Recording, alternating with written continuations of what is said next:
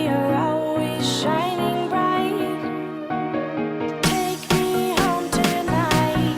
I just wanna show you the true light. Light me up and make me feel alright. 'Cause baby, we are always shining bright. So just live in the moment and enjoy it all. I'm right here, baby, if you want to call. Catch me and hold me and don't let me fall. Let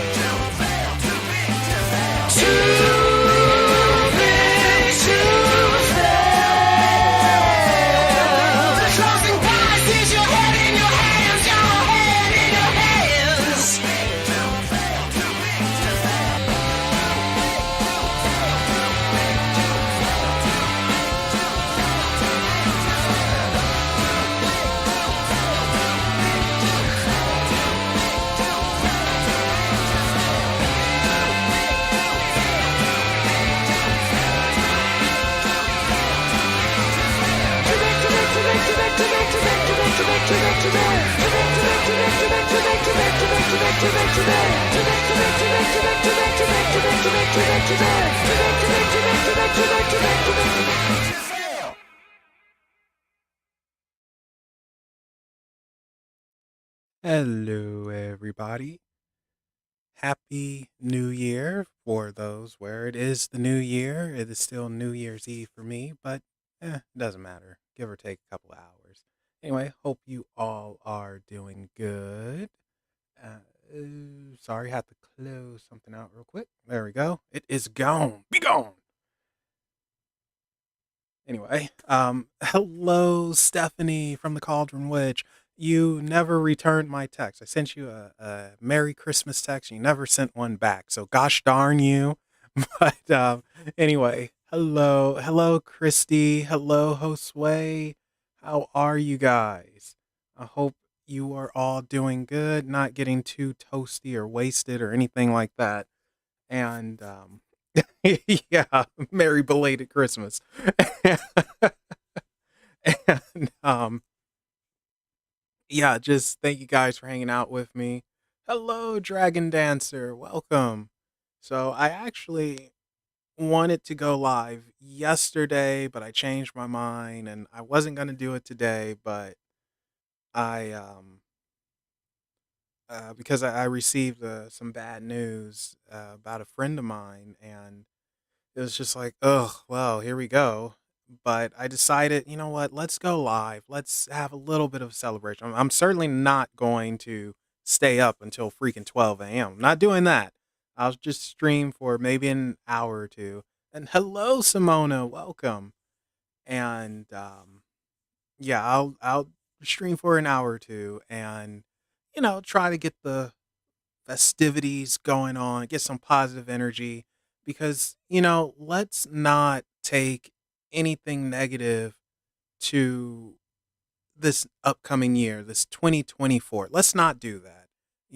Let's cut the tumor of negativity off in 2023, keep it here and have a good positive step forward.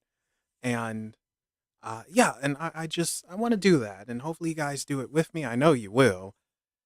And I already said on the in case you missed it, next year goal is getting 1,000 subs.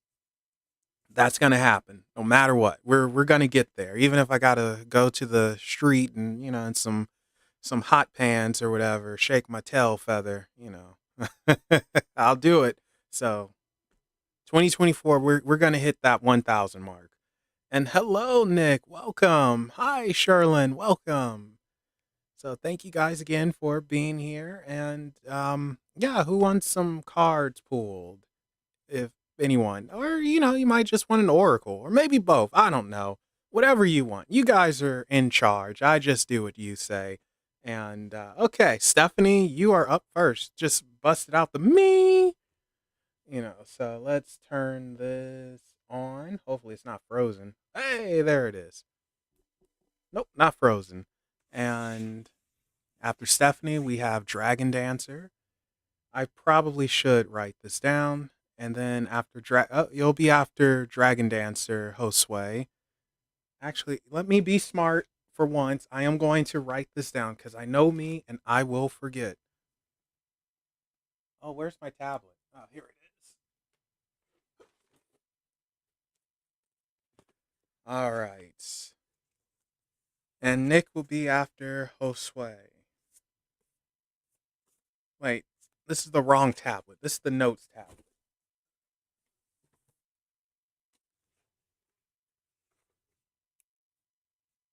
All right. Yeah, there we go. Don't worry. I got it. Okay. Ooh, I have a phone number in here. I have no idea whose number this is. But I have a phone number.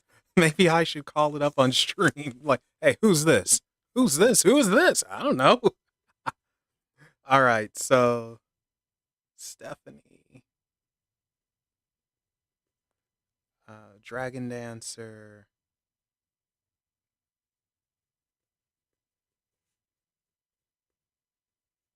Josue, Nick, Sherlin.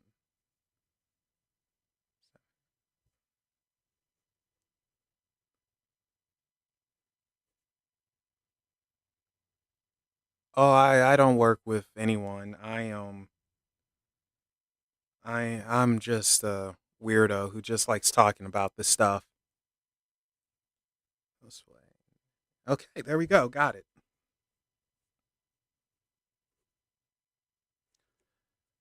All right, there we go. Got everything written down. So in case someone else pops in and will want one, I'm set. So no messing around today. No goofing off. We're gonna do this. All right. So Stephanie, you are up. Any particular type of reading that you would like to have, or just whatever comes out comes out. And yeah, I think I will pair oracles with them today, guys. I think I will do that. That'll be fun. Also, expect to see more changes with the stream format and such. I've been experimenting, and hopefully, I can get a decent layout soon and all that good stuff. So, improvements, progress. Yes, we like that. Okay, and whatever comes out comes out. All right. So, Stephanie, I don't know what. Oh, I know what deck we're going to use for you. Oh, hello, silly Billy. Yes, you can have that. You will be after Sherlin. Silly silly Billy. That reminds me of a book from when I was a kid I used to read. I think it was actually called Silly Billy or something. And it was about a goat, and I think he was trying to find his mother. Or was that the bird trying to find his mother? No, the bird was Dr. Seuss. Well, anyway, I like that name. Like, no, you silly Billy. Still tickles me. Yeah, anyway, where did I put that deck? Oh, right here. Going crazy. So, yeah, Stephanie, we're going to use the Gilded for you.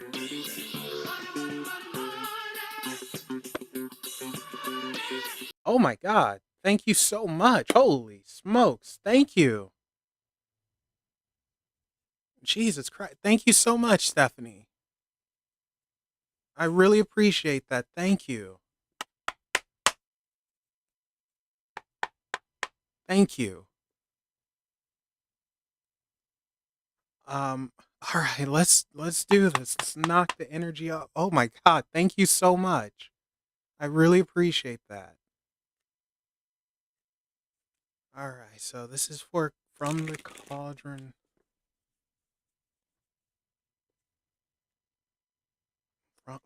From the cauldron. This is for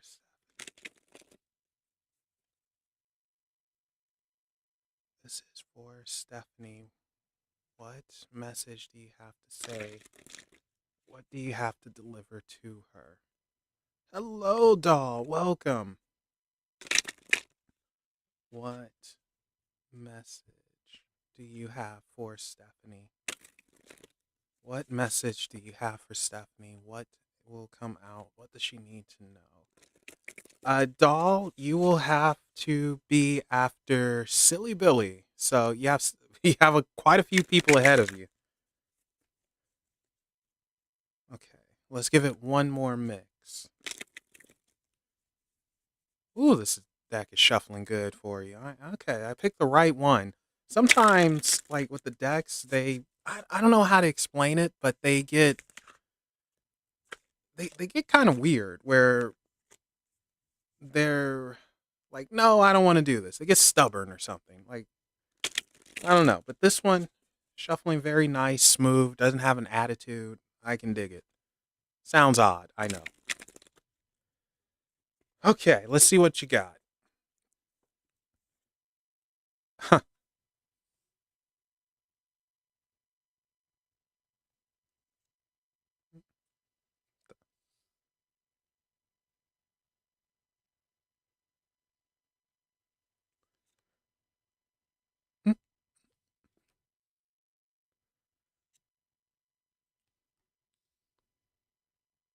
Ooh, who's the older gentleman you're working with? Ooh, ooh, ooh. Do you have love coming in, Stephanie? Oh, no, I take it back. You don't have love coming in.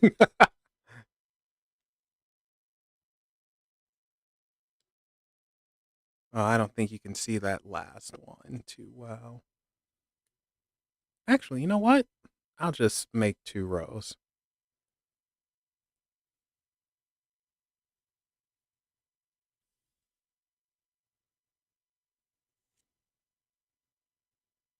Hmm, anything else? Nope, that's it. Alright, so no love coming in, but certainly got something coming in.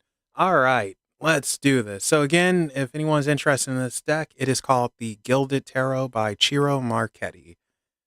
So we're gonna start at the bottom and then work our way up. So I know it's kind of blurry. I probably should have fixed that. Sorry. But we have the Ace of Wands, the Ace of Swords, the Five of Wands, and the Hermit to start.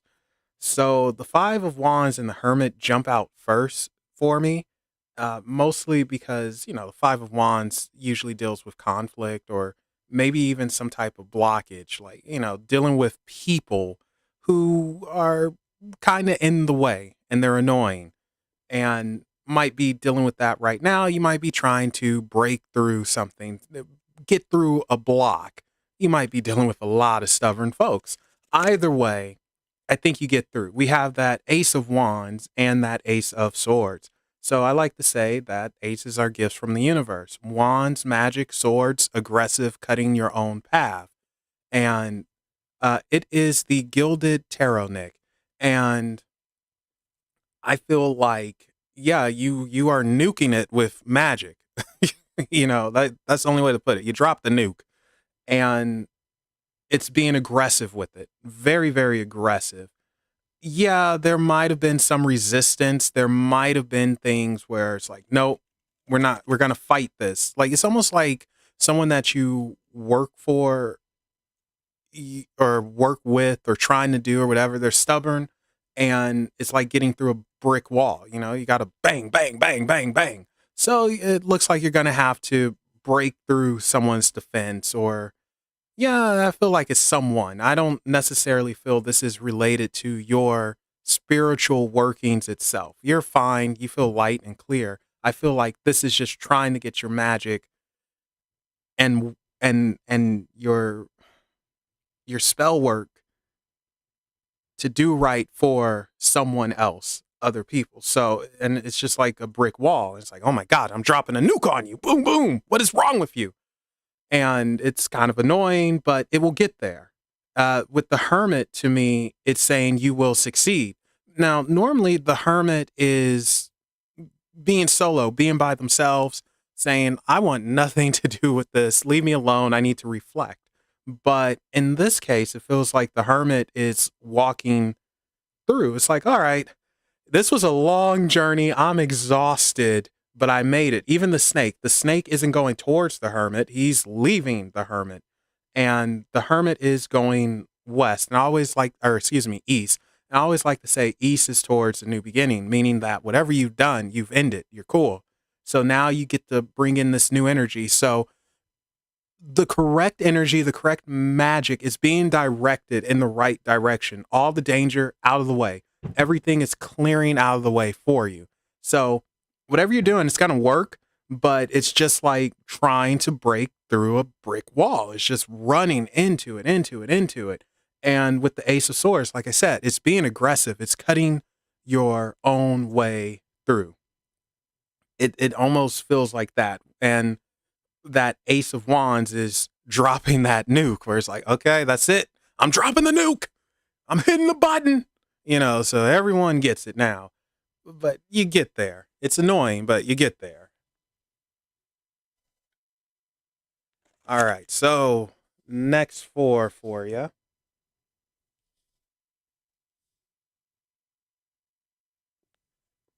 Whoa.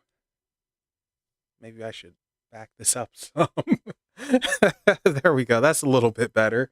Um, the who the heck are you? The Page of Pentacles, the Three of Swords, the King of Swords, and the Death card.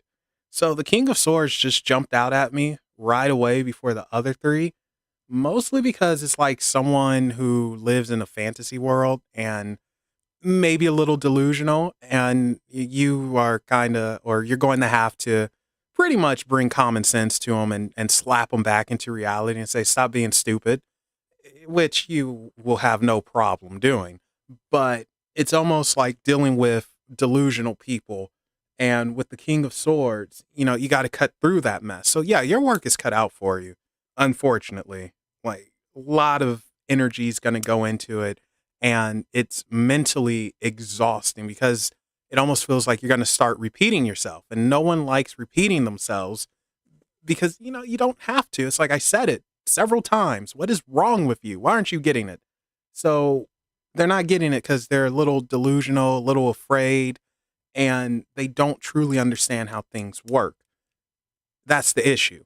Um, Going to that page of Pentacles, I'm pretty sure that's the page of Pentacles. Yeah, it's the page of Pentacles. Going back to this son of a monkey's uncle, Pentacles, I like to usually say it's dealing with finance, getting money and all of that. But in this case, holding on to it, I don't necessarily think you're losing money. I don't necessarily think you're going to have a windfall of money, but I think you're setting yourself up to eventually obtain money. So you probably have a new business venture that's going to start soon if you haven't already started it.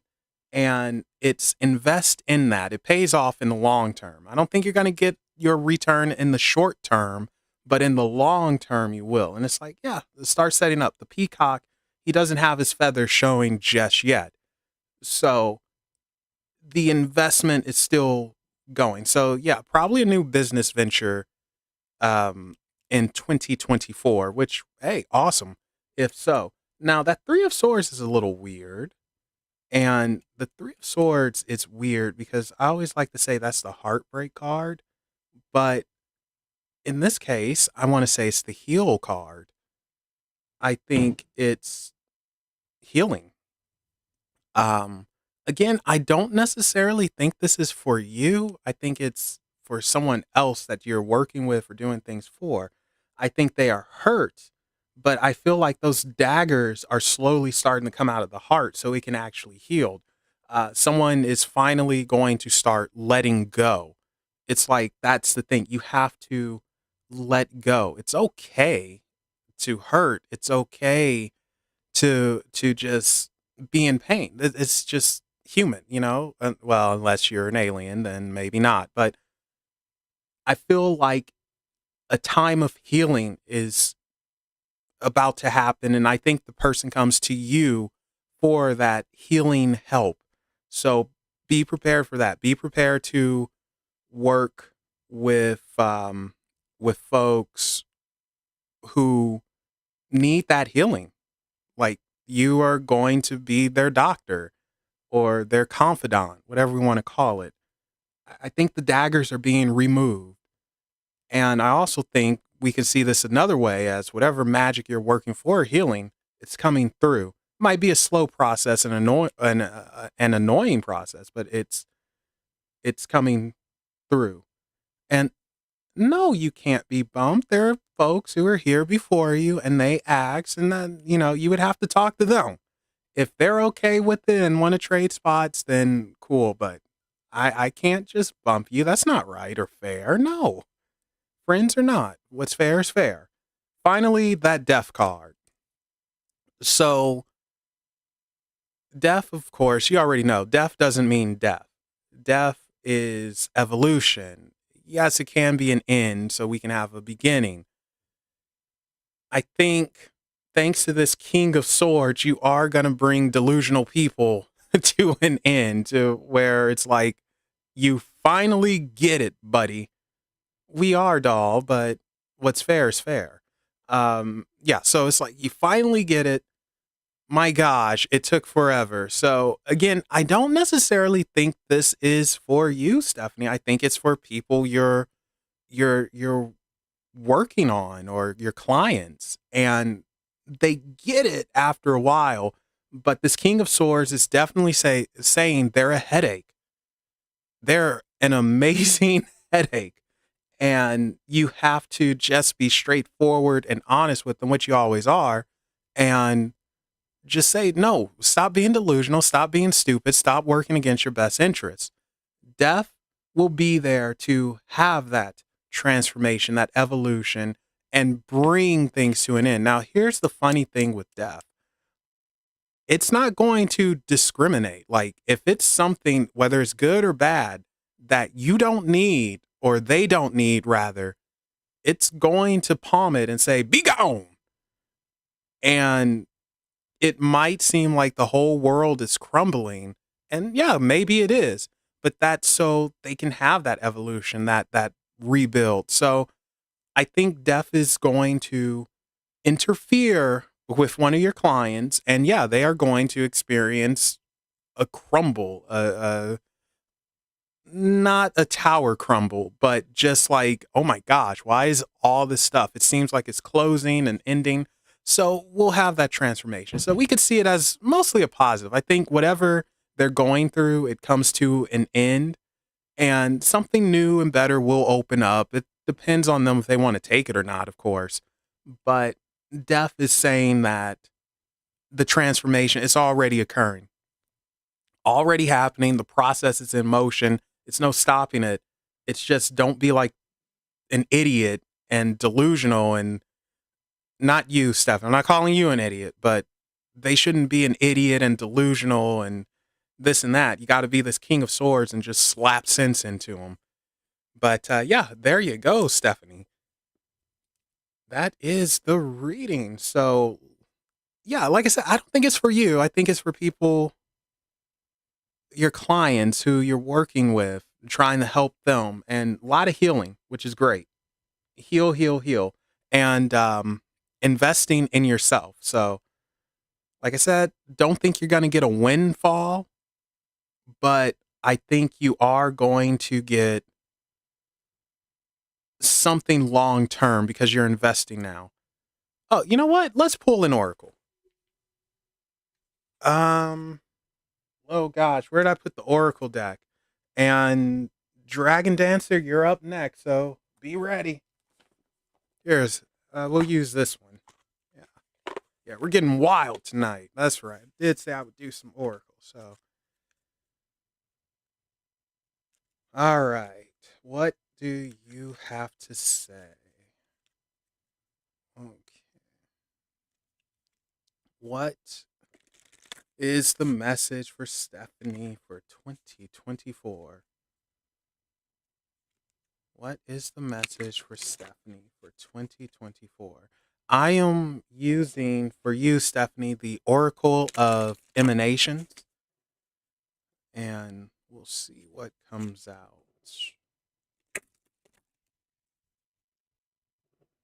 And they are popping those fireworks like crazy.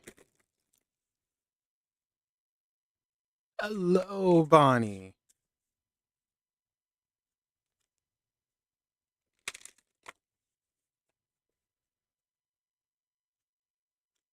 Oh, you don't have to give me anything, Sherlin. Don't even worry about it.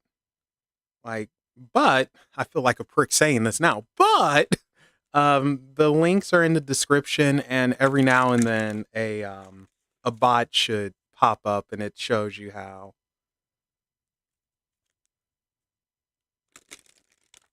All right, let's see what we got for you. You know what, Stephanie? For whatever reason, 21 popped in my head, so I'm gonna pull the 21st card from the deck.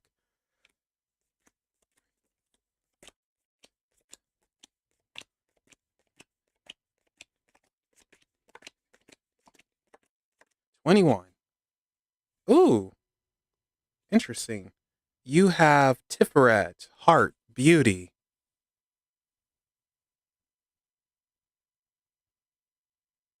God, that I love this deck. Oh, thank you so much, Sherlin. I appreciate that. Thank you. Let's see. Where did I? Oh, it's right here. Tiferet. What does it say about this one? I don't think this one's ever really come out before, but Heart, Beauty, the sixth emanation, the tempered force that allows the rest of the emanation to coexist in beautiful harmony. Um, You would have to be after Doll, Bonnie. You have one, two, three, four, five, six, 7 people ahead of you. So you would have to be after Doll. Um, what was I saying?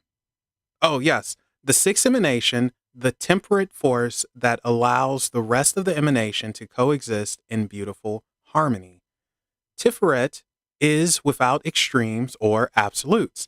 As each other aspect rages around him, he neither yields nor resists. He is the equilibrium that exists between those forces. He is the guiding hand that braces against the many aspects of the tree to gracefully bring them toward one another.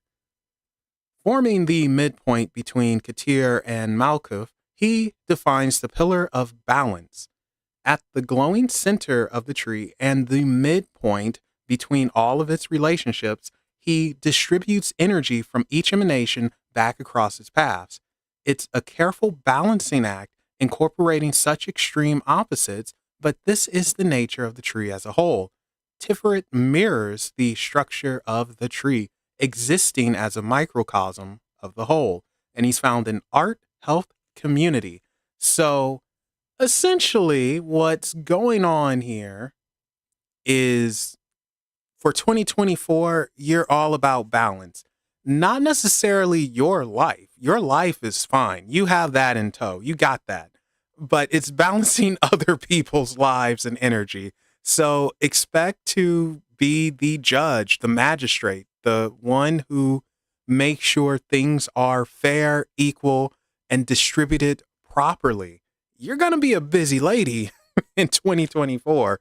You're going to have to deal with a lot of personality. So be prepared for that. But it's all going to come to you, through you, and back out to them.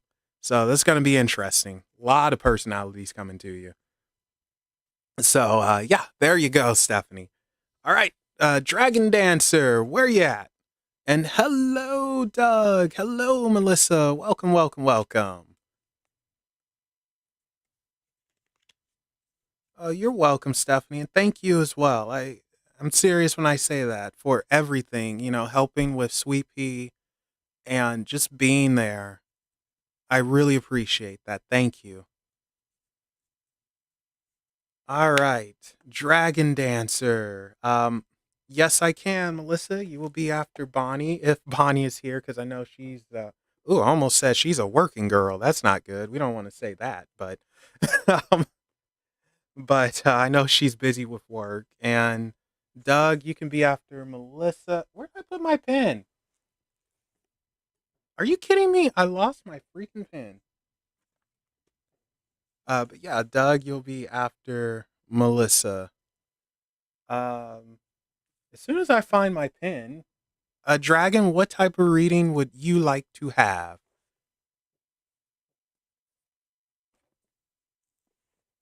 Where in the world did I put? Oh, here it is.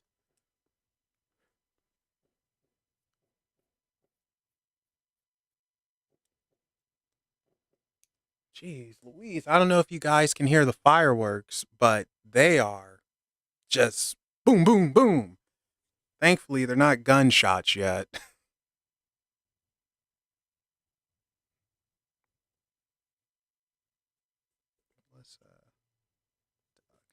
All right, you got it, Dragon Dancer. So I think we will continue using the Gilded Tarot. I think this is a good one for the night. Shake, shake, shake, dun, dun, dun, dun. Shake, shake, shake, shake your booty, and shake your booty. Oh, let me tell you guys. So I decided to just search around on a couple of personal ads, right? And because I like reading them. And every now and then you might find someone who might be a catch and then they ghost you. But anyway, I was on some personal ads and it was something that caught my attention. I was like, oh, okay, you seem nice. I messaged this person and we're chatting for just a little bit, nothing serious. And this is a while back now, but and my ability to attract psychos is just, well, not psychos, but the crazies is, man, top notch. It will never be beaten by anyone. This chick tells me, like, oh, yeah, I like black guys. I was like, oh, good. I don't, because, I'm not gay. But anyway, I was like, okay, cool. I don't. And she's like, you know what black guys like? I was like, what? And she sends me a picture, or not a picture, a freaking video of her twerking her bum. I was just like, I didn't ask for this. I didn't need to see this. And I'm just like, it was the weirdest freaking thing. So, yeah, needless to say, I said, no, thank you, ma'am. You can go elsewhere. Oh, God. I'm telling you, man, I can't. I don't know what it is about me and attracting crazy women.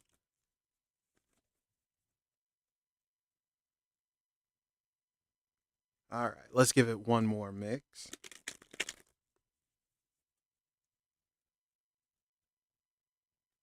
And this is for Dragon Dancer.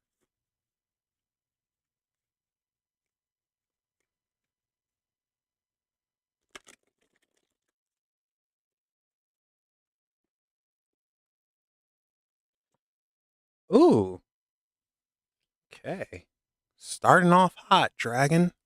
Oh my gosh, it's starting off very hot.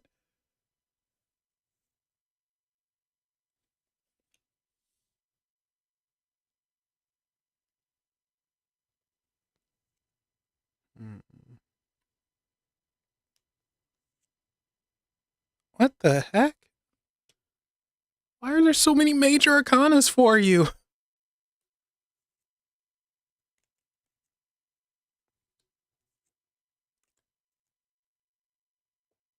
Oh my god. Okay. Well, Dragon Dancer. Got a lot to say here.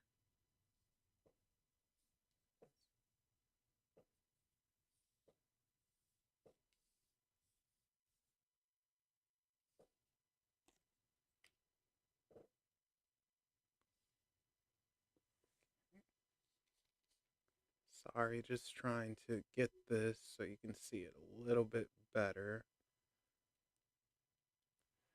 All right. Yeah, so with the exception of one, every card's a major arcana.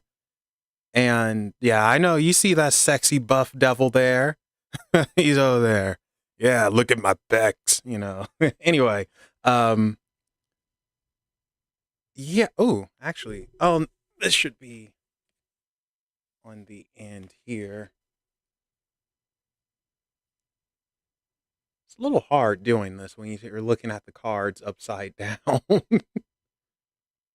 Anyway, all right, good enough. So, yeah, the first two are just extremes, the Hierophant and then the Devil. I mean, we can see one as holy and the other, what do they call it, Inferno. It's like Celestial, Inferno. What's happening here? Two very interesting extremes, one up high, one down low. And then that Five of Cups shows up. So it almost feels like with the five, I'll get to those first two in a second, but with the Five of Cups, it almost feels like losing yourself, losing your way in 2024.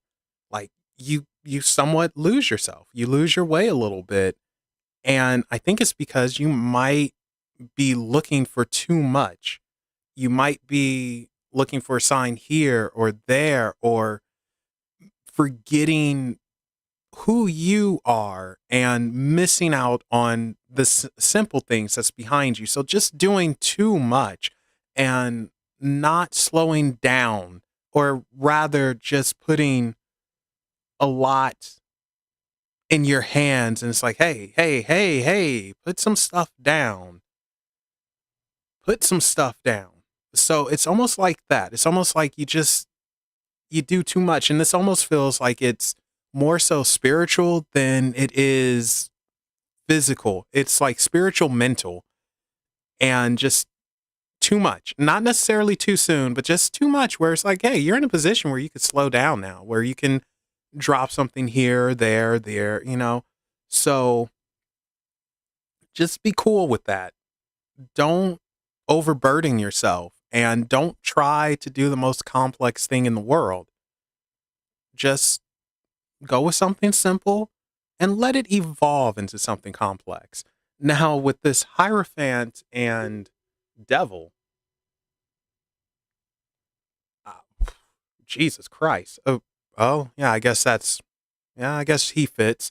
Um, Again, we're looking at two opposites of things. It's like going from one end literally to the other end. So a giant change of lifestyle, going from, we'll say, using technology for everything to now using the bare minimum for everything. It's like, I don't need technology. I'll start a fire with two sticks and a flint. It's almost like that, just going from one end all the way to the other. But there is a lesson involved in that. So I almost feel like it's saying, don't go to the extremes. Don't think you have to fully cut something out or off, because you don't. I mean, it's still life. Even when people say, I hate technology, I don't want to deal with it. Well, you're going to have to deal with it. Yeah, you don't have to be on it 24/7. That is something that a lot of people need to step away from, step back from.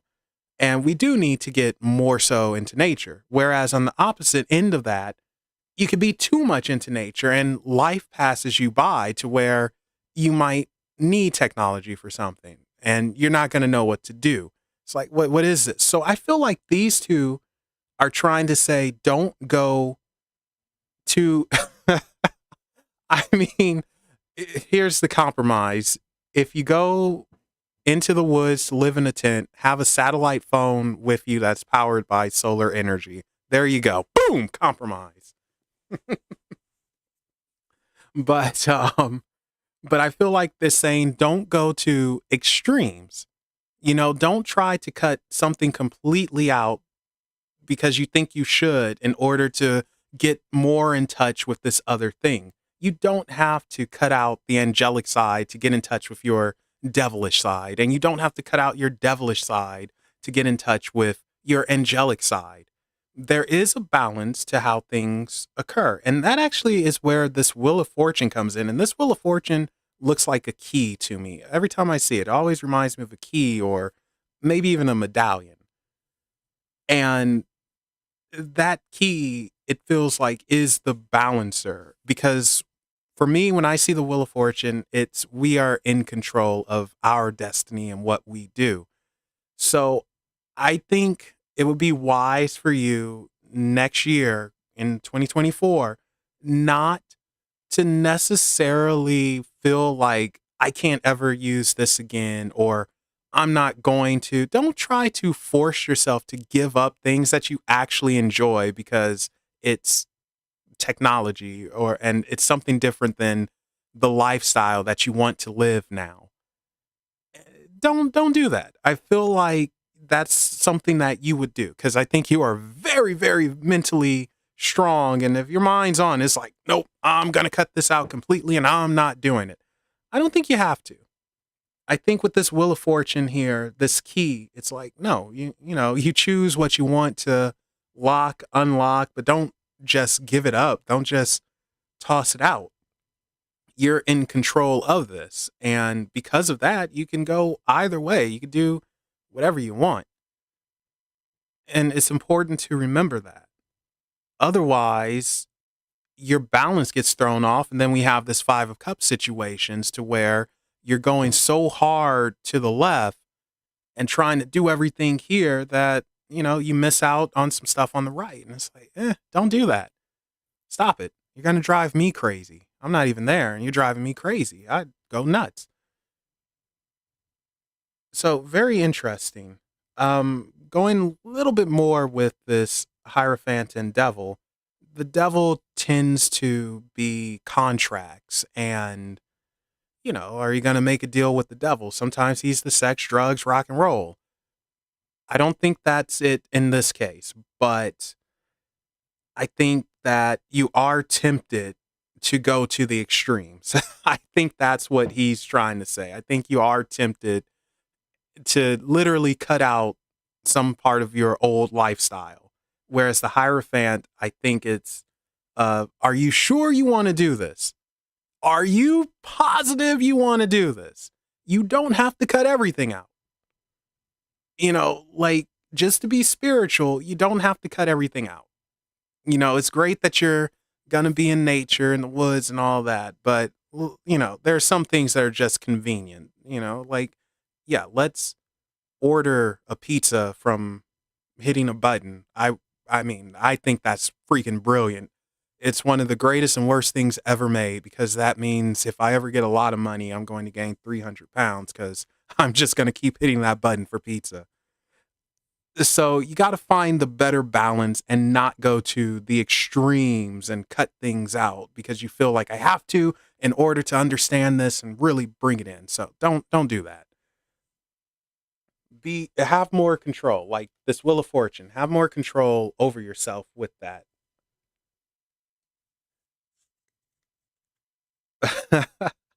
Okay, so oh good, you better not. Right. So our next four, all major arcanas, and you have my favorite major arcana in here as well: the Star, the Moon, the Hermit, the Magician. Oh boy! So the Star, out with the old, in with the new. The Moon, reflection. The Hermit, danger, leaving the way. So going in that right direction. And the Magician, having that balance after walking that journey, having that understanding.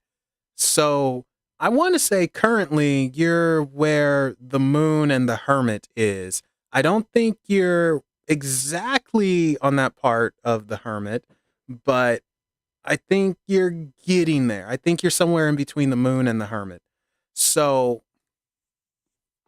I'm thinking with the Star, out with the old, in with the new. You've already made your life decision. You've already changed whatever it was that you wanted to change. So that's said and done with. And I love the Star. So yeah, that's cool.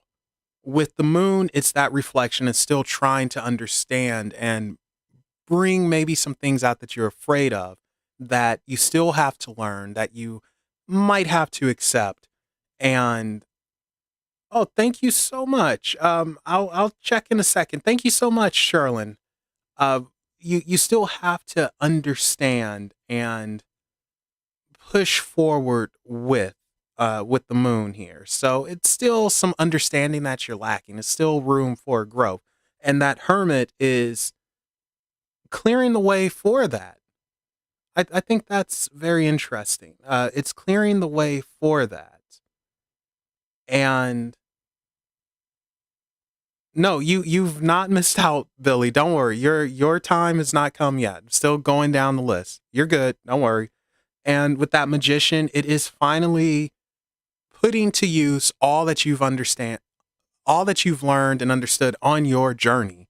So you're not at that Magician level yet. I think you're somewhere in between the Moon and the Hermit.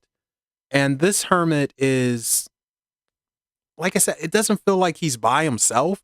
It feels like he's coming back to the community, coming back. So you're probably building a community, I want to say. Building a community, getting people around you. There are cats fighting outside. Brilliant.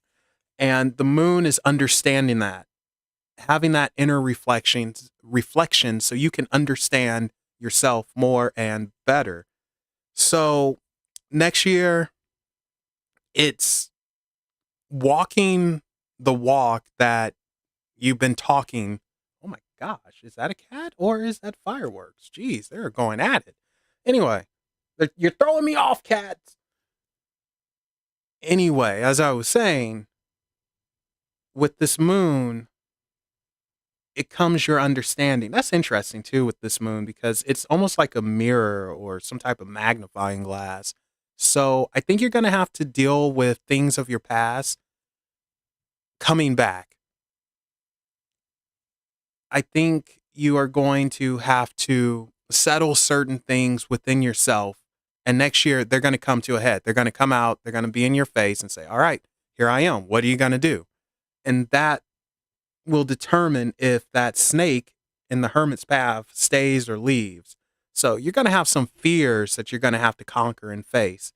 After that, you're good to go. We have our magician where you have this true understanding of this sounds corny as sin, but you have a truer understanding of love, yourself, and what it actually means to be a community, what it means to be happy. Huh. Interesting. So you have happiness coming. It's just you have this last little bit of inner reflection you need to do. But you have happiness coming.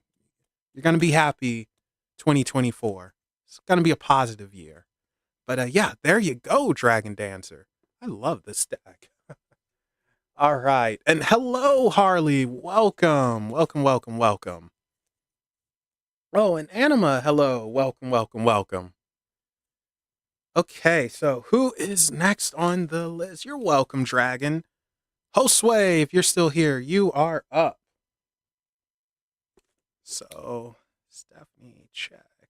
Dragon, check. Josue, you are up.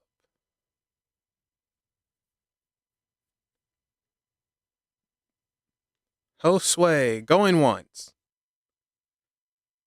Josue, going twice. Josue, going three times a lover. Isn't that a song? Like three times a lover or something? Someone correct me if I'm wrong. Oh, there you are.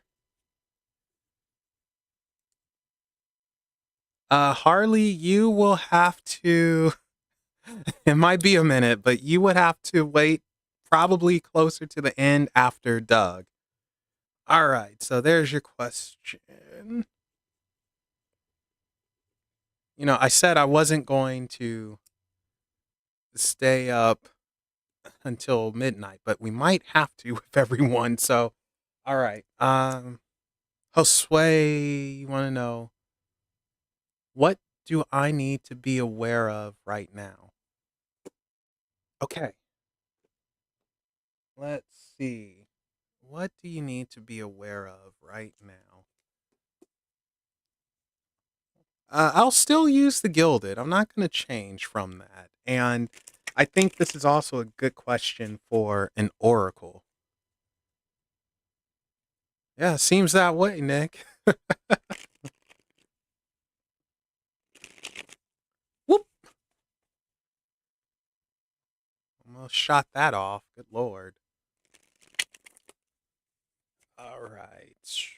What does he need to be aware of right now?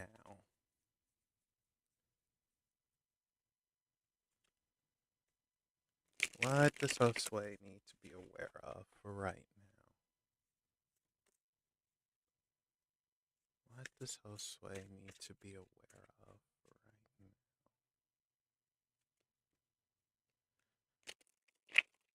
So this is terrible. The first thing that jumped in my head was a song by the Electric Six, I think they're called.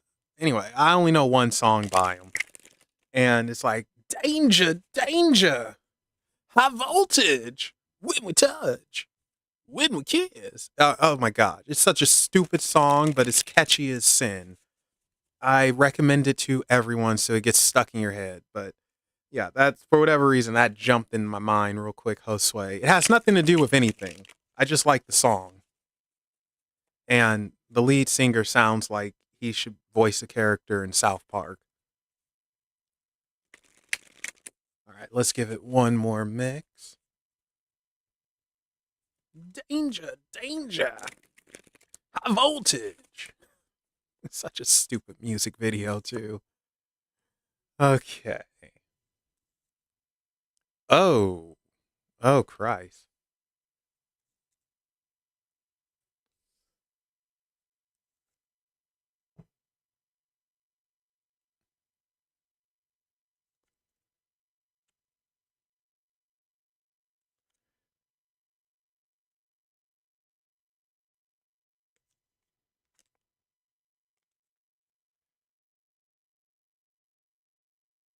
Okay. Beware of women, apparently, or lovers.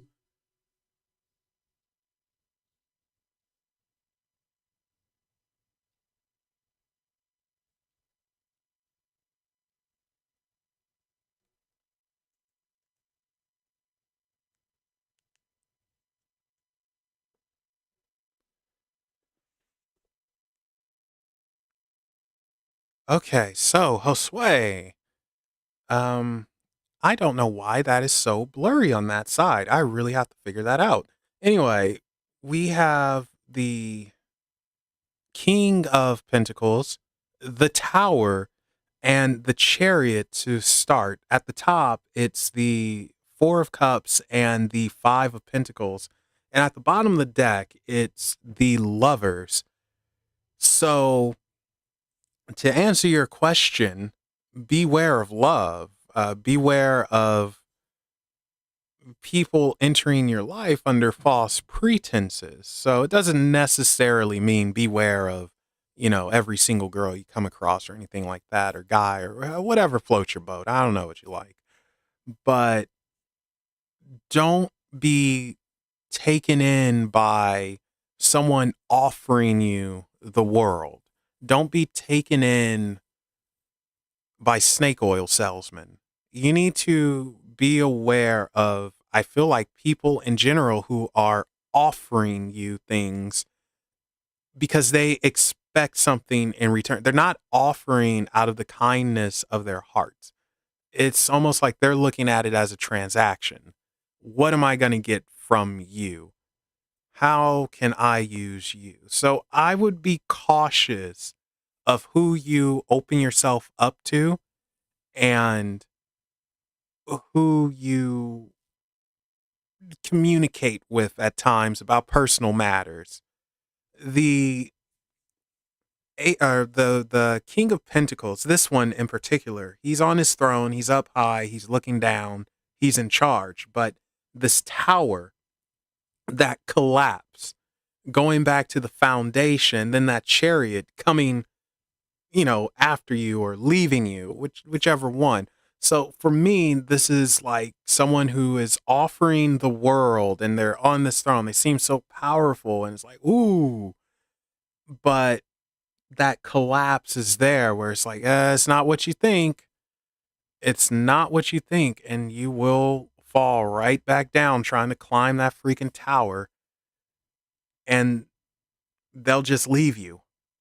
It's like being used and being stepped on. So you need to be aware of who you let into your life, who you trust. I'm not saying don't trust anyone, but just be smart about it. And with the lovers here at the bottom of the deck, for me, it almost feels like, a relationship. Be cautious of relationships. That's what you need to be aware of more so than anything. It just feels like it's a surface level thing. Like it looks good on the surface, but deep down it isn't, and you'll be left hurt. Like you get hurt. So don't rush into anything. Truly, truly, truly take your time, be patient, fill everything out. That is what you need to be aware of. Like don't rush into any type of relationship. Really fill it out because you're going to be dealing with like a snake oil salesman. On the surface it looks so good, but beneath that it's something else. It's we're on Josue, doll. Hold up. Okay. Let's go forward here. All right. So this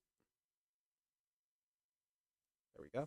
That Four of Cups and Five of Pentacles. So Five of Pentacles is sometimes refusing help because you're sick and injured and prideful.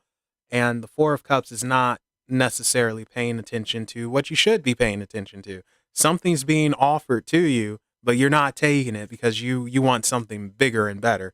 Well, for once, I feel like this is the reverse, where You are going to be offered. You are going to be offered and promised this and that. And I feel like it's not something you should take. I feel like you actually have better if you're patient, take a step back with the cups being emotions. And yeah, it feels like you will be emotionally played with, toyed with, mind games. And it's like, yeah, I'm going to offer you the world, but can you give me this in order to have that? That's what it feels like. So, yeah, you got to watch out getting emotionally played. I think that's the biggest thing, Josue. And that Five of Pentacles is being hurt by someone, by another. I don't think it's you hurting and trying to find help or anything. I think it's someone playing you and hurting you. And like I said, it doesn't necessarily mean it's a romantic relationship, but I feel like it would be some sort of relationship. It could be friendship, business, whatever. It's that type of thing. So I would be aware of that. And let's pull an oracle for you. The show Reaper? No, I'm not familiar with Reaper. What is that? Where did I put this other? Oh, here it is. Okay, so pull an oracle for Josue. Oracle for Josue.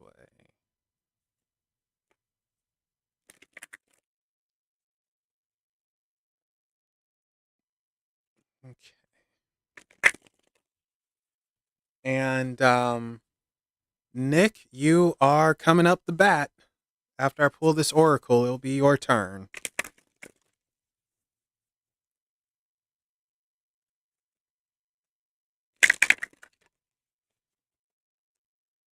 Okay,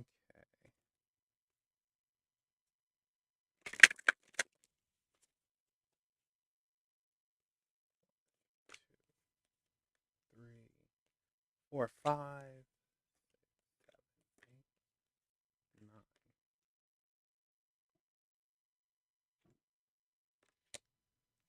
Oh, come on now.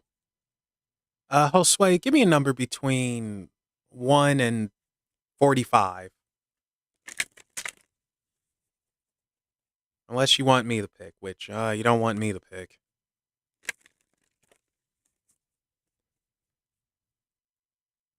Or if the Oracle wants to be nice and just shoot a card out, that would be awesome as well. That would make things a lot easier.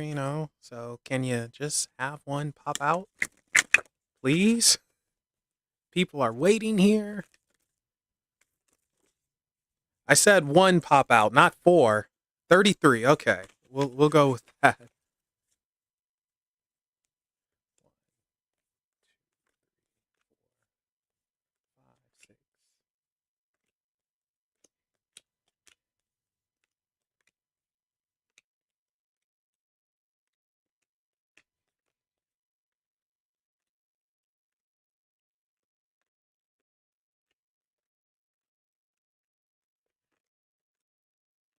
33. Oh, thank you, Stephanie.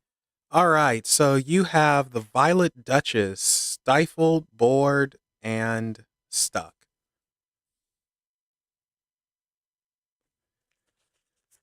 So this oracle deck is the Oracle of Shadows and Light. So let's see what she has to say for you.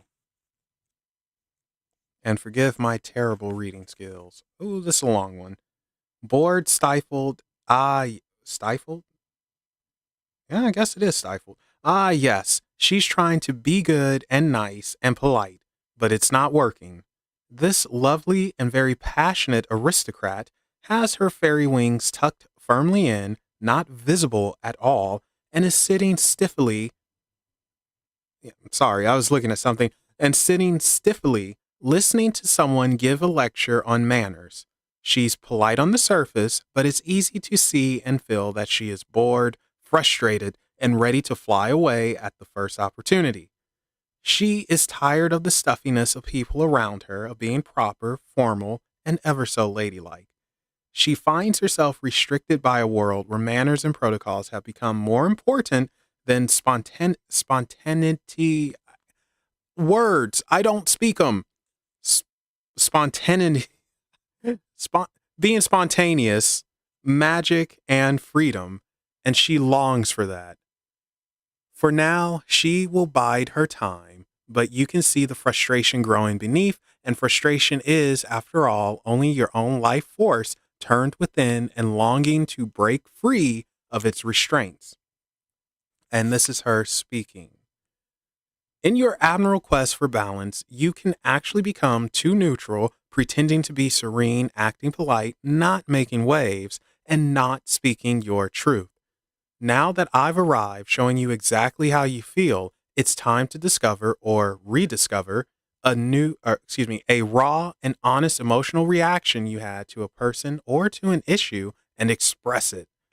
It's all very well being a lover of harmony and not wanting to be a troublemaker, but being a lukewarm person in regards to situations that really matter is not going to do you any favors.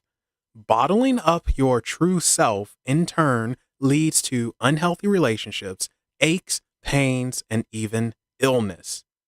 When I come up, go for the passionate and truthful option and rediscover just how strongly you can feel and how much fun you can have.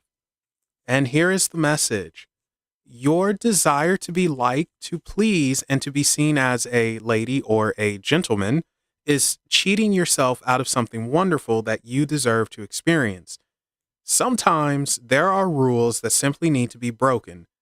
Keeping to the spirit of the law sometimes means breaking the letter of the law. That's how things change. There's a situation at the moment that has revealed itself as unjust, unfair, and absolutely unattractive to you, but you have yet to speak up. The most inspiring thing about this situation is that you'll discover just how safe it is to stand up for what you truly believe in. Others will be inspired too. So while it feels like you're taking a risk at first, after a while, you'll realize you've started your own small revolution. All right. So, Josue, essentially, what's happening here is don't get stepped on. Like, just do not. Don't fall for someone who is on the surface all cool, easygoing, but beneath that, they're a prick. Call them out and don't be afraid to call them out. I mean, it's hard calling people out sometimes. We all get nervous and we don't want to offend or let the dark side of us out, but every now and then it needs to come out. I think that you have to protect yourself. I think you need to be aware that yeah, someone's going to try and take advantage of you, I feel like. And you have to be ready for that. Don't fall for their nonsense and don't be afraid to call them out like the Violet Duchess here. And who knows, you might get a little excitement from it. Flexing the muscle feels good. But yeah, there you go, Josue. All right, Nick, you are up. Nick the Quick. Nick the Quick. Nick the Quick. Oh, Nick the Quick Van Exel. That's the nickname. Man, Nick Van Exel was, whew, he was a very good Laker.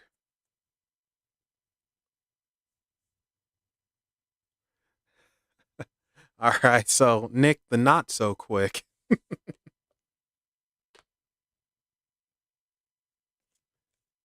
right, so let's check. What? Oh, gosh darn it. I lost my pen again. Oh, I found it. All right, Nick, what type of reading would you like to have?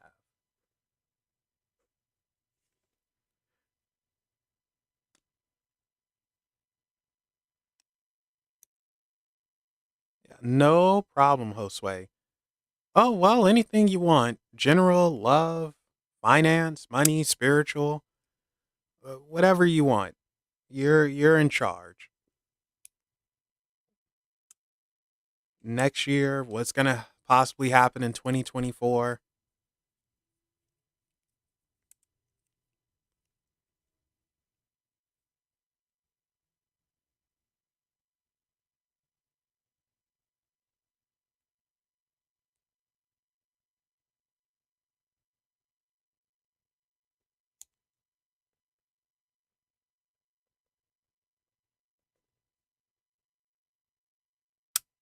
So, yeah, it's whatever you want. You are the boss. Okay, anything you should worry about before? All right, you got it. So, I think we're going to switch it up just slightly for you, Nick, in regards to work. And let's see what comes out. Yeah, so we're just going to switch it up just a little bit. And thank you guys for hanging out with me tonight. I really wasn't expecting so many people, so thank you. I really appreciate it.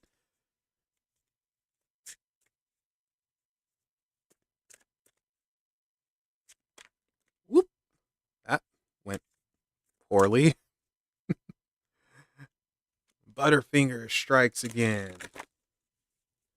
So for January, oh, card came out by itself. Okay. And I want one more. For January with Unexplained, I'm feeling really good, and I'm happy to say there are 3 videos that will be coming out. So the first one is going to be Tell Me About Karma and Dharma. So I know many people have heard of karma, but what the heck is dharma? Well, if you want to find out, then you have to watch Tell Me About Karma and Dharma. There's also going to be a new Fool's Journey, which is going to be awesome. I haven't done one in a while. And something I haven't done for a very long while, a new Too Crazy to Believe. So it will be nice doing that again. Feeling good. And it's like, yeah, you know what? I want to do something. And also in January, a new book comes out. It's Not So Strange Times, Volume 2.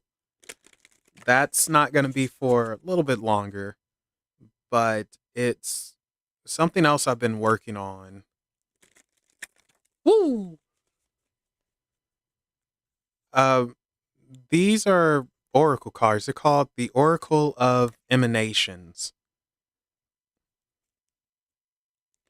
And the book coming out is called The Forgotten Tales Dragon's Tear. Oh, and there we go. There's the second one. That's what I was waiting for. Really? Okay, so this one came out again. So I actually put this card back in the deck. It came out, put it back in, it came out. So you got the card that came out for Stephanie earlier. Emanations, EMA. Here, hold up. I'll just make it easy for you. There you go.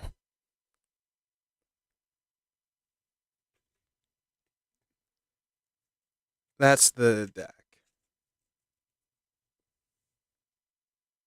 Oh, thank you guys.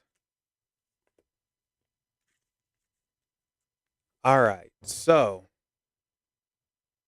Nick, we have Tiferet and Raziel, Angel of Mysteries.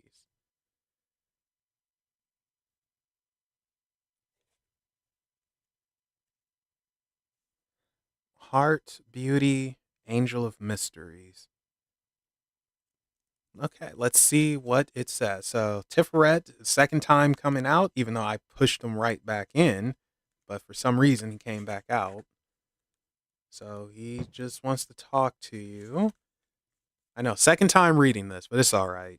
The sixth emanation, the temperate force that allows the rest of the emanations to coexist in beautiful harmony.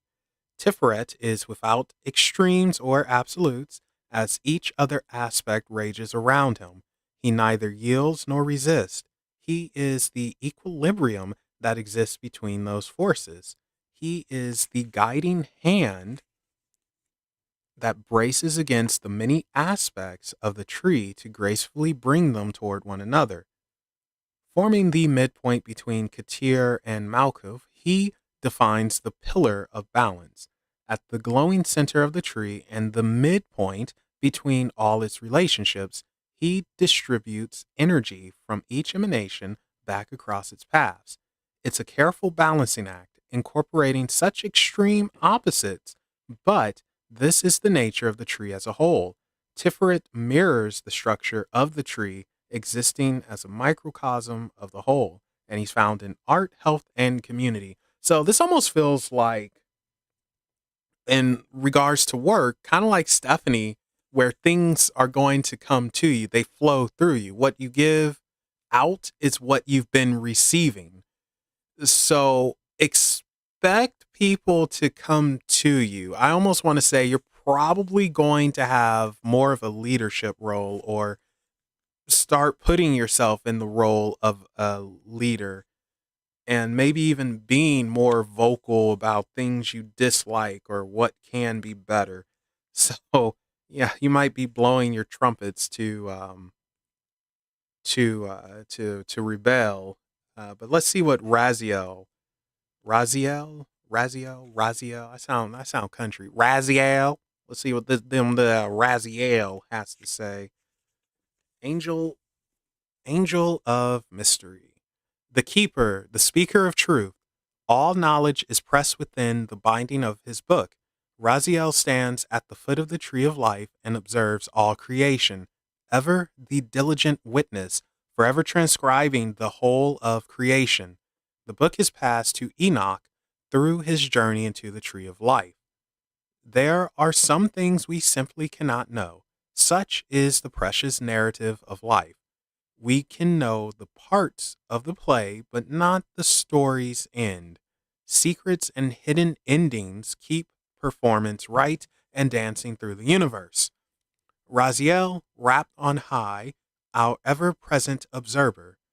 We dream and fill Raziel's book of mysteries. Our breath turns its pages. Exhale. And he's found in a book, mask, and code. So, of course, it would be a coded message here. So, with those two together, and I'm about to pull some tarot, with those two together, where the heck did I? There it is. It almost feels like you're going to see the signs to step up as a leader. It almost feels like you are seeing more and more signs where it's like, you got to be vocal. You got to say something. You can't just sit and do nothing. And I think more voices are going to say this as well, to you or towards you. So things will happen around you that you notice more and more of. And it's not going to stop until you take some action. And your action is going to be either you speak up and say something to enact the change, or you say, you know what, forget this mess and walk away and create change in a different way. Change for yourself, not necessarily the environment. Or you can have change for the environment and yourself. But you're going to see more and more signs of this, and things are going to come to you, which isn't always a bad thing. It's just sometimes we don't want to take on other people's issues. And it's like, man, why can't you step up? Well, you have a better voice, so you do it. You know what you're talking about. So I think you should be prepared for a leadership role and actually speaking up about things that need to change, that need to happen. Okay, so let's see what comes out from this. Whoa! This sucker shot out. Go back in there. If it shoots out again, I will add it. Actually, you know what? No, it shot out for a reason. We're going to keep it.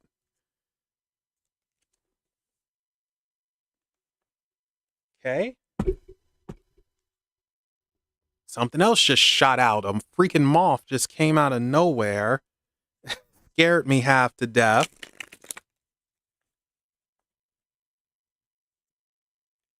Are you kidding me? That is so weird. All right. I know I shuffled this mess. I know how I shuffled it. It is no way certain cards should come back up, and yet here they are coming back up. That's so weird. All right. Anyway,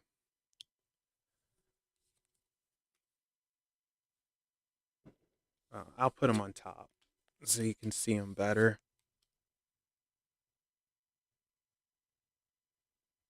All right. The Tower, the Three of Swords, Judgment.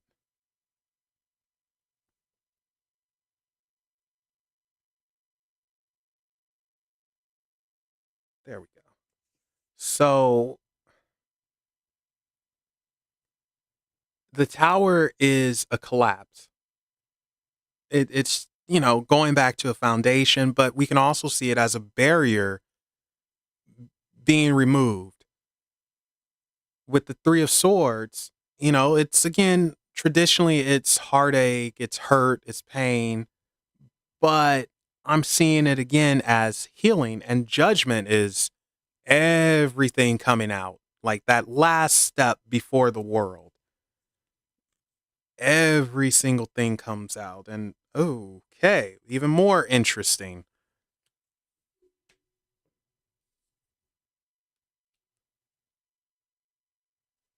So those last two, the Two of Cups and the World, I'll get to them in a second. All right. So, work wise, Nick, we're looking at something being shaken to the foundation where I won't say it's an implosion, but it's certainly something that happens from the top on down. So, replacement in order for things to heal. If you are working in not exactly a chaotic environment, but just an environment where you're not exactly happy, that's going to change. And it changes from the top on down. I think being vocal actually helps with that, and it allows time to heal for things to come back to how they were, come back together. Judgment is basically everything coming back, whether it's good, bad, negative, whatever you put out there, it all comes back. So if someone at work has been a prick, oh, it's about to bite them in the butt very, very hard. They should have been a lot nicer. And a healing process is about to happen. Like those daggers are going to come out of that heart. And yes, it's going to squirt blood everywhere, but it's going to heal from that. This tower, we got a crash happening at work. So I think what you need to do is just be cool, be vocal, listen to your coworkers who have grievances, take it down, and actually raise a fuss, like bring it up. Like, hey, we can be doing this better, that better, this better. Cause I think you need to step up as a leader. I think you should have a leadership role. Moving these two down. So the Two of Cups contracts, coming to an agreement, an understanding, and the world completion. Like, hey, congratulations, you learned this lesson. Let's move on. So I think you come to an agreement at work. I think you get a, I don't know if you're going to get a new position or a title, but I think you move up in some regard. You gain respect, and that elevates you. And it puts you in a position to where you can have a positive effect. Whereas with this world, it's an ending. So work as you know it is going to change. We are on a path of change, and things are going to be rocky, I want to say. Where things get rocky is where your leadership comes out, where you step up and you speak up. You let people know, hey, this isn't right. Hey, this could be done better. Hey, you're doing this backwards. Not necessarily to your coworkers. Like I said, it feels like it comes from the top down. So someone maybe who's over you that's incompetent, and you kind of just call them out. You become a rebel. And because of that, you create a new understanding and you're pushed forward and you have completion. So I'm thinking work next year, especially with the world here, you're going to find yourself moving into a new position. And part of it comes from you actually listening to coworkers, their grievances, and having proper solutions for issues. And I think whoever is on top of you that's incompetent, they go away because things get shaky at work. It gets shaky, but not a complete collapse. It's like that boundary is removed and you have completion where it's like, okay, we can move on now and rebuild and get better. So, yeah, there you go, Nick. You're going to be a rebel at work, which is fine. Nothing wrong with that. We all love rebels, right? And yeah, I think you're going to be pushed for a leadership position. I definitely think that, which, when you get your promotion or raise, title, whatever it is, don't forget us small people down here.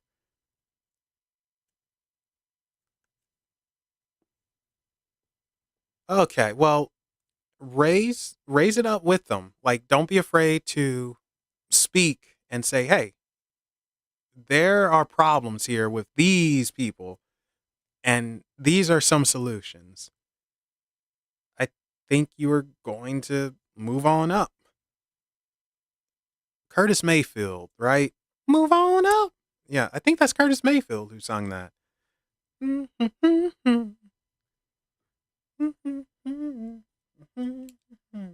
All right, Sherlin, you are up. So, yeah, good luck with everything, Nick. But I think you're going to have a fairly interesting work year, but I think it ends with you getting a position.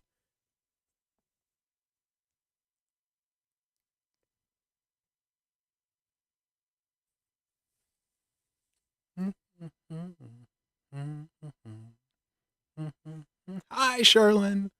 All right. What type of reading would you like to have?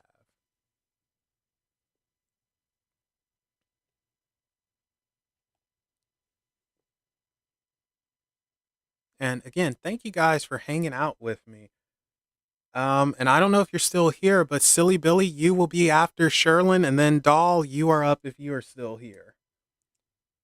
So we're entering the halfway mark. We're getting there, guys. I swear, we're doing it. Which I actually need to stretch out my legs. Holy cow, they're starting to cramp up. There we go.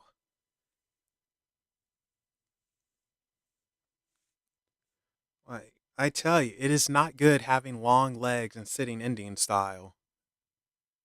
Oh, wait, I'm not allowed to call it Indian style anymore. Apparently, that's offensive, so I'm sorry.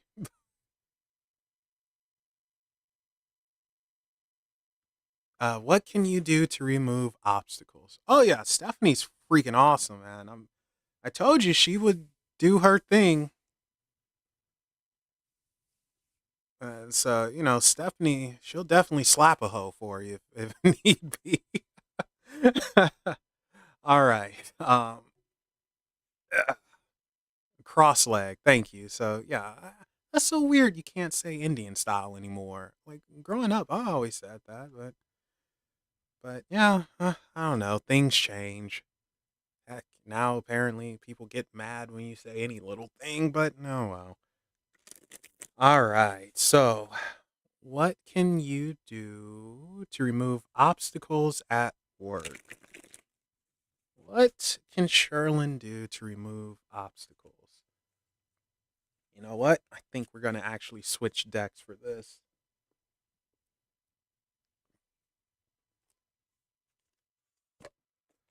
What can Sherlin do to remove obstacles? Now the rain is. What can.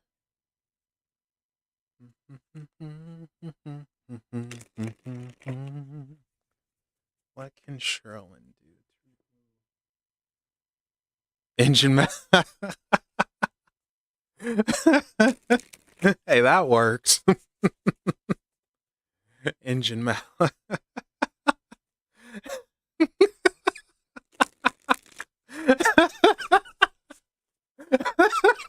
Oh God.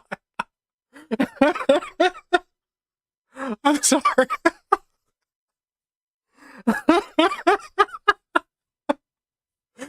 Oh my God. Okay, I'm sorry. That one got me. Um,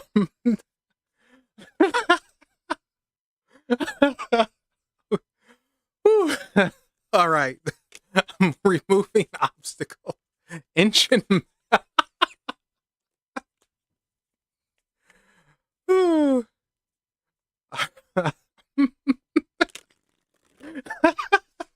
What the heck? All right. I'm sorry. Let me regain my composure. So, removing obstacles for Sherlin. What can we do to remove obstacles for Sherlin?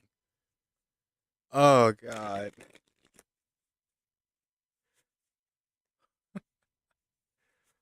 What can we do to remove obstacles for Sherlin? All right, let's give it one more mix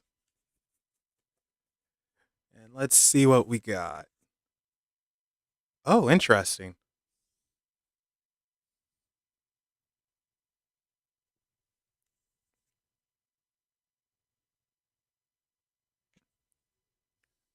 So, this is the Brady Tarot by Emmy Brady.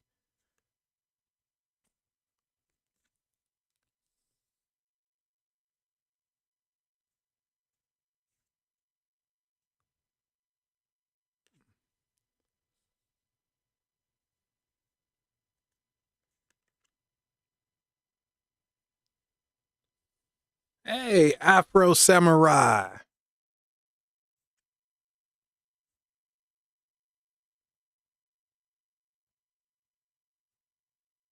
All right, so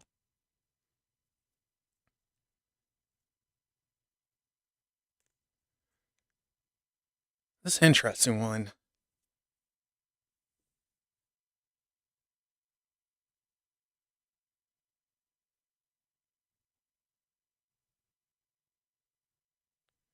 Okay, so we start off with the Seven of Horns, and horns are the equivalent of cups. So it's funny, the key word for this is breach. And you mentioned getting through small, or not small obstacles, but obstacles.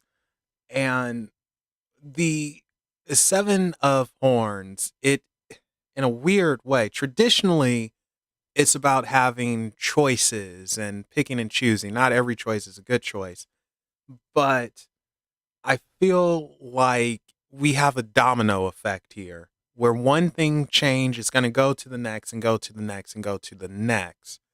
So, with that being said, I think for you to get through the obstacles, well, I think you're kind of already doing that. You're not necessarily making them bigger. You're not necessarily trying to oops, hit the wrong button. You're not necessarily trying to just straight up punch through them. It looks like you work within them, meaning that you see the breach, you see the small thing, and you're able to avoid it that way. In other words, don't make a big stink about stuff that isn't right. Instead, you fix it. You take initiative. That's what it feels like with the Seven of Cups. It's like, okay, well, we have a domino effect. One thing goes from this, and then this falls down, this falls down. The obstacles that are there that you can see, you take initiative and you move them yourself before they become a big obstacle. They don't feel big, they feel small, but it also feels like you might have to deal with someone that's blocking you as well with this Father of Feathers. The Father of Feathers is the equivalent to the King of Wands. And the King of Wands is a little lazy sometimes. It's just like, huh, yeah, here I am. Not really doing anything. So you might have to move someone who is just kind of lazy and just sitting there, and they need to just move out the way.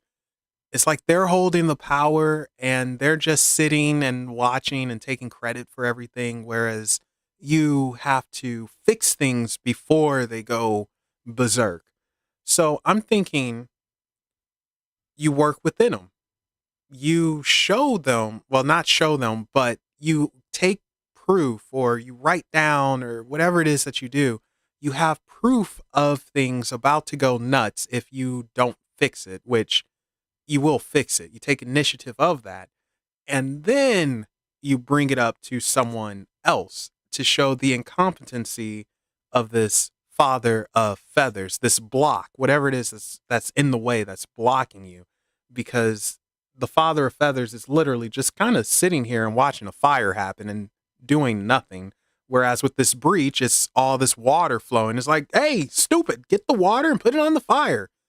So, yeah, thank you, Harley. That's a good way to put it. Cover your bases. But it feels like you need to have your mess in check, have your proof together, show the work that you've done and are doing, so you can one up this father of feathers, so you can truly show, like, hey, I'm the one doing everything, not him.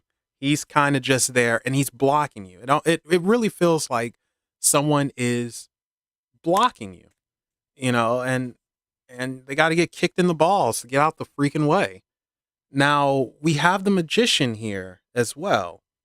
And the magician is doing that work, maybe doing too much work, but going everywhere, getting every freaking thing, all the magic, physical, spiritual, mental, just every freaking thing to exhaustion.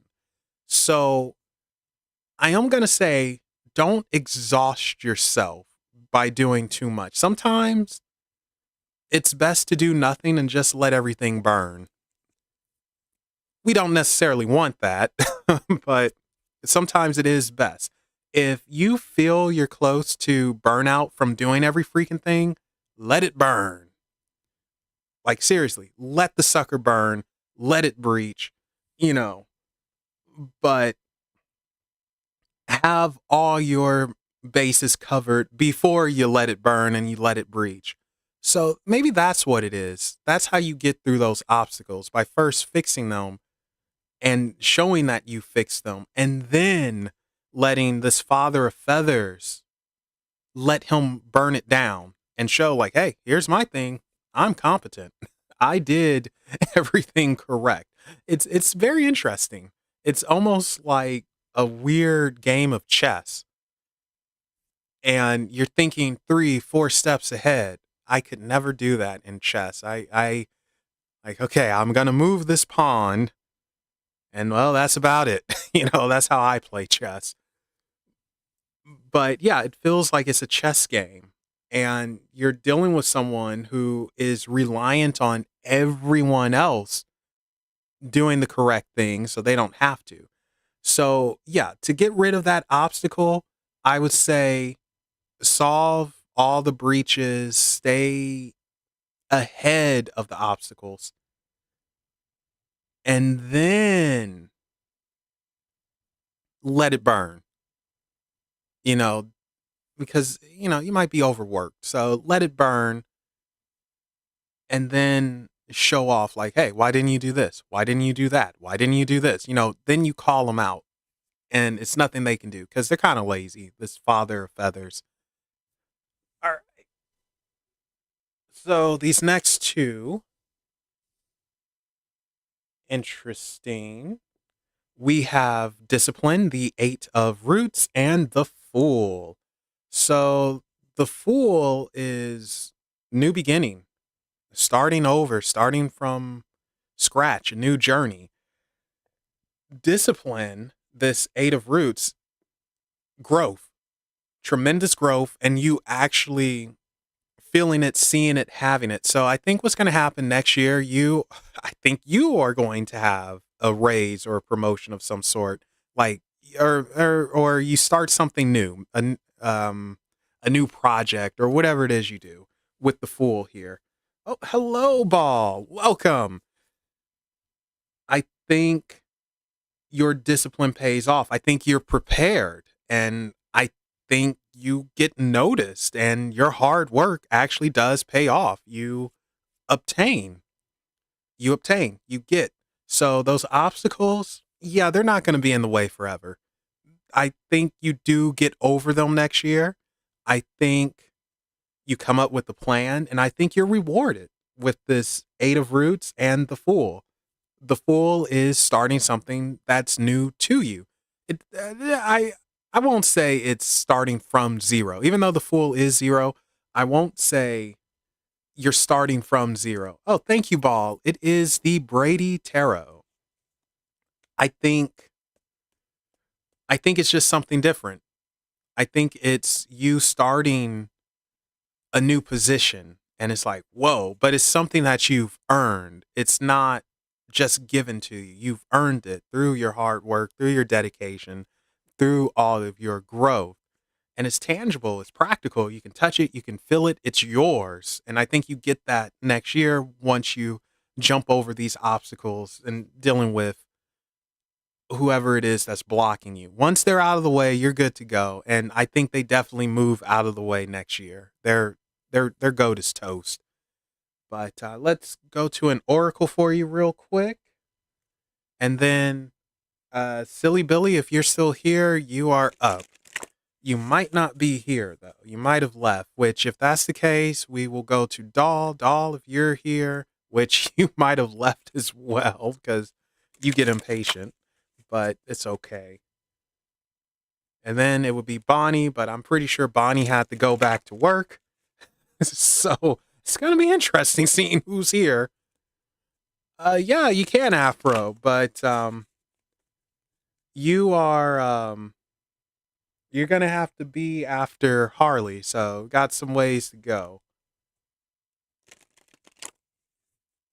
All right, let's see. This is for Sherlin. What oracle do you have? I want to see if one pops out by itself before I tell you to pick a number. One did pop out by itself, and you have a name that I can't pronounce for the life of me, but we're gonna butcher it because I love butchering names. Shalegiel. What the heck? Shalegiel. Close enough. Angel of Snow. God, what a beautiful card. I love this deck. All right, let's see what she says. Soon as I can find her. Oh no, I don't know why it's lagging. Stop lagging. Yeah, it says excellent connection. Um,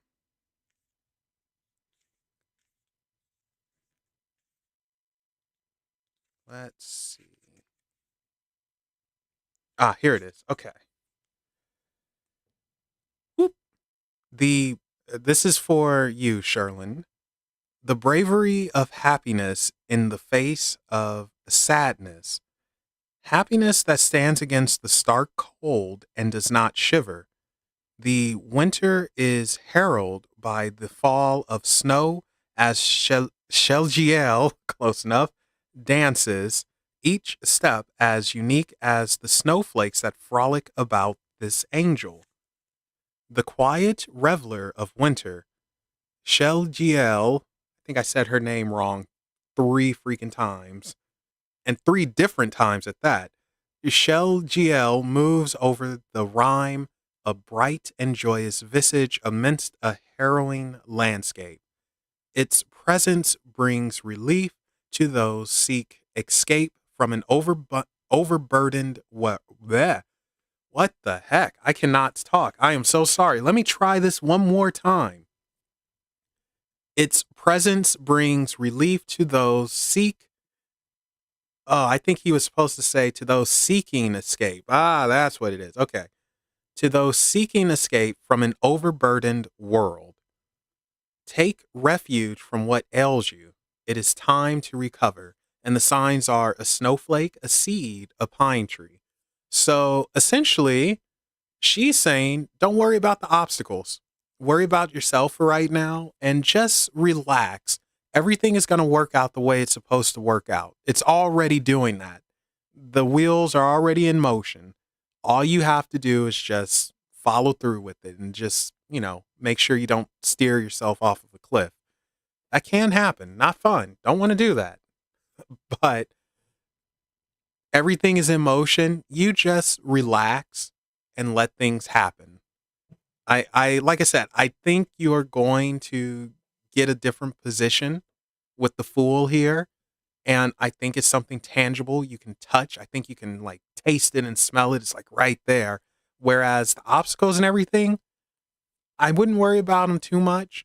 Just make sure you got your mess together and you can show how to fix them or not fix them and then allow it to implode. But yeah, there you go, Sherlin. All right, Silly Billy, you are up. But I don't think you are here, but we'll see.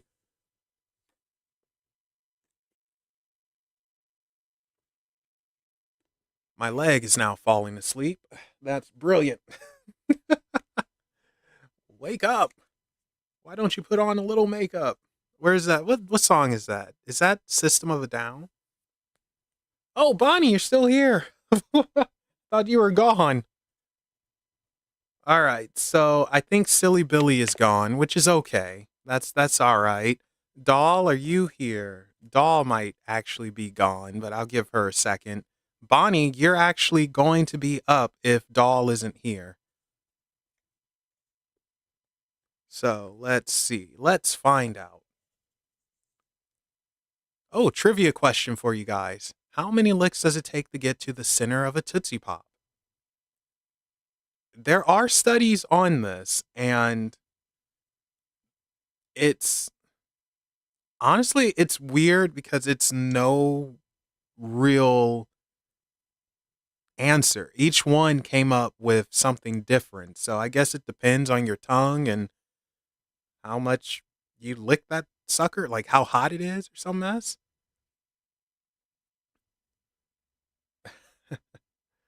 Um, oh yeah, no problem, Sherlin. All right, so Doll isn't here, Silly Billy isn't here, so Bonnie, you're up. check,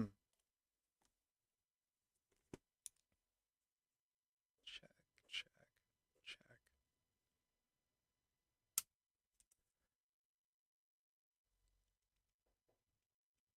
So Bonnie, what type of reading would you like to have?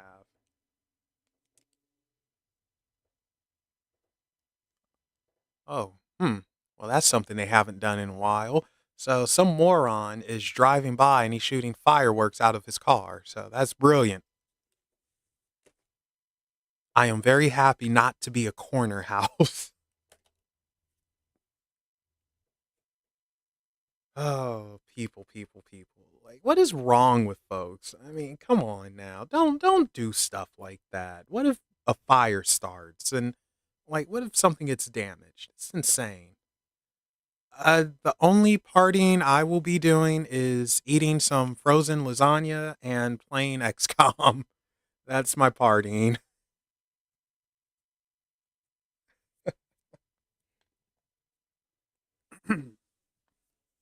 Ah, did Bonnie freaking disappear? Seriously? Gosh darn it, Bonnie. All right, so we're gonna have to skip over her since she popped in to Ninja Vanish. Um, so Melissa, you are up.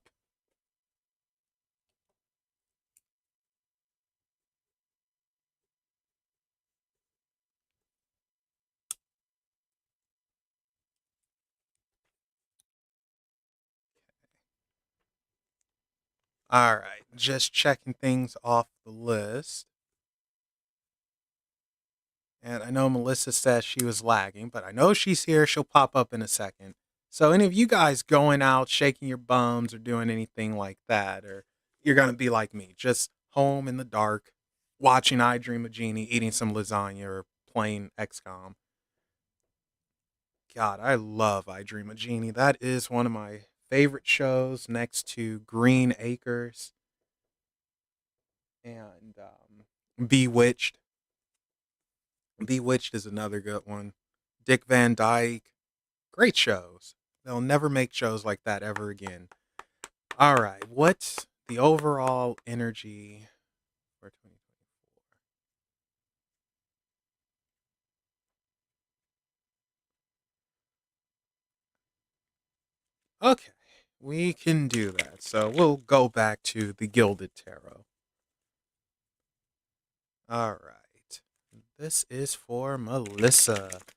I swear, I said this before and I got to say it again, Melissa. You have a resemblance to Jennifer Esposito. Like, I mean that in a complimentary way. That's a very good thing. All right. This is for Melissa. This is for Melissa. Ooh, what snacks are you having, Doug? Like, I have been. Oh, I must have thrown away. No lie. I have been chowing down on frosted mini wheats. I love those suckers. I've just been eating them nonstop. I gotta, I have to stop. But I can't help it. They're so good. I see the resemblance. So it's just that she's a blonde. I think she's blonde. I don't know. She might have changed her hair now. Okay, let's give it one more mix and see what we have. This is for Melissa.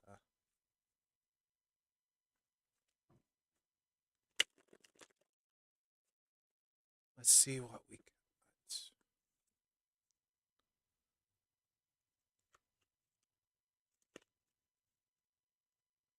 Let's see for Melissa.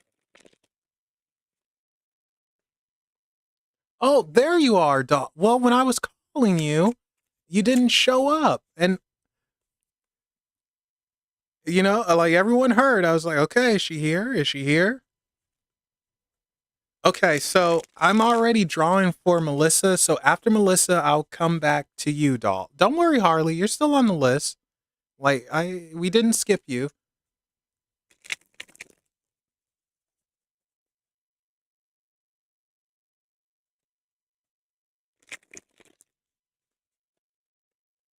Well, Silly Billy did not. I think he left. He didn't pop up either.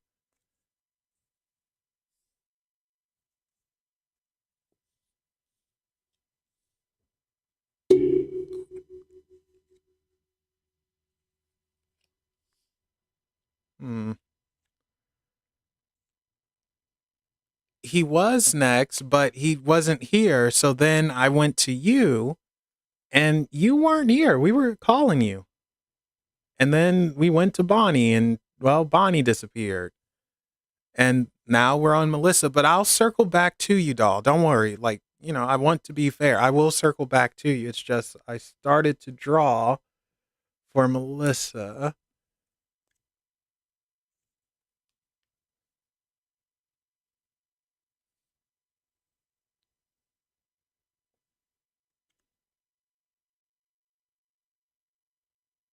Um,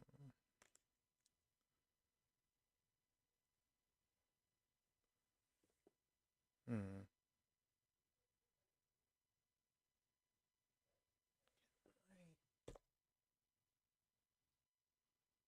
Well, that didn't help. This is the Gilded Tarot by Ciro Marchetti.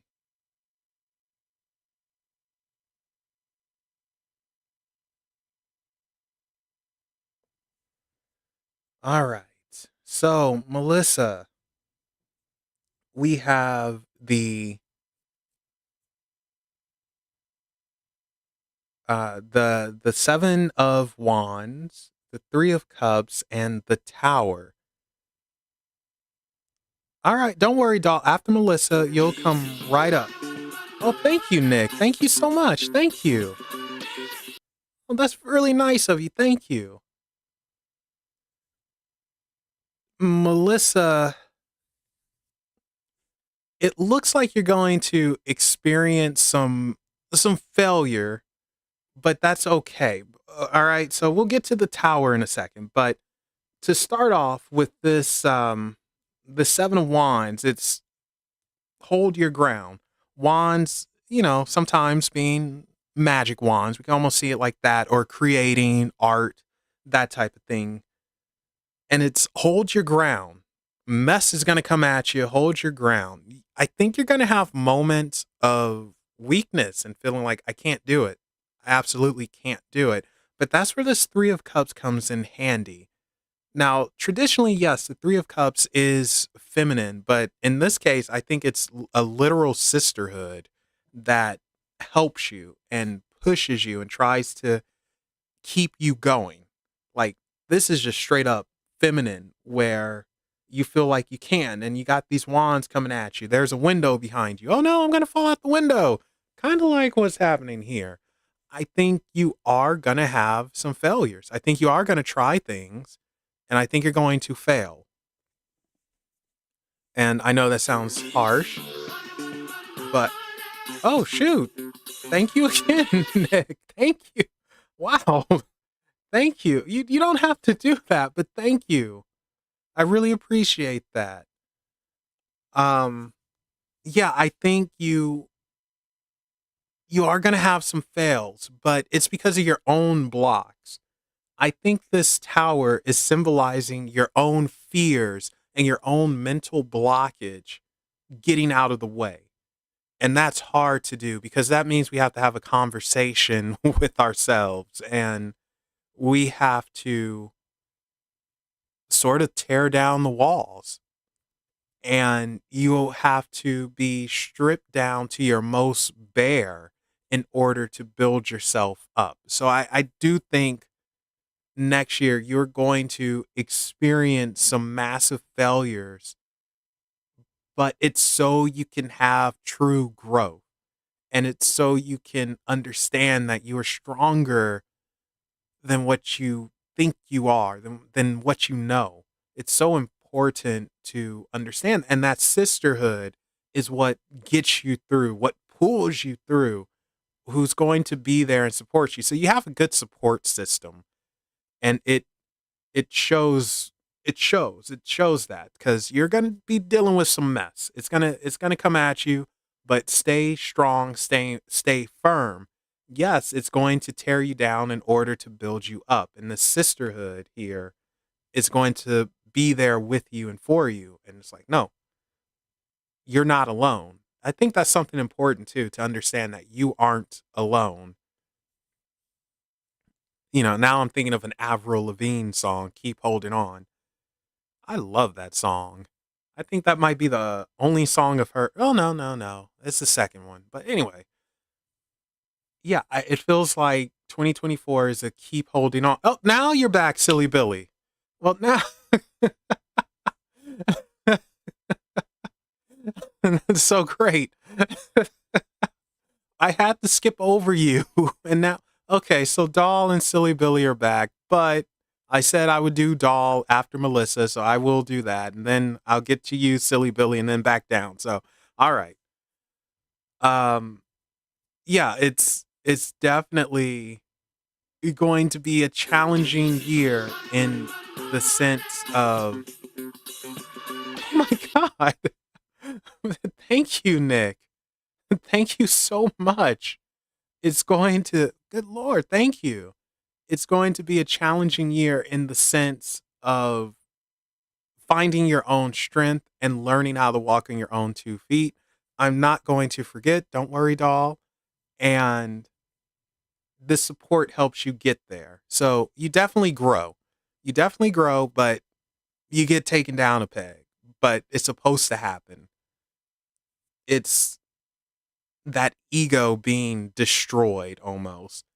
But I don't think you have an ego to begin with. So maybe it's something else being destroyed. Maybe it's your fear being destroyed. So your confidence can now show up and you can flex on them and do a backflip.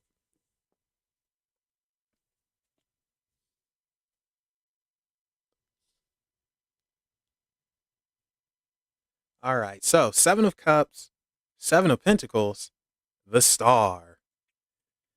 The Seven of Cups is about choices in this case. What you gonna do? Are you gonna go left, right, up, down? Not every choice is a good choice.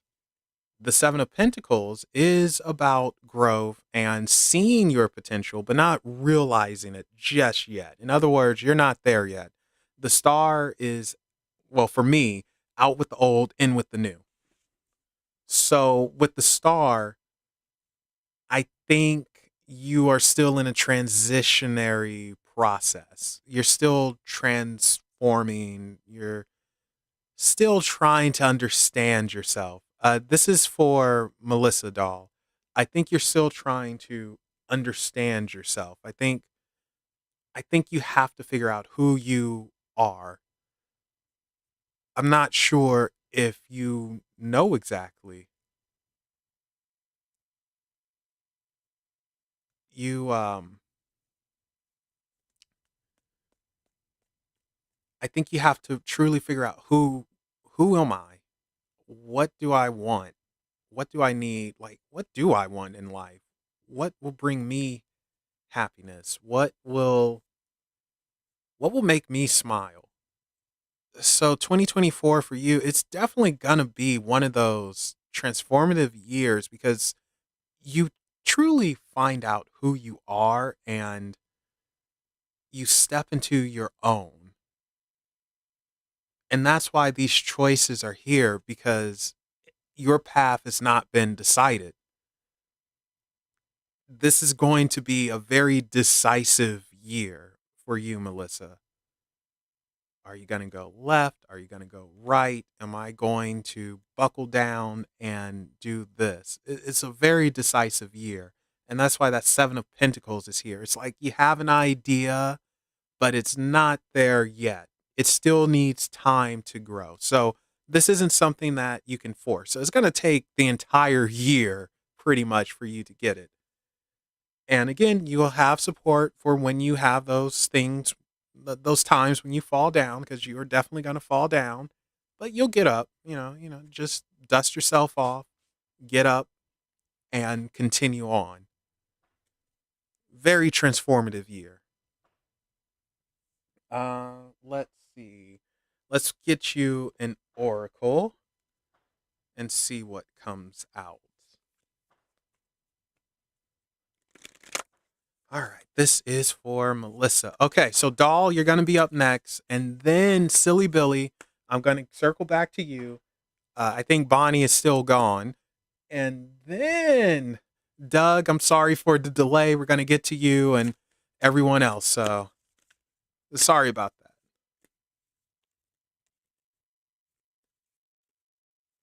Woo! And I will try to move quicker for you guys. I know I'm a slow poke, but I'm trying.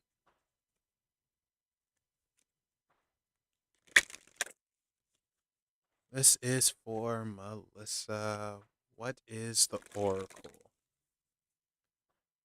What is her oracle?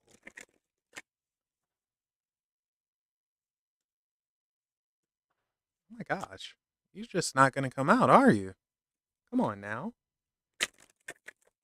Oh, there you are. Oh, you have Katir, the crown, spirituality, spiritual growth. Beautiful, beautiful cards. All right, let's see what it says. So that crown chakra, that's usually dealing with psychic stuff, right? I'm not too up to date on my chakras and mess. Isn't that usually the color purple as well? All right, here we go. Katir, the first emanation, the first utterance, the font of energy through which Ein Sof emanates into the universe. The crown sits above the head and embodies that which is beyond our comprehension. One must envision Katir not as an object that can be perceived,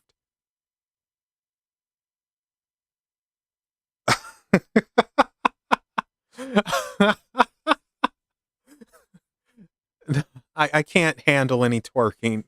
We'll go with C. Just you having a happy new year. That's my choice. Um, the crown sits above the head and embodies that which is beyond our comprehension. One must envision Katir not as an object that can be perceived, but as the light that is cast upon it. Katir's light is beyond knowability, a timeless expanse of pure consciousness. Only through respect for our own limitations do we begin to see the shadow of its nature. It, as the highest point on the tree, all columns cascade downward from it. Katir stands in contrast to Malkuth, who rests at the very bottom of the tree. The span that lies between them measures the complete distance from the most spiritual to the most physical aspect of our existence.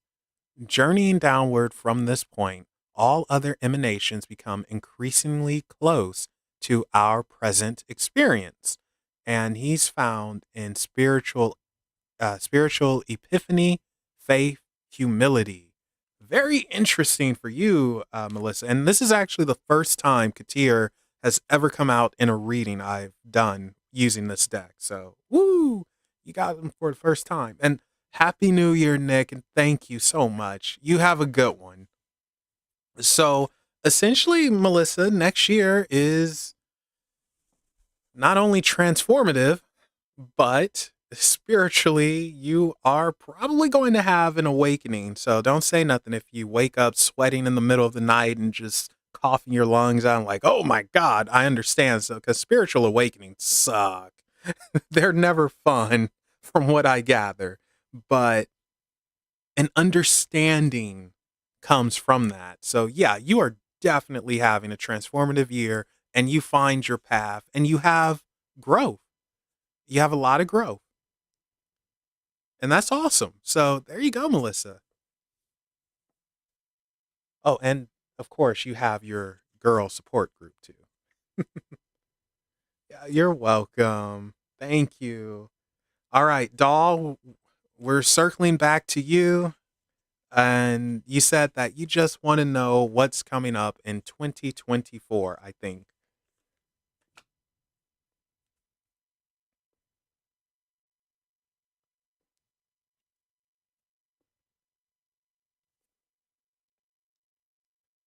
All right.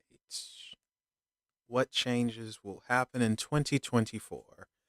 This is for doll. This is for doll. This is for doll. This is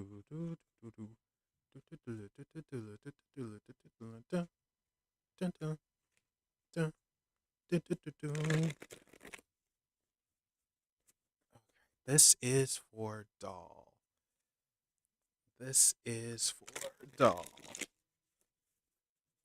is for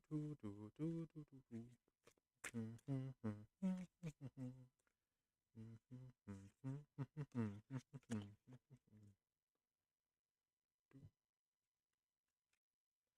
This is for doll.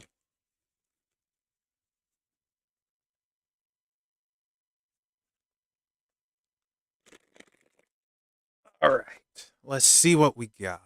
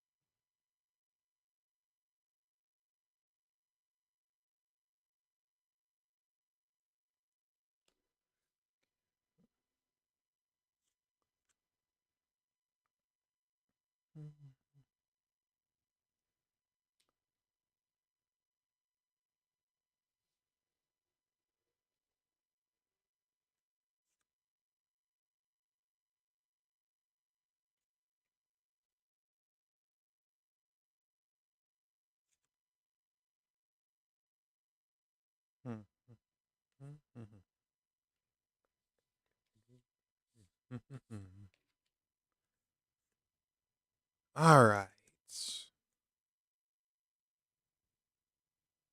Hmm. Interesting.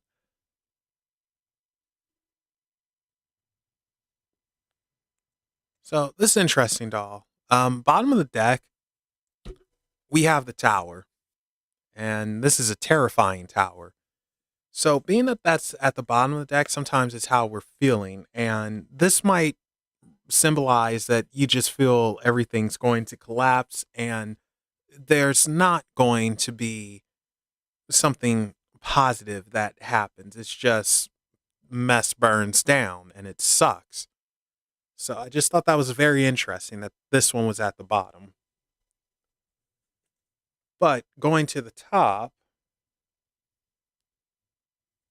we have the three of arrows, which keyword morning, the four of roots, and the chariot. The three of arrows is in other decks that heartbreak card. It's heartache, of course, but this one being mourning, as if you lost someone and it's sad. You have to grieve and all of that. I think the first part of 2024, like the very beginning, the winter months transitioning into spring, it's just going to suck. I don't think it's going to be very fun for you, and I think you do lose something. Unfortunately, I think you are going to deal with things not going the way you want. I don't think anything is going to change in this first part of 2024, the first quarter. I think it's just going to suck and it's going to hurt. Now, the four of roots and this chariot, however, that's where things get interesting because of preservation, holding strong, letting the, well, welcome back, Bonnie, but we had to skip over you. We'll get back to you later. Letting the storm pass, letting the storm pass, and then moving forward. I think what's going to change is I feel like it's your outlook. I feel like you get fed up and you yourself move forward. I don't think you look back.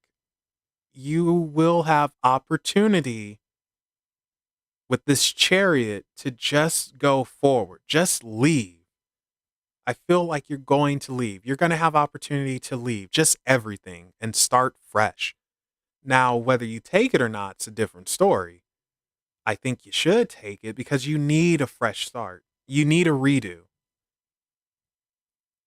And this chariot comes with one. It may not be how you wanted, but it will be what you need. This four of roots is saying just hold on, dig deep because the first quarter, nothing is changing. So that's why just hold on to your britches and let it pass. But further into spring, that's when it's like, all right, here's your chance, here's your opportunity.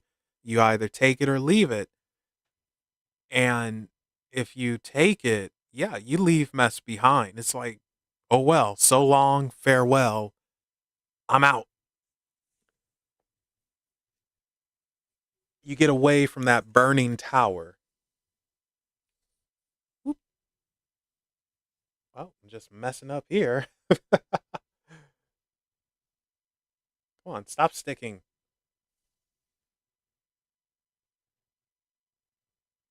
Okay, so next up we have the father of roots, the mother of feathers, the father of arrows, and the three of horns. Father of roots, equivalent to the king of pentacles, and the mother of feathers, equivalent to the queen of wands. So I'll get back to the father of roots in a second, but this queen of feathers, this is the one who's truly in charge. This is the one who holds all the power, and she knows she holds the power. And she's pretty uppity. And just like, yes, what are you going to do, child? You know, it's one of those things where it's like, I can just snap my fingers and you're reliant on me. It's almost that type of thing where I have power over you. And that father of arrows, I mean, look at that face, just, grr. I feel like that's your energy, which I don't mean, I don't want to be mean, but I just feel like that's your energy, just kind of a grouch and having to get out of that. But the father of arrows, it's like he's over this mess. I'm over everything. And the father of roots, however, he's kind of whimsical. This is the one that sees the positive, that's optimistic, whereas the father of arrows, he's pessimistic. So you have two interesting energies here. And it's like when you're optimistic, this mother of feathers comes and she plucks it from you. She takes it from you.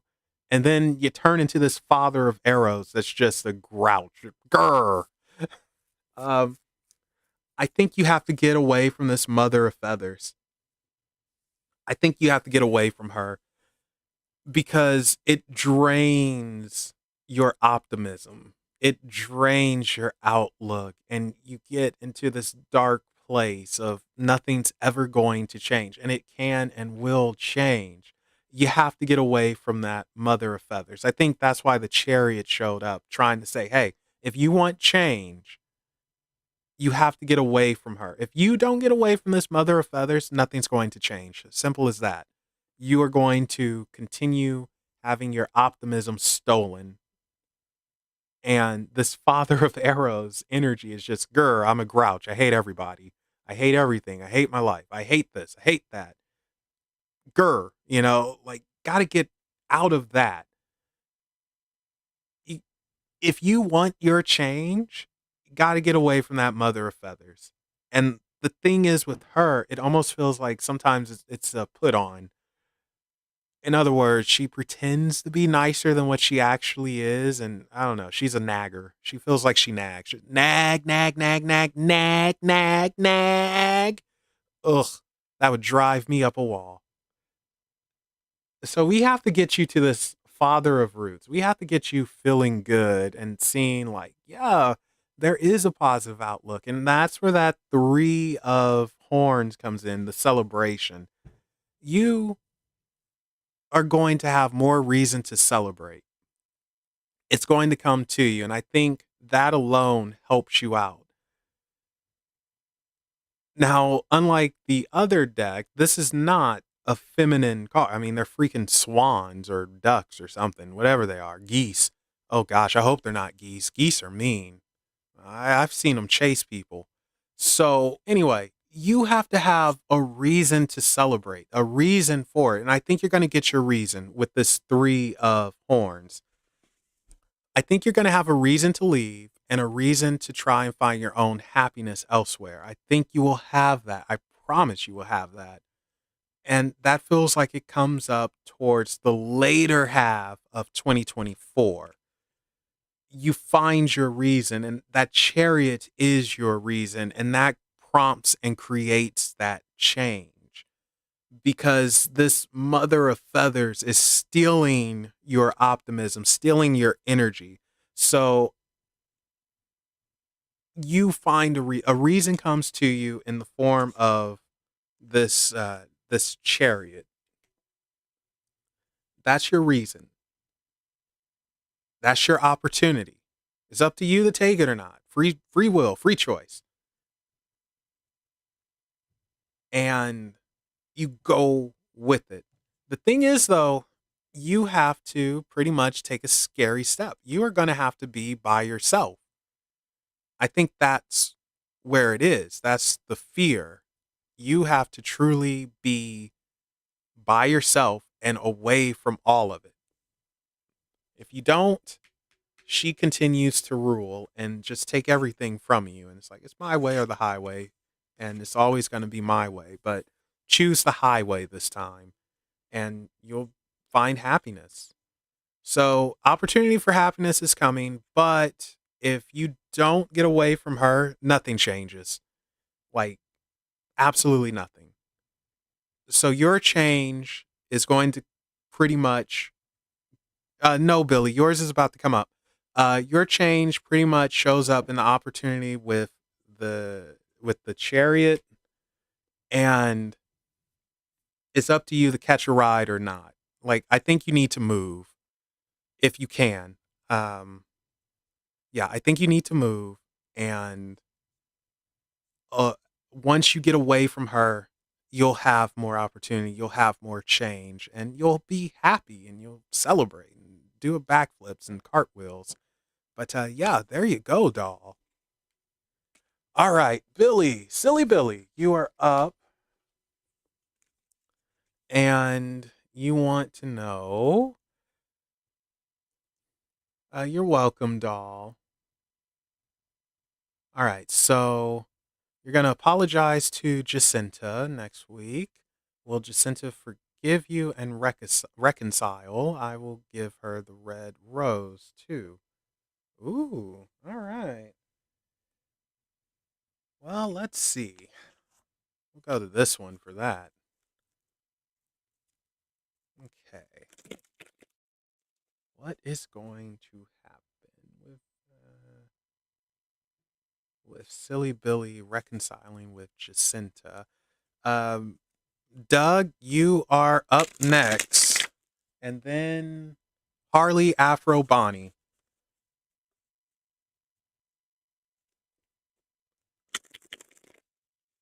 Woo! That did a flip. So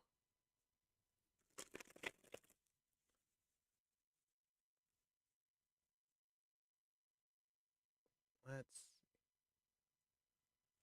Oh, and okay. So Kelvin, you will be after. Let me write you down. Hold up. And hello, Noella. Happy New Year.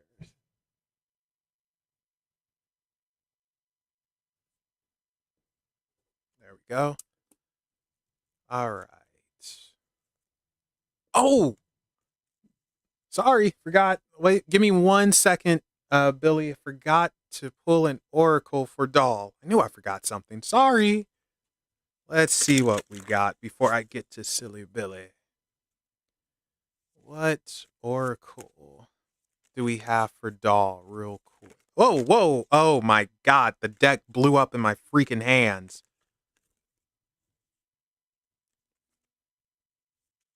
All right, let's try that again. Jeez Louise.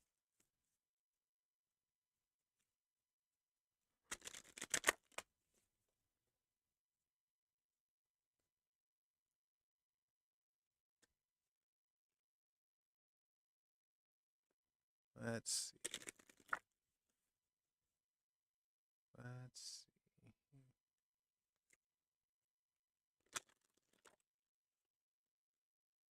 Oh, don't worry. I saw it, Billy. So, real quick, I have to pull one more card for doll that I forgot.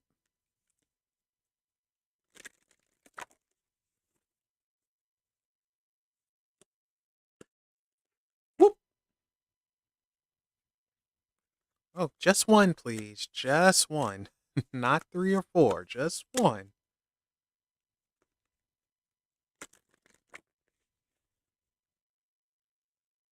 Here we go. Duma, Angel of Dreams. Uh, where did I? Oh, here it is. All right. Duma, Duma. Where are you? You know what? I'm trying to remember when she last came out. I don't think she's come out too much. All right, here we go. Docent to the unknown, Duma is the impetus to doubt a false reality, to crack the shell keeping you from the truth. When the world shifts around you, Duma is your guide. The world is stranger than you believed it to be. What we all dream, we dream together. Those dreams pool together in Duma's cupped hands. Look below the surface of the water. You know you've missed something, and yet you wonder what. You listen closely, and yet you hear nothing. All the while, you dream the truth you think you seek. It is said that Duma and Lileo are connected. The truth of this can only be found within an angelarium. And Duma's signs are a reflection in water, a golden cage, an eye. So, in other words, it almost feels like pretty much don't live in a fantasy world. I mean, yes, truth is oftentimes stranger than fiction, but don't live in a fantasy world. Don't allow yourself to be fooled by yourself. You know, face reality, see it for what it is, and yeah, it might be a little crazy, but that's okay. Go with it. But don't live in a fantasy world. Don't delude yourself. Punch through that fakeness or falseness and see things for how they are so you're able to move. But yeah, there you go, doll. Okay, Silly Billy, this is for you. I'm pulling cards for you right now. So let's see what we got for you. God, I love that card, by the way, doll. Duma, the Angel of Dreams. There's always something about that. That could be a great title. Probably is a title of something. All right, let's see what we got for you, Billy. Ooh, okay, we got something.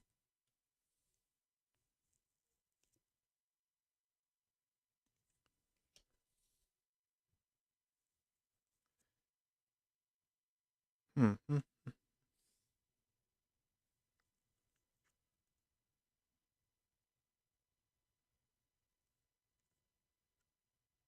Poison ivy. That's so funny. You mentioned poison ivy. I was speaking to someone, uh, and they went by the name Poison Ivy, and she was a redhead, fake redhead, and her favorite Batman character is Poison Ivy. So that's funny you mentioned that. All right, so Silly Billy, we have the this card has come up a lot, but we have the Three of Swords, the Nine of Wands, the Hanged Man, the the Four of Wands, and the Star. So this is an interesting one too. With the Three of Swords, this is heartbreak, heartache, like someone betrayed you. Someone betrayed. So you must have done something really stupid. I don't know if you cheated or what, but you did something dumb. And this led to heartache. And it hurts and it's not something that's easily forgiven. So I don't know if you broke up with her or you cheated or what happened, but it's just, it sucks. So someone was emotionally just devastated and mentally devastated to where they probably thought about this over and over. Now, the Nine of Wands is again hurt, but sort of getting over it, whereas the Hangman is stuck in the middle. So, uh, if I were you, I would just apologize and try to make amends, but go no further than that. I don't think she is ready for anything else. I think with the hangman there, it's literally something that's caught in the middle. Not going forward, not going back. I think this Three of Swords is hurt. This Nine of Wands is starting to heal. So I think it's okay to apologize, but I don't know about reconciliation. I think more time is needed. I don't think you should give her any type of rose. I think more time is needed. The hangman is just unsure. I mean, this guy's creeping up on this chick like a snake, just slithering in is like rawr, which, some women like that. But in this case, I think you have to dial it back some and start over slow. Apologize, say you were wrong if you were wrong, and go from there. Because someone was really hurt with this Three of Swords. Like, really hurt. Um, all right. So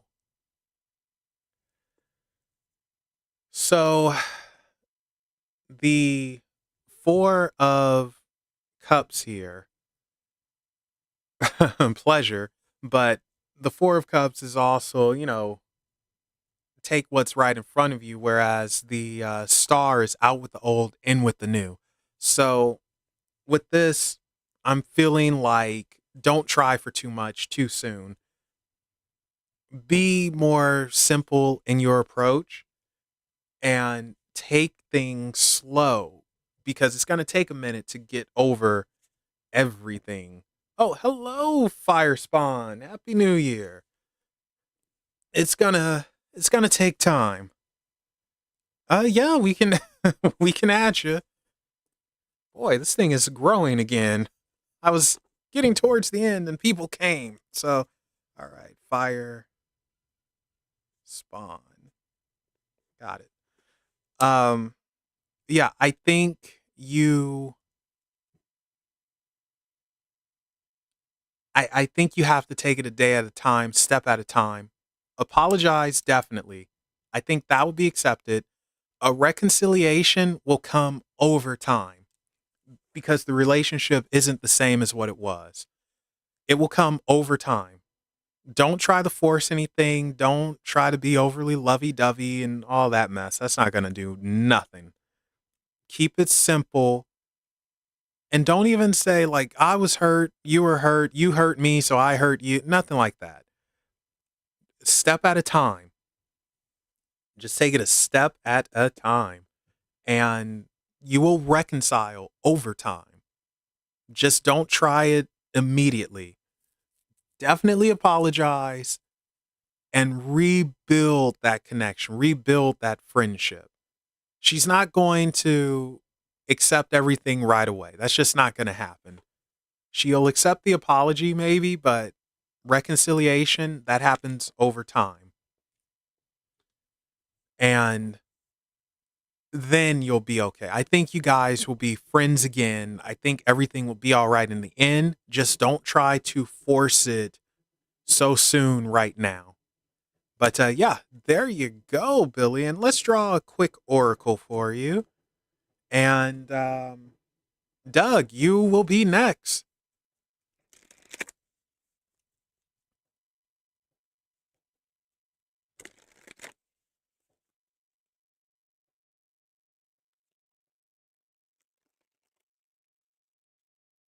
All right.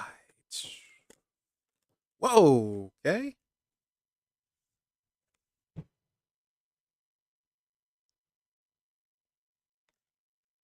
Let's see. What will your oracle be? What will your oracle be?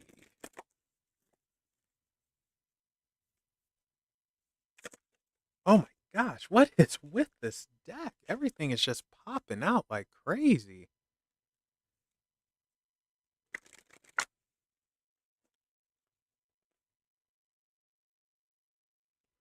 All right, we can do that for you, Doug. We can do that. Oh, there it is. Finally, it came out. All right. Chesed, right hand, empathy.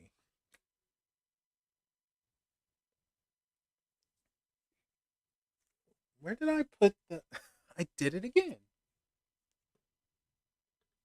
I swear, no one misplaces things right next to them than I do. It's crazy. Like, you guys ever put something down in a place where you won't forget it, only to immediately forget where you put it? All right. So, Silly Billy, this is still for you. The fourth emanation, the hand that embraces, the healing tears brought on by forgiveness of sins, each kindness repaid in kind. Chesed Force pulls humanity together, allowing peace to exist between us. This is the power to look inside the hearts of those around us and see that we are truly alike. Our need for love and kindness is an essential part of our existence and transcends all other differences we might have. Hey, Slim, welcome. Happy New Year, friend. Chesed is at the very center of the pillar of mercy, defining its core characteristic and forming an extreme opposite to its female counterpart. Oh gosh, butchering name time, Javura. The two arms of the tree extend in opposite directions. Chesed pulls tight so that Javura cannot push away. This wrestling match cannot be won by either side, yet the struggle itself is meaningful because it is the struggle that defines our morality, and Chesed is found in kindness, charity, and love. So, essentially, Silly Billy, yeah, it looks like you are going to have to understand her feelings, and in turn, she will understand your feelings. And just give it time, and you will definitely reestablish a relationship and be back to where you were. Don't force it, just give it time. A, an apology will be huge, but I wouldn't do anything too crazy after that. Just give it time. But yeah, there you go. Okay, so Doug, you just want a general. We can do that.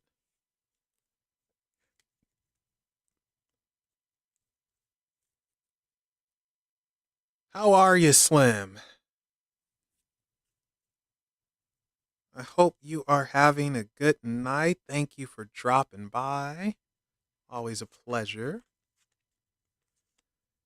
Okay, so general for Doug. What does Doug need to know? Oh, I need to check names off as well before I get lost. And Harley will be after Doug. And then Afro Kelvin. Okay. Woo! We're getting through the list, guys. We're making it.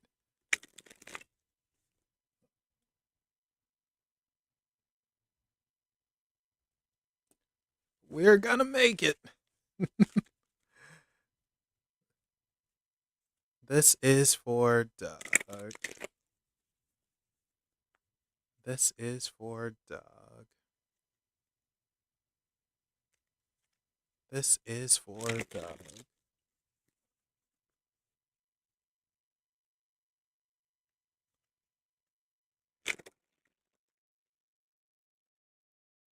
Right.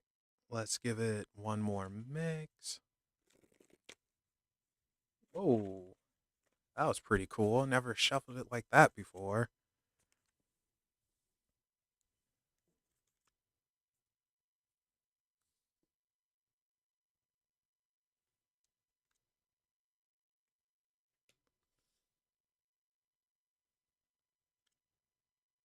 Seriously? Why did you come back?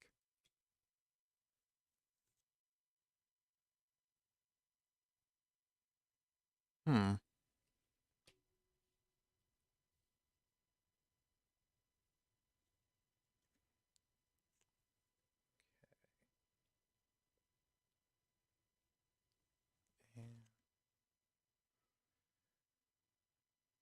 Okay. So, all right. So, Doug, we have the I am so sorry for the blur. I have to figure out why it does that. One day I will. But for right now, we have the 4 of swords, which popped out immediately, and it's like, get your rest, friend. Rest up. You need it. Evidently 2024 is going to be a big year. But definitely get your rest. We have the high priestess and judgment. With the high priestess, sometimes that has to do with our own internal knowledge, our own spiritual growth coming from inside of us rather than externally. And with judgment, it is reaching that end where we face and pretty much deal with all that karmic energy we may have put out. So I think with judgment first, it's that energy you put out coming back to you. So if you were a negative bad boy, well, you might get some negative bad things. I'm making this very simplistic, maybe too simplistic, but if you were decent and cool, then perhaps, you get that good energy coming back. So it's almost like a review of your journey thus far. And yeah, a karmic test almost with judgment, it feels like. And the high priestess, it almost feels like it's the teacher where it's like, okay, did you study? Do you know what's up? And because the high priestess is here, you do know what's up. You already understand. You have that spiritual understanding with that 4 of swords. Like I said, it's rest. It's a rest period. Make sure you are mentally well rested. Don't try to do every freaking thing. Make sure you are mentally rested before you jump to the next thing. Don't just go from one to the next, to the other, to the next. I mean, I'm sure you complete everything, but it's draining. You're going to have to learn how to rest and take a break. The high priestess is basically going over your work, and the judgment is putting your work into practical terms. And it's like, because you're going to be tested, you got a karmic test coming up. I think that's the best way of putting it. And it's like, okay, let's see what you did here and there. So rest up. Definitely rest up so you can get ready for that, and don't spread yourself thin because, like, yeah, mentally it could be exhausting. Just freaking exhausting, which, I mean, we've all been there. The high priestess is almost feeling like she's saying, let more of your knowledge out. In other words, share more of what you know. I don't think you share enough of your opinion. And it doesn't necessarily just mean on spiritual matters, just your opinion in general. Don't be afraid to share the unpopular opinion. It's fine. We all have one. Oh boy, I have many. I just keep them to myself, so maybe I should take my own advice here. But don't be afraid to do that. You should be heard. People want to hear you, I feel like, and that's part of this judgment, part of this karmic test. It's like, where's your voice? Where are your thoughts?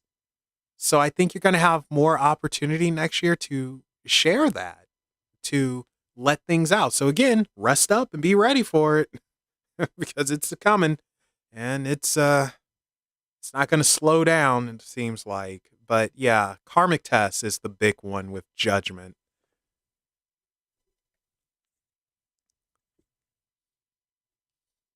Okay. So the freaking tower. I don't know why this son of a monkey's uncle keeps coming up, but here he is yet again. But I don't feel like it's a negative tower. I feel it's kind of like Melissa's tower, where it's just getting out of the way. It's a boundary that is getting out of the way. I don't feel like it's your whole world is going to be destroyed. That doesn't feel like it at all.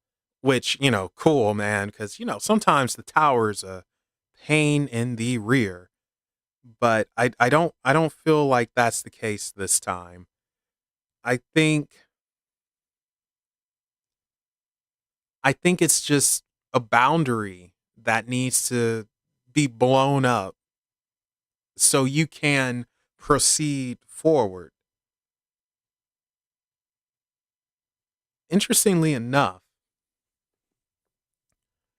I wonder if you put blocks on yourself, if you truly like stop yourself from certain forms of expression. I think that's something you have to work on next year.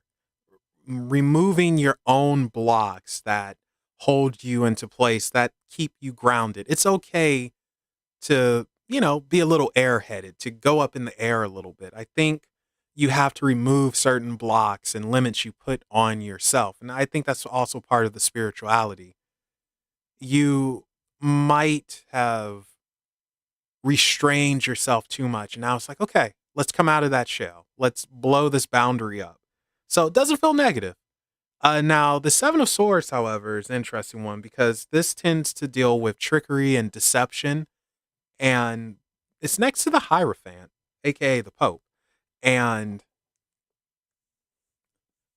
I always like to say that the Hierophant is external spirituality or an external message being given to us. Be careful who you receive messages from. I want to say that with the Hierophant, things can be misinterpreted and can lead you astray because there is deception. There is some deception you're going to have to deal with. So normally I don't feel like that with the Hierophant, but I feel like it's going to be someone who tries to infiltrate your circle. And this is for Doug Harley. I feel like it's going to be someone who tries to infiltrate your circle. They come off a certain way, like a holy man or whatever, and their stuff isn't going to make sense. I think they're going to just try to trick you and call them out.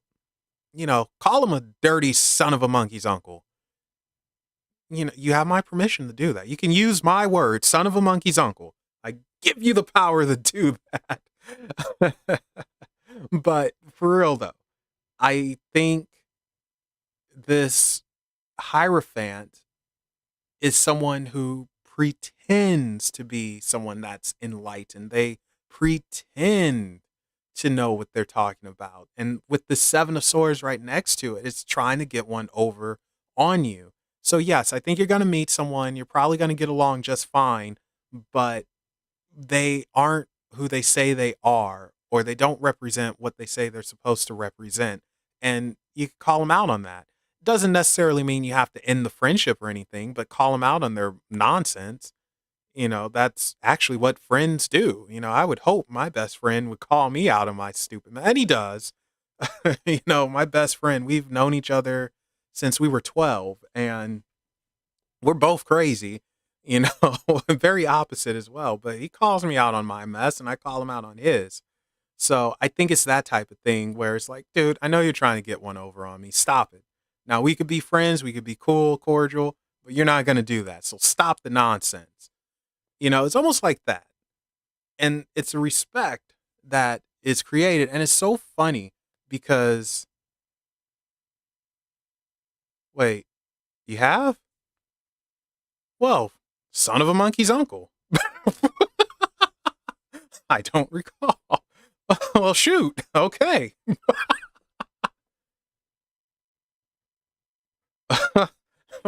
Well, that's just the Taurus. Oh, wait a second. I think Doug's a Taurus too. Oh shoot, man, we're both boned, aren't we? We're just up a creek.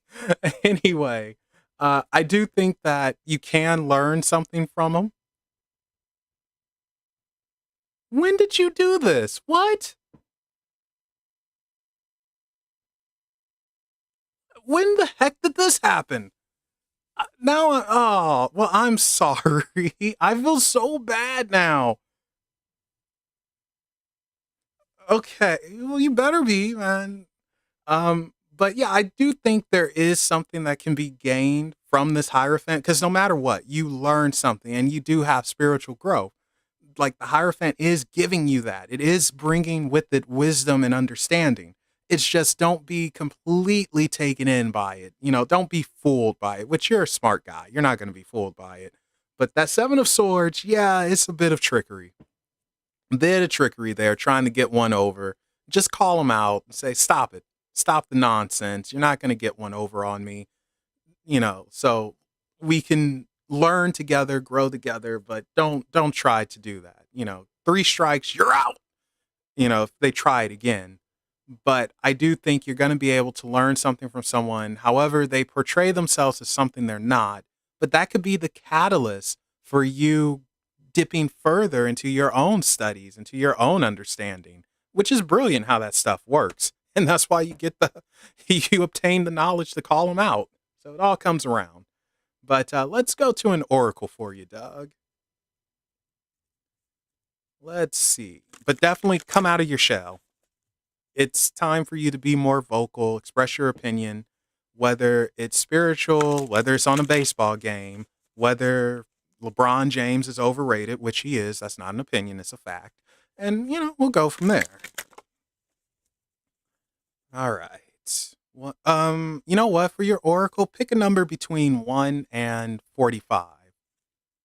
We'll go back to the oracle of shadows and light.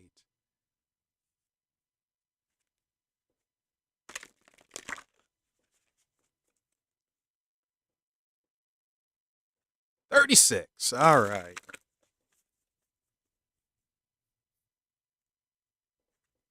Well, for me, it's Kobe, but, well, actually, for me, it's Magic, Kobe, then Jordan.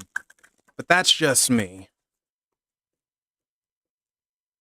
Although to be fair to Jordan, when he came along, he was going against probably some of the greatest players ever. LeBrick, as I call him, is just an overrated prick.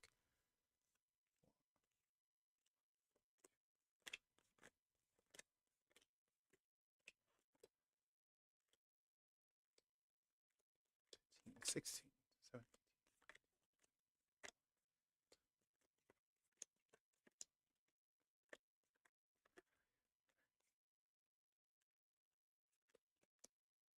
36. Let's see what we got. Ooh, you got a sassy one. You have the snow angel. The signs are with you already. I love how sassy she is. Just like, I am over this, so you better listen up. That type of thing. All right. What number is she? Number 4. All righty. Let's see what she has to say. Oh, she's a long one. Okay. This angel is one of the many one of that I butchered that. This angel is one of the many beings assigned to humanity to carve out signs in the most stark and lifeless of places. She leaves signs for those who cannot see and shapes them again and again until one day those who deny she is watching over them finally wake up. It is at that moment she can move on to another charge. By acknowledging her protection, you set her free and release her many blessings so others too may benefit. Look around you now for signs of her presence. Even in the snows of winter and the harsh desert sands, she has made her presence felt. It is your blindness, your unwillingness to see that holds you back, not life itself. Open your eyes to the presence of Snow Angel of all angels. Feel their blessings and begin to live life anew. And this is her speaking. Huh, there. If you miss that sign, I really don't know what will convince you. Maybe I should just stand here a while and wait till you notice me, point to the sign, flap my wings, and then you'll believe that it is really a sign. I leave signs for all to see, clear indicators of my presence, and even make my shapes in this cold snow. But again and again you ask, where are my angels? And here I am. I will continue to leave my mark in the snow with the feather falling from the sky, in the gentle voice that speaks to you at night, and even in the gentle prod I may give you, or may give to you from behind. But stop asking for signs. You have received so very many, and none of them will be seen or acknowledged until you are willing to believe that we are always with you. And here is the message. You have already received very definite signs, clear signs, ones that you have asked for over and over again. The snow angel will reply again, but it is the message you are refusing to hear, not her presence, that is denied you. It is your own fear and attachment to hesitating that keeps you on pause. It is time to see what has already been shown to you and to take action immediately without hesitation. The snow angel has shown you so very clearly that you are protected and cared for. Now it is time for you to do exactly that for yourself. And yes, you can. Open your senses up to angelic guidance. All right, Doug. So essentially, hey, you have someone trying to connect with you. Hey, you're not listening. Hey, you're stubborn like me. Hey, you're going to get slapped by Stephanie. So essentially, open. Oh, but then that's the thing. You don't want to open up too much because, mess happens. But I would say that this upcoming year, you're about to make a connection with maybe one of your spirit guides or some entity that wants to work with you or that your energy may connect with for whatever reason. And then go from there, see what happens. So it's time to open the door and walk on through, invite them in, have a beer, a root beer, that is, because you don't want to drink and do stuff. So have a root beer. Oh my God, I haven't had a root beer in so long. I'm going to get me a root beer tomorrow. But yeah, there you go, Doug. All right, Harley, you're up. Harley, what type of reading would you like to have?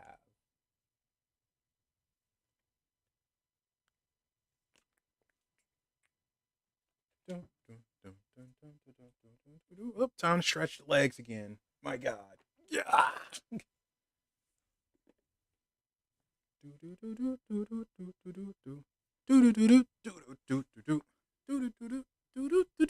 Money. Ah, oh boy. You guys didn't hear that, but my knee popped in a good way, not a bad way. Okay, money. Money. Yeah, yeah. What? Money. Yeah, yeah. Well, I don't know if you're going to get a lot of money today, but we will definitely see what's going on with some money.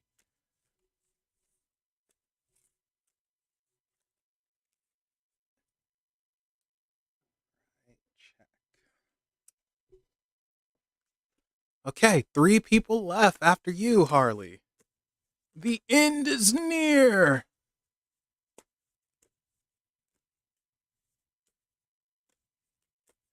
We will see. Let's see what's going on with Money and Harley. Money and Harley. Yeah, you'll be after Harley Afro, so you're on deck. I wonder if anyone actually knows what that means outside of baseball. Somebody might hear and like, you're on deck. What? You're on a freaking deck? Why are you on a deck? Like, no, you're on deck. Right. Let's give it one more mix.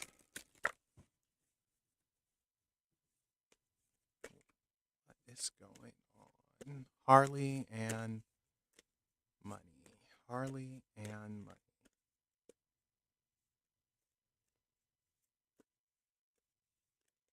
Whoop.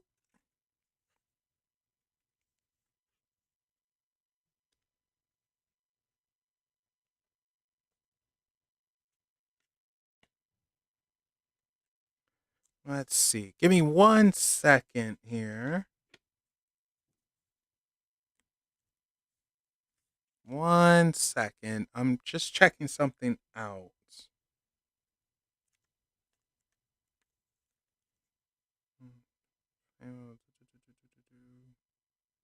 I pulled two.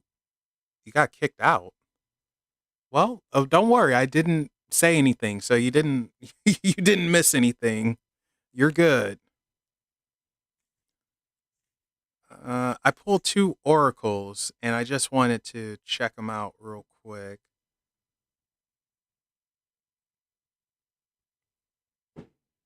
Hmm. Okay. So we'll get to the oracles in a second. Um, where did I put that? No, there it is. Oh, Navy term. That's probably where it originated from. In the Navy, you can sell the seven seas in the Navy. Man, is that the only song by the Village People that everyone knows? In the Navy and no, it's three up. In the Navy, YMCA, and Macho Man. Yeah, I think that's it. I think that's the only songs that people know from the Village People. They did sing Macho Man, right? Or am I mistaken?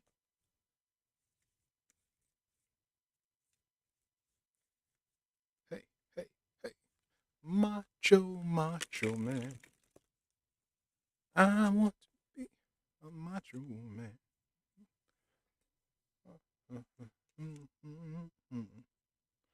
A macho.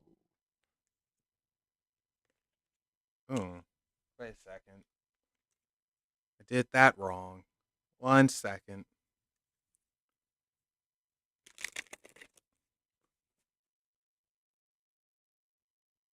It's fun to say it goes YMCA.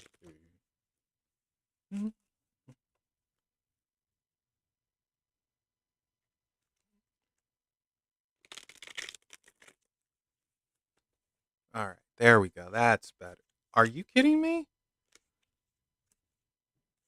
Okay, never mind. Evidently, you're supposed to have that.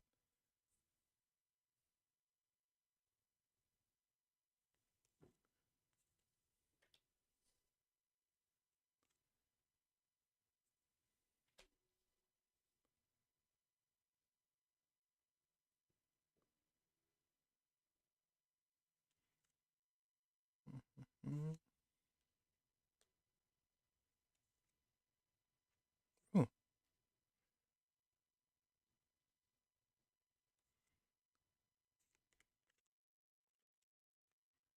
All right, Harley. So,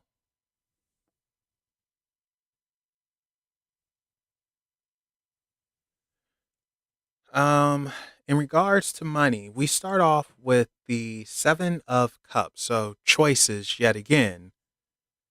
And,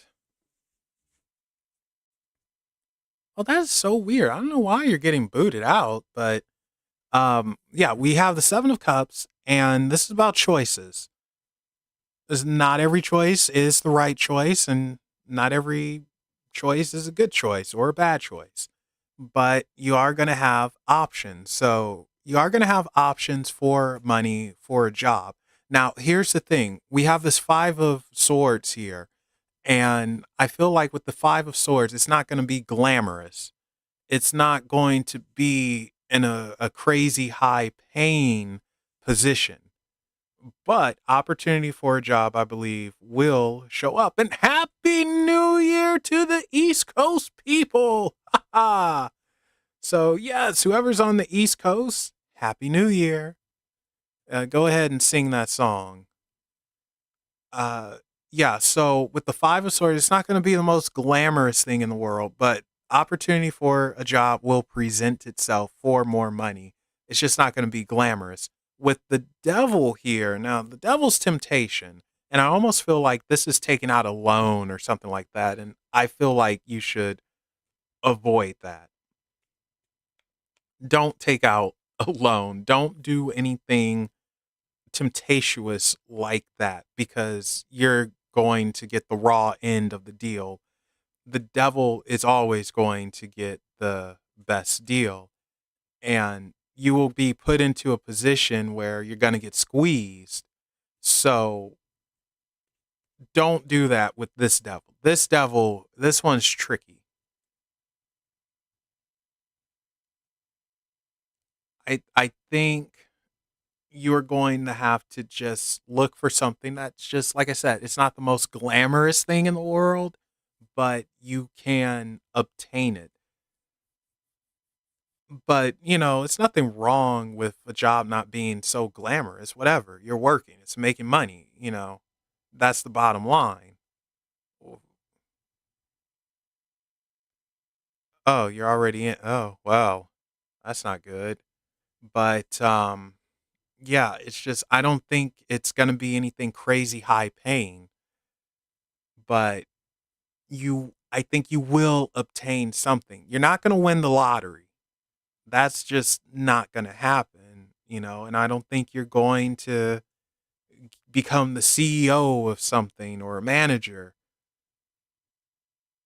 I can see you working with animals. I can see that possibly if you're not allergic. And, I can see retail, but I can't see that glamorous thing. And like I said, with the devil, it's temptation.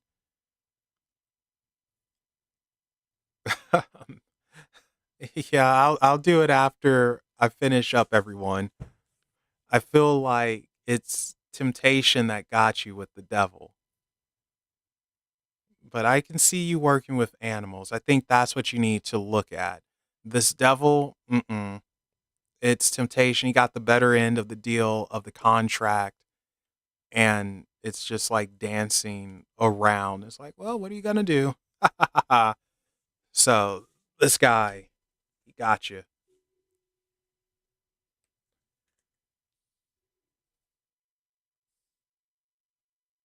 Okay, so next we have the Six of Wands, victory, the King of Cups, and the Nine of Cups, showing off. I think in the end things will be okay for you. It's just gonna be difficult. But the Six of Wands, this victory is saying like you come back from the jaws of defeat. You make a comeback. You find your own. You get there. So you are definitely gonna be making more money in 2024. You are gonna get that. Will it be a lot more? I don't know, but you're gonna be making more. That's the bottom line. This King of Cups is saying just relax. Try not to panic and freak out. Yeah, I guess so, Slim. Oh, hello, Paranormal Witch. Happy New Year. Honestly, Slim, I was only planning to be on for about an hour, but people showed up and they kept asking for readings. So it's like, oh, all right. And it's not like I have anything to do. But anyway, um, yeah, the King of Cups is trying to keep you calm. It's like, hey, stay calm, be in control, don't panic. That's the biggest thing. Don't panic or else you fall into the water and you sink. This Nine of Cups is celebration. It is showing off what you've done. So you definitely will end up being okay. It's going to be difficult and it's going to suck, but no, you can have one. I'll just put you in. You'll be after Kelvin. So we'll just keep them rolling. Let's see, paranormal wit or not Kelvin. You'll be after uh Fire Spawn if she's still here. Assuming Fire is a she. Paranormal witch. There we go. Yeah, these cups, we can almost see them like trophies. Like, look at what I have. Look at what I did. I succeeded. I did it. So yeah, you're gonna get a job. I'm thinking it's gonna be with animals. So look into like that pet stores, pet shops, that type of thing, or even a little bit of farm work. I think that's where you'll find something and you will be victorious. You will have what you need. It's just a long battle. That's what it feels like, a battle. And you have to not panic when things go bad because I do think you're going to have a little bit of a bump, but you make it. This 9 of cups is showing off. It's like, yeah, we did it. We got through it. Like, come on, let's celebrate in this manner. Let's show off our trophies. We've gone up in the world. So, you've already moved up. So, now it's moving more so up, so to speak. But yeah, there you go, Harley. I was gonna add the Oracle here, but I don't think you need them. I think this is good. So there you go. And welcome back, Bonnie. Um, okay, Afro Samurai, you are up, my friend.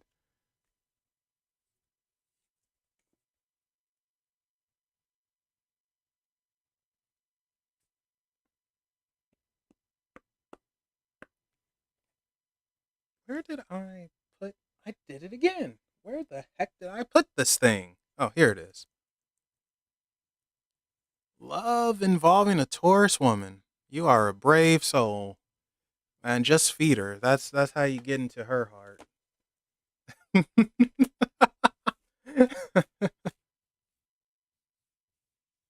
All right.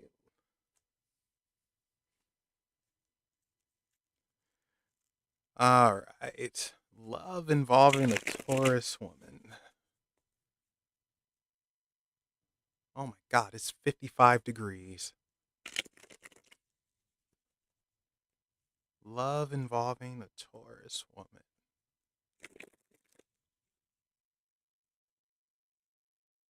Love involving a Taurus woman.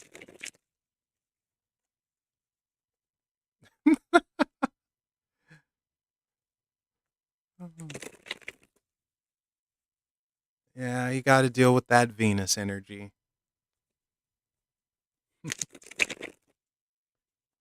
Love involving a Taurus woman.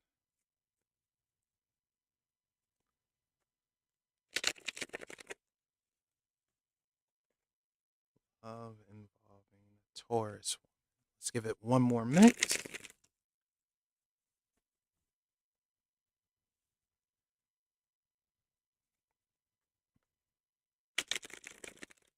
And let's see what we got. Ooh.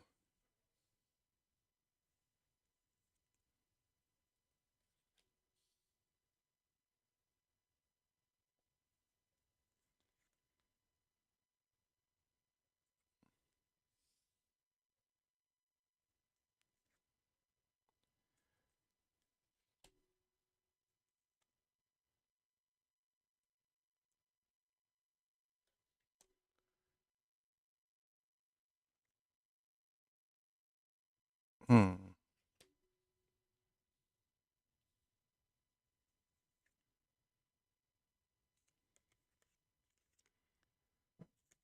Okay.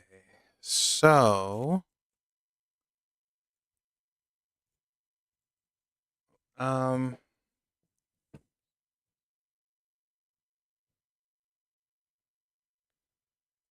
let's do this. All right. So, well, first thing is she can probably kick your butt. So, we have this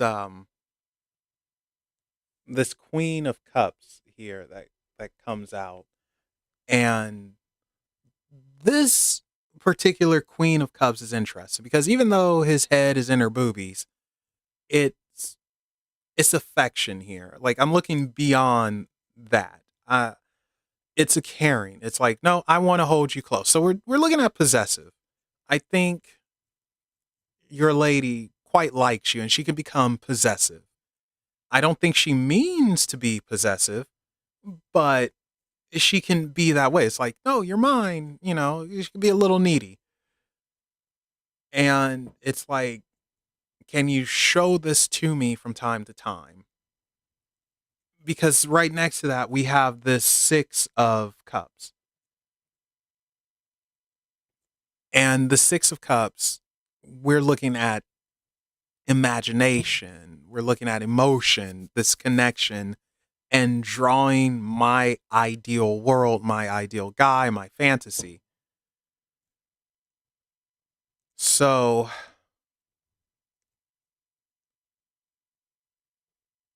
I want to say that she most certainly has the image of you. She has you, she sees you in a certain light, in a certain image.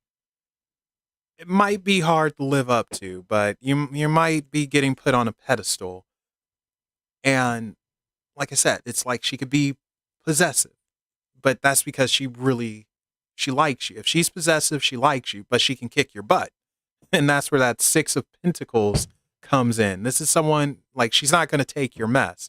I mean, she'll take it for a moment, but for the most part, she won't take your mess. And that's a good thing. We all need someone who won't take our mess. Otherwise, we'll just walk on them, walk all over them. I would be concerned if she gets quiet, though. She might be naturally quiet, but that super quiet. You know what I mean? Every single guy knows when a woman goes quiet, it's like, oh, Christ. All the guys know. Anyway, I feel like it's a decent relationship. There's potential here for something very, very deep, but make sure she doesn't put you on a pedestal.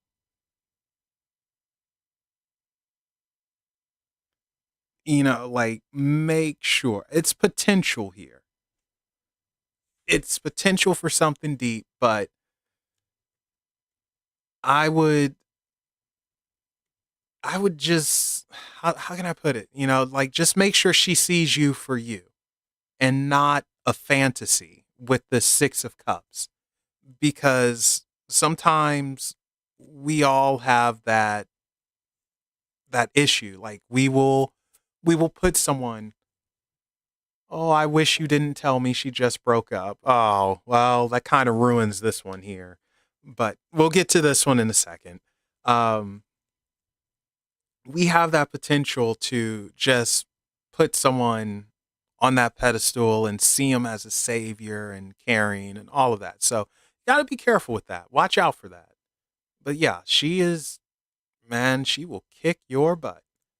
Well, I know with another guy, I get that. That's where that Ten of Swords you'll see. It'll come into play in a second. Oh, Firespawn, you're still here. Good. I was worried you left. Firespawn, why do I know you? Gosh, or maybe it's the picture. Who is that as your avatar? All right, so let's scoot up ahead.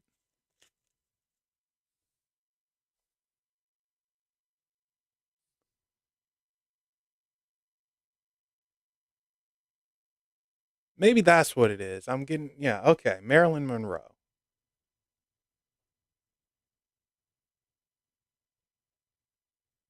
All right. So we have the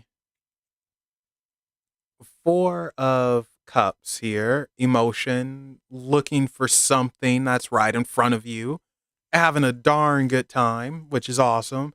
But we have this Queen of Swords here, which is interesting because the Queen of Swords is usually that off of your head energy, but she's focused on a guy. So here's the thing. Like I said, and this is important, make sure she is not putting you on a pedestal and seeing you a certain way that's not really you. I think she might be creating a fantasy or an image that you can't live up to in the long term. That is a concern.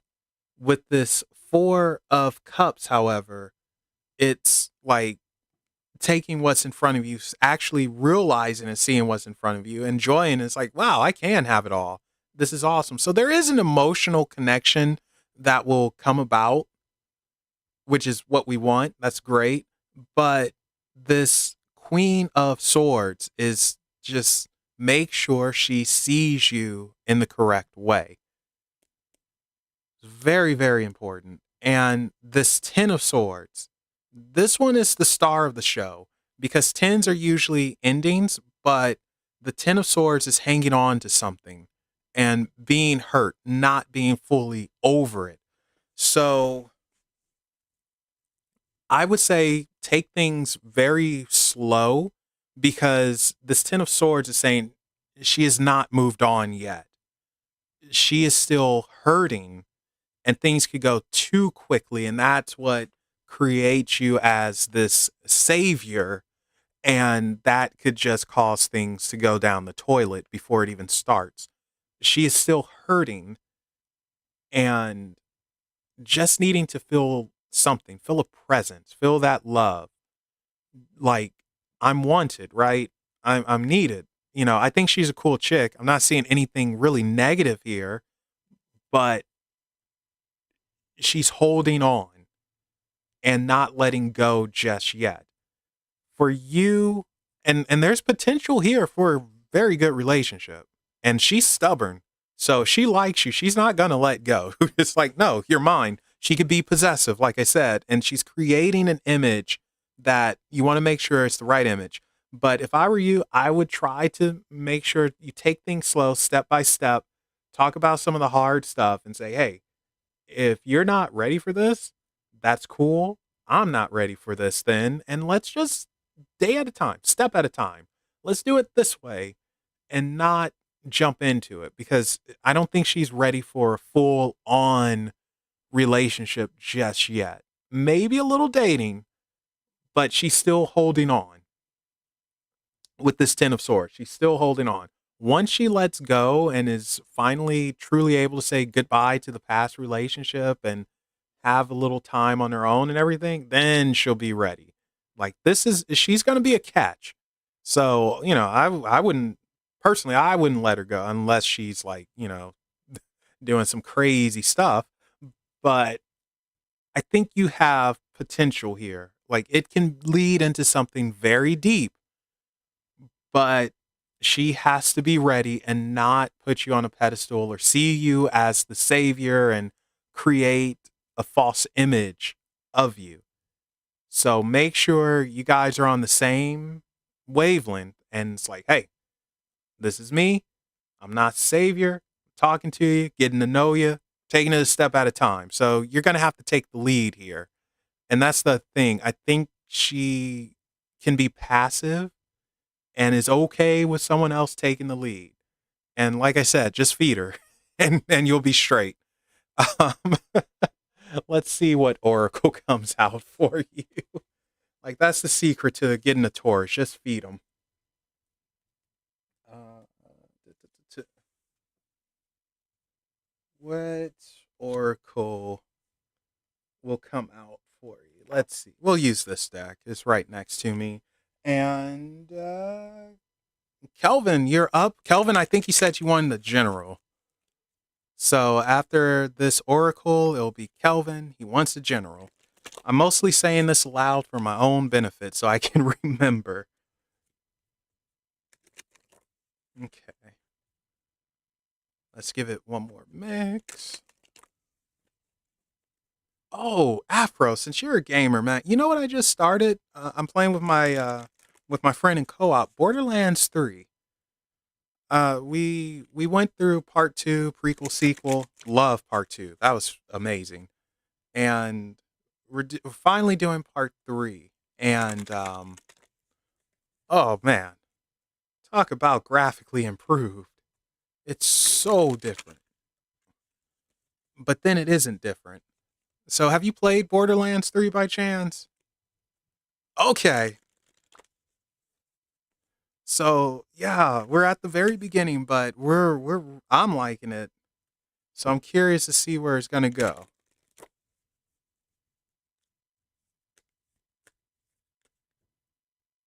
All right, one more mix for your oracle. Woo! Almost did it again. Man, this deck is happy tonight.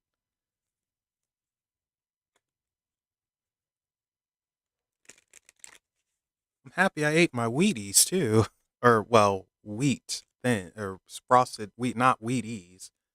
I don't know how anyone can.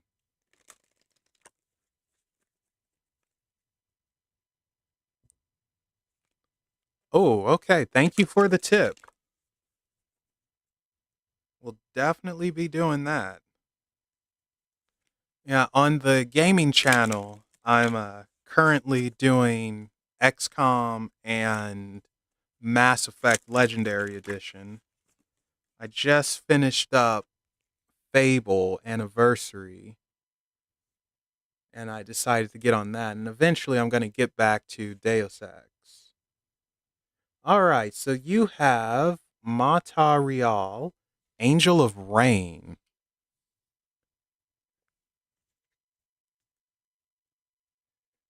So let's see what she has to say. All right. And thank you guys for again hanging out with me. I really appreciate it. I didn't think anyone would show up, but here you all are. I mean, this was supposed to be about an hour, but we're at 3:30 and then going. All right. Where is she? Okay, you did not show. Ah, here she is. All right, here we go. Mata Riel's touch is felt, seen, and heard. Its presence is heavy, filling the air, saturating the ground. Material is heralded by thunder clapping through the sky, signaling change and shift. There is a great migration coming, and it arcs like lightning. The potentiality from one body is moving to another, a precarious transference, a swift communion like the arrow taking its target. Awareness is paramount to the journey. Don't try to create an outcome for your future. Be in the moment. Let the rain fall where it may. And her signs are a fountain, a cup, an arrow. Interesting, because it made me think of Cupid's arrow, or Eros's arrow, if you want to be Greek. So essentially, just go with the flow. Pretty much, just go with what's happening. Of course, be aware and don't put yourself in a situation, but for the most part, go with the flow, enjoy it, embrace it. It's yours and you will have it. Cuz like I said, I think there is long-term potential here. Just want to make sure she's ready and not mistaking you for something that you 100% aren't. But yeah, there you go, Afro. All right, so Kelvin is up and he said general. So we'll go back to this deck and let me cross you off. Check, check. Two more people left. All right. So hopefully you guys are being entertained as well. Are you not entertained? Well, if you're not, go somewhere else. But before you do, hit the like button or dislike. You don't have to actually hit the like button, but it helps. And spread the word because, like I said, next year, man, the goal is 1,000 subs. That's what I'm going to do. I'm going to hit 1,000 for this channel. And if I have to prostitute myself on the street corner to do it, I will do it. I will have a sign. Will, well, maybe not that sign. but I'll have a sign that says, "We'll pleasure you for likes and subscribers."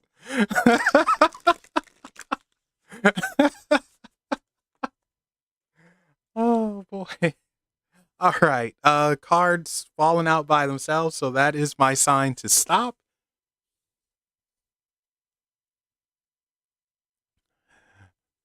All right. 10.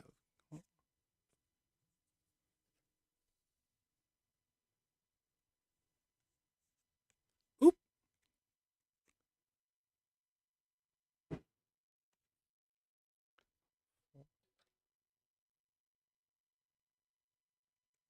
Okay.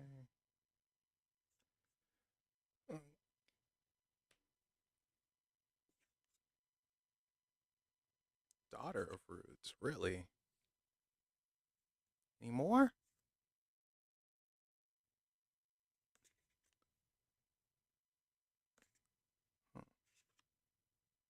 All right. So, this is an interesting one.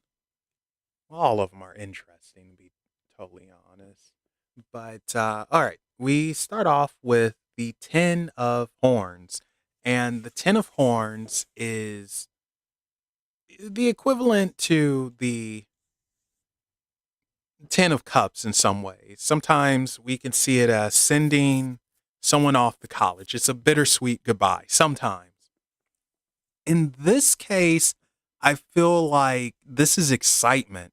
The ending of nonsense and pain and having an exciting time where you're the one going off into the world because you deserve it. You need to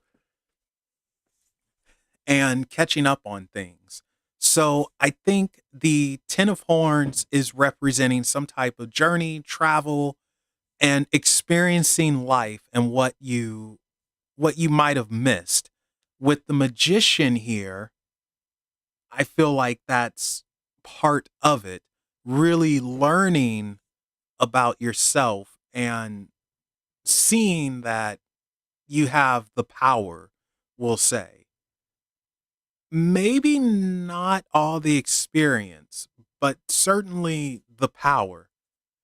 And unlike the fool, the magician is wise enough to actually use it. So you have some type of foundation.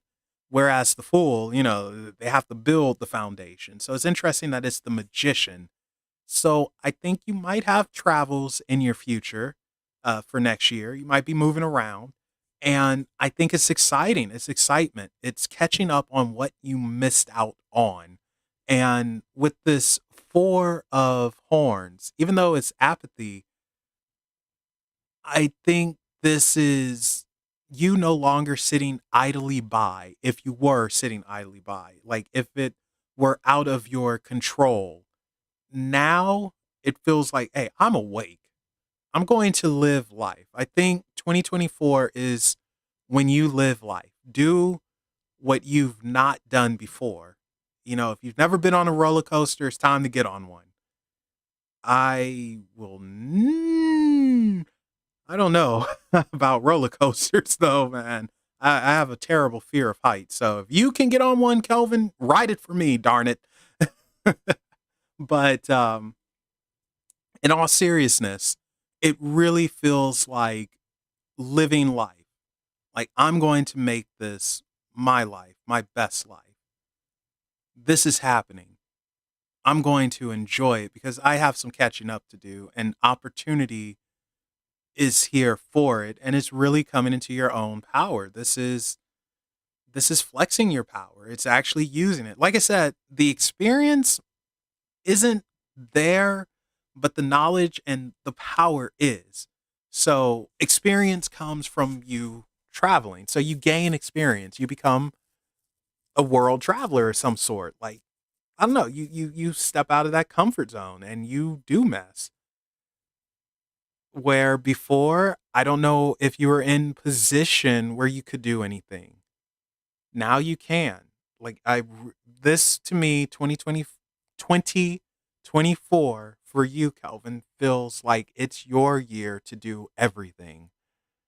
To truly awaken yourself and not have any fear and just do what you've been afraid of. Like you've been holding yourself back and now we're free. We're not going to do that anymore. We are released. I can do this. That should be the motto. I can do this. I will do this. I am doing this. That should be your motto for 2024. I feel that would be very good for you.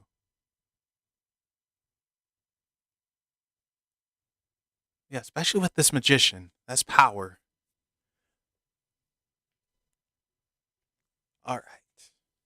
Let's push down. Whoop. There we go. All right. So, seven of roots and daughter of roots. Roots symbolize growth yet again, also money, but in this case, growth and understanding, uh, taking in all that knowledge, that nutrient, expanding. So, expansion. Expect expansion for 2024, I want to say. And with the seven of roots, it's not blossoming yet. So you're not going to come into your own just yet. I think, again, it's for experience so you can understand how to use your powers, use your voice, do things better. And then you'll blossom. I think 2025 is going to be your blossom year where you open up and just have everything go right. 2024 is the growth year to where you are gaining that experience in order to blossom. So you still have a road ahead of you. You're not there yet. You're not at your peak. You've not peaked yet. You're not Super Saiyan 3 just yet. I can go beyond. You're not there yet. You're getting there. It's seeing the potential and walking towards it, into it, realizing it. Where this daughter of roots is, well, yeah, it's seeing out. It's like peering out. It's like, okay, this is what I want. I can grab this. I can have this. It's you truly seeing the world as bigger than what it appeared to be. So I think, yeah, it's travel for 2024. It's an understanding of yourself better, but it's truly coming into your own, gaining that experience to use your power wisely and correctly. I think that's what's happening in 2024 for you. I don't think you're going to have any crazy major hurdles except for yourself. I think you will be your own worst enemy if you don't allow yourself like that 10 of cups, if you don't allow yourself to experience life and the excitement of it, the pleasures of it. Like, cuz yeah, you got good things ahead. It's just up to you to walk towards it. It's there. It's just up to you to walk towards it now. And that growth, it's just there for the taking. Like you are literally going to be in such a great position. I think growth wise as a person, and it's yours for the taking. And that sets everything else up. So yeah, man, Kelvin, you're going to be in an awesome uh, position. Like, because I think once you step out, once you get to travel again, assuming you traveled before, and really just do things that you've been putting off or you couldn't do for whatever reason, I think that just opens the floodgates and you get everything coming to you. Like it could be money, it could be understanding, it could be a dusty old book, whatever. Hey Jennifer, happy new year. But you get it coming to you. So that's awesome. Good, good, good freaking mess. Let's see what an oracle has to say for you. Where the heck did I? Oh, here they are.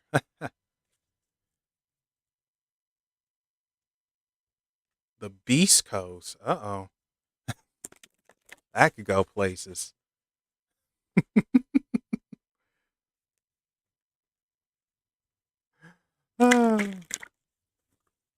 All right. Let's see if something comes out for you.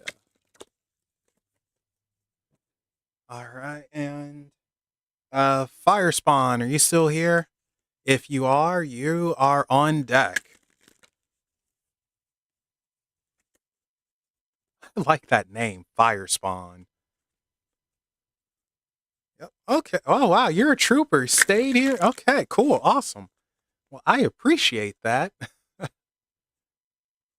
So you're on deck. Once I finish this oracle, then it will be your turn, and then it'll be two more people because Bonnie has come back, and I want to make sure I get her.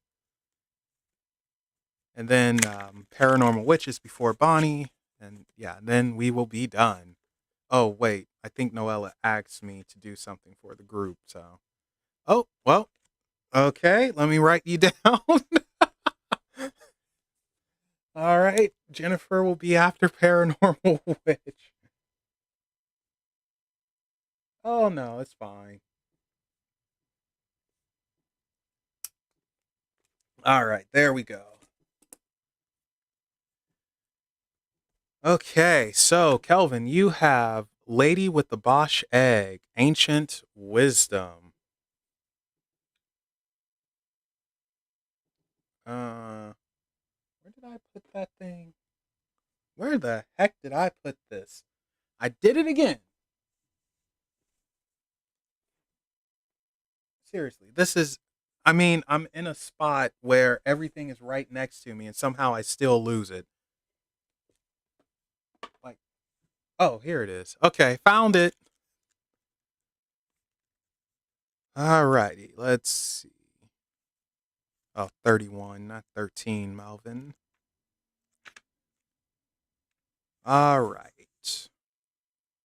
The lady with the Bosch egg is the one in this lifetime who has been chosen to keep safe and sometimes keep secret deep esoteric knowledge. Throughout history's most troubled times, there have always been courageous beings ensuring I lost my spot. Ensuring that sacred knowledge was kept alive. Even though the world may burn and disasters befall humanity and wars take down cities, there will always be those brave souls who will take the knowledge represented by the Bosch egg, camouflage it, and keep it safe so that at a later time, when the world is finally ready, we can all learn. And here is the lady speaking. My town is on fire, the night sky is full of screams and smokes, and I have done what I can to safeguard this treasure from the sacred library. I will keep it safe, record its wisdom, and ensure that these truths stay alive for a future time. I hope that you understand the history and the knowledge you crave and respect and acknowledge the freedom of times you now live in and do the work yourself. It may be that at some time you too will find my egg and that you are the person chosen to speak of the knowledge others thought was lost. Or it may be that you too are a guardian of wisdom. If you are, know when to keep silent, know what to keep to yourself, and know that some secrets come to light at the right time. I bring you now the symbols of the alchemists, the secrets of Gnostics, and the wisdom of the magicians and the witches and the herbalists, all saved for this time in the strange form of the egg. And here is the message. It may feel to you that you are receiving wisdom from ancient sources and that some of its energy may feel unfamiliar to you, even dark. It is likely that you are receiving messages from times when people like you, misfits and mystics, were oppressed and punished for their natural gifts. Explore at this time something to do with Renaissance or medieval times and understand that knowledge was brought through to you, a very fortunate being living in very fortunate times. Keep it safe, learn all that you can, explore exoteric symbology, the history of magic, and spirituality. Know now that while you are safe, you may wish to keep silent about certain practices. So there you go. Expect knowledge to come to you, and it's going to come with you hard. So be prepared, but that's a good thing as well. So don't necessarily go out and seek it. Just be open to it for when it shows up. And it's going to show up in the oddest of ways, most likely. But, be ready to accept it, learn, all that good stuff. Hold it in. But yeah, there you go, Kelvin. All right, Fire Spawn. What type of reading would you like to have? Where did I put? I did it again. I literally just had this deck. Oh, here it is. All right.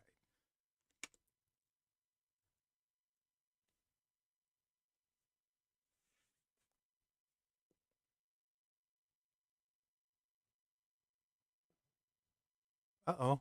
Did we lose Fire Spawn? Fire Spawn, come in. Come in, Fire Spawn. That sounds like a call name for someone in a fighter jet or something. Oh, there you are.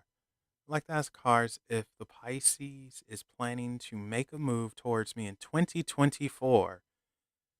Okay. March Pisces or February Pisces? You don't actually have to answer that. That's just for my own curiosity.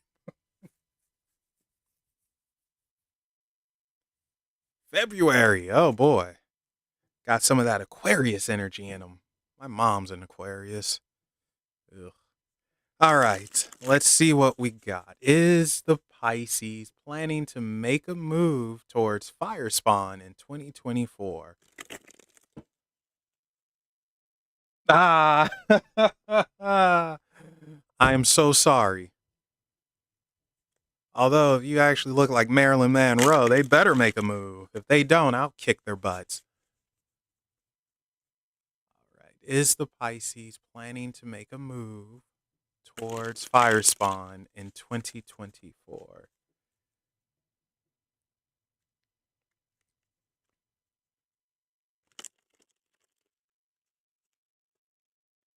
Is the Pisces planning to make a move on Fire Spawn in 2024?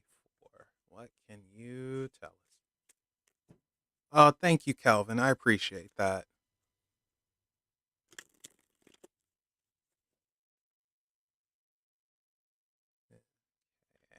Is the or the Pisces make a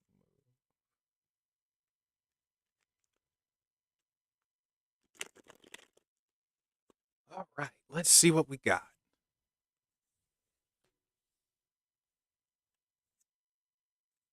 Ooh, I probably should stop pulling cards now with those two, but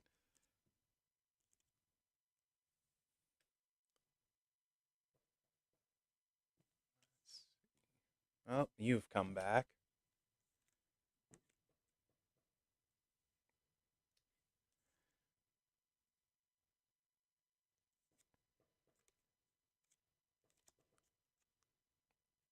All right, so Fire Spawn. Short, simple answer: yes. Long, complicated answer: well, it's still a yes, but okay. So we have the magician to start off, and this magician, like all magicians, is searching for something, or maybe they come back from searching for something. But essentially, they like being in the right spot. They like having control of themselves, their lives.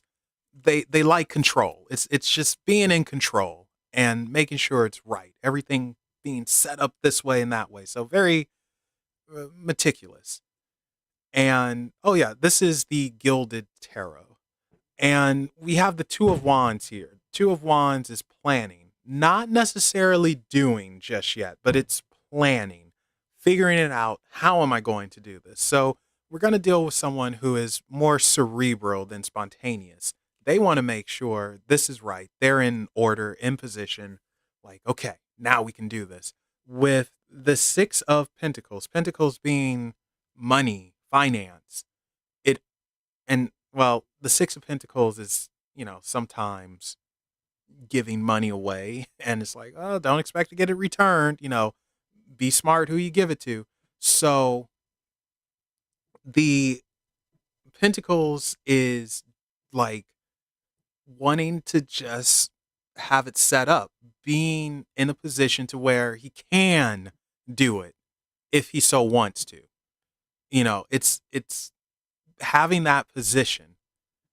Oh yeah, you have a good one, Kelvin. Happy New Year, and thanks for hanging out. I appreciate it. It's being in the right position. That's what it is. Just I have to be in the right position. It's a plan.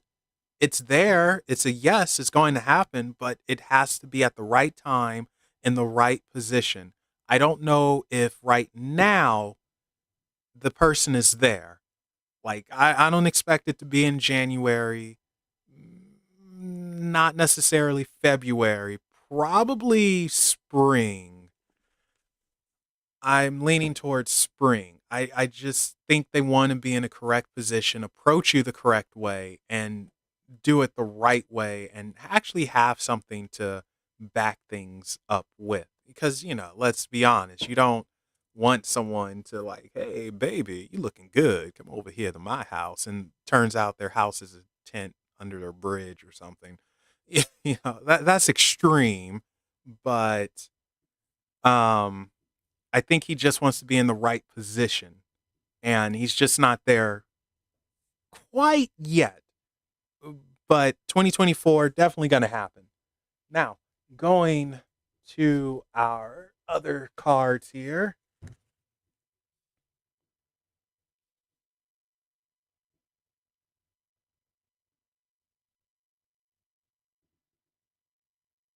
All right, so Three of Swords. This has been a reoccurring. This card has been coming out all night, but I don't necessarily think it's in a bad way. But the Three of Swords, the Moon, and the Nine of Pentacles. Nine of Pentacles is awesome. So the Three of Swords is usually heartache, but I don't think it's heartache in this sense. I think it's forcing himself not to pounce. Like it's heartache in the sense of I have to wait, I don't want to wait, I'm excited, I should do this. Oh man, I don't want to lose you. The Moon is reflection. And it's just like inner thoughts, really figuring out like is the time right? Not yet. What do I need to do? Do I have my demons in check? Do I have things set? So again, very cerebral, it feels like. The Moon, however, does not want to make a mistake because they don't want to be hurt. Because if they go in, they're all in. This is going to be a very strong emotional journey. With the Nine of Pentacles, though, this is the winner. This is after everything is said and done, they push forward. Like, so yes, you most likely get with someone in 2024. Like I said, I'm thinking spring, and the Nine of Pentacles is just being guided towards the right way after dealing with all the crazy nonsense. So, yes, they will make a move. They're just not in position yet. They are dealing with heartache in the sense of I can't do it right now, but boy, do I want to. You have no idea. If I can, like, I almost said something very lewd, but we'll just say if I can give you a big fat hug, I would.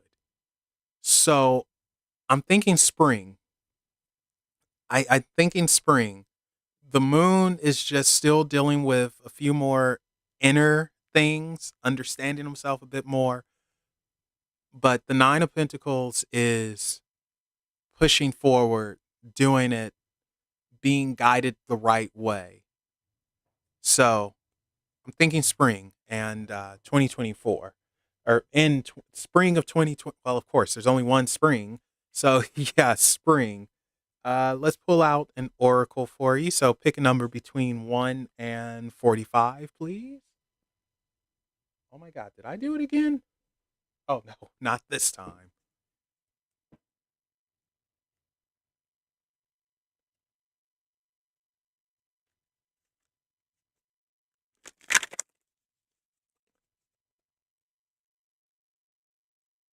36, another 36. All right. Out of curiosity, why 36?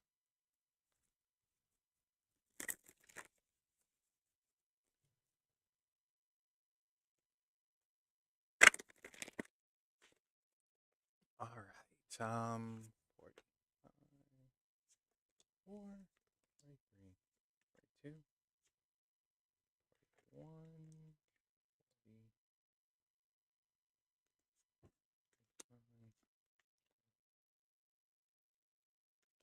Ah, gotcha. Oh, what the heck? Well, no, I know this isn't right. I think I need to reshuffle. I know for a fact that card wasn't right. Let's try that one more time.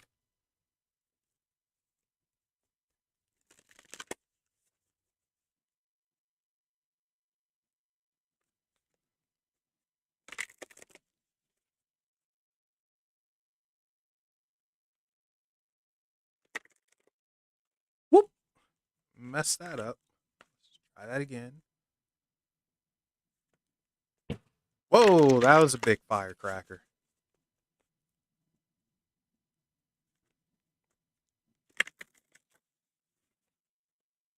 All right, here we go. 1, 2, 3, 4, 5, 6, 7, 8, 9, 10, 11, 12, 13, 14, 19, 20, 21, 22, 23,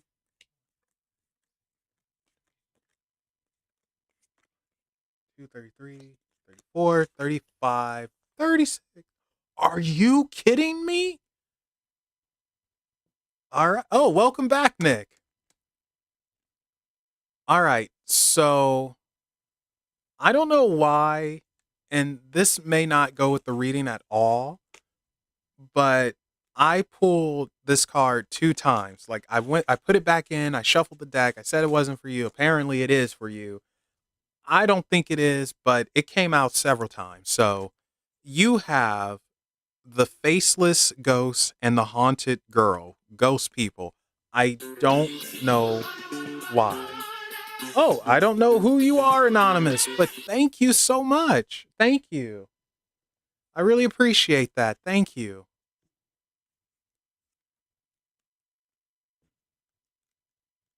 So let's see what it says.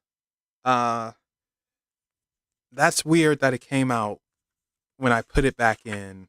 I mixed it up and it came out in the same exact spot, number 36 again. Okay, here we go. Ghost people.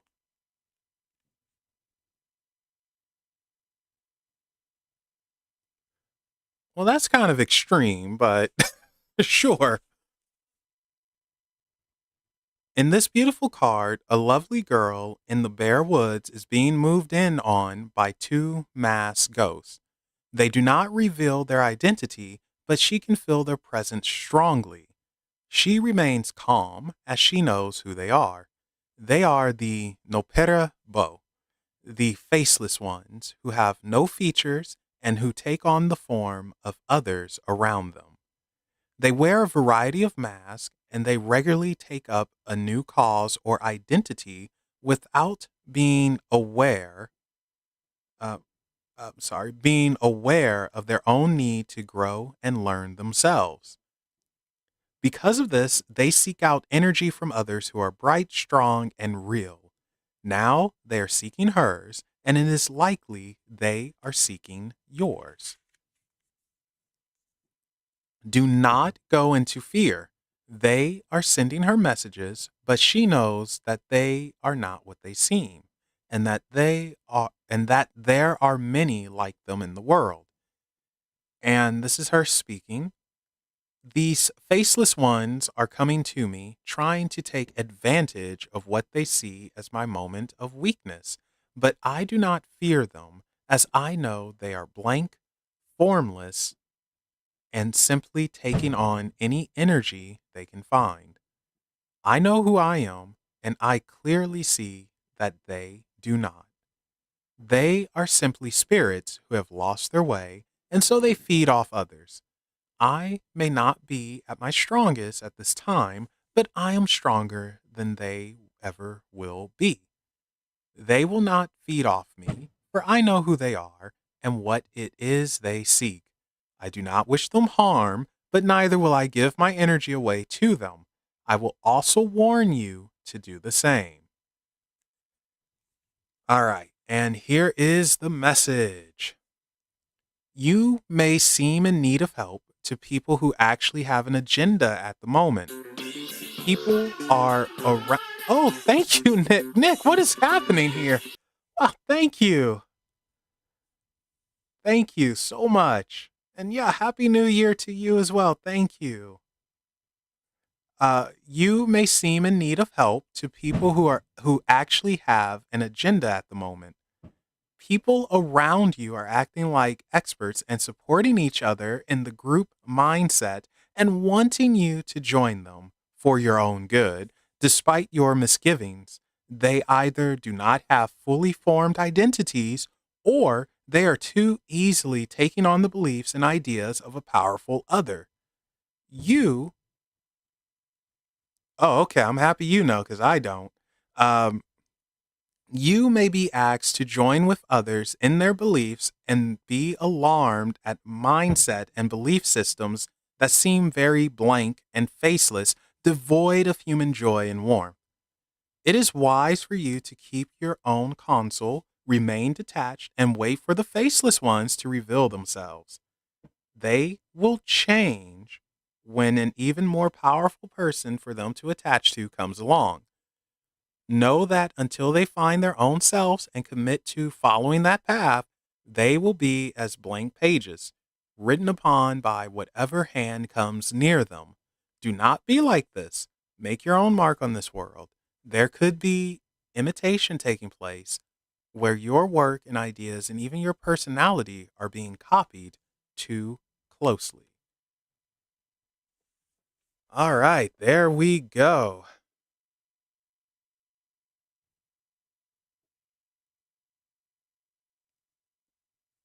Um, so yeah, I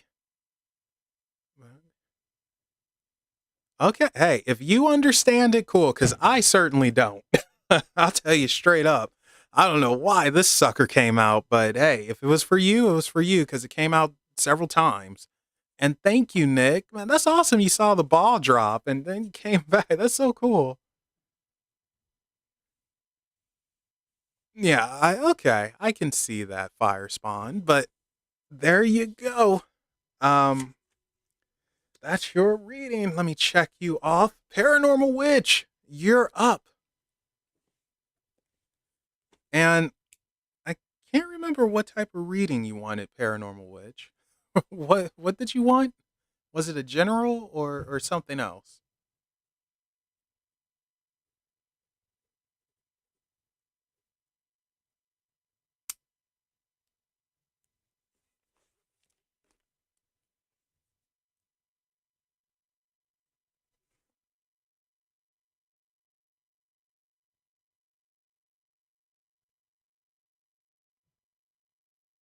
All right, general, you got it. Here we go. This is for Paranormal Witch. This is for Paranormal Witch. What does she need to know? What is happening? What is going on?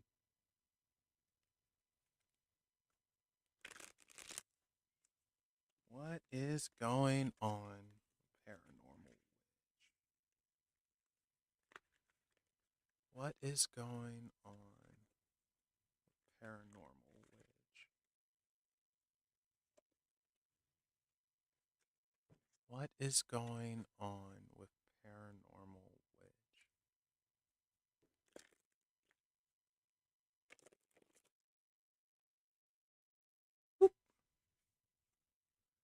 What is going on with Paranormal Witch? All right, let's give it one more mix. Okay, well, now I know I'm crazy. Somehow I just found some Del Taco hot sauce. I haven't had Del Taco in like 2 years, so why the heck is this here? I'm not making that up either. I legit found a small packet of Del Taco hot sauce.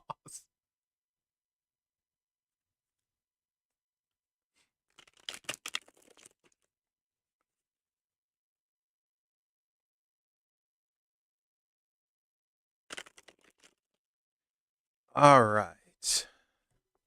Let's see what we got.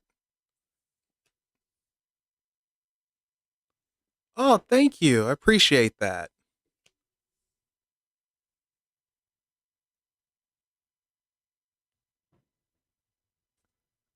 Uh, I would say Del Taco is probably 20 cents higher than Taco Bell, like value and quality wise.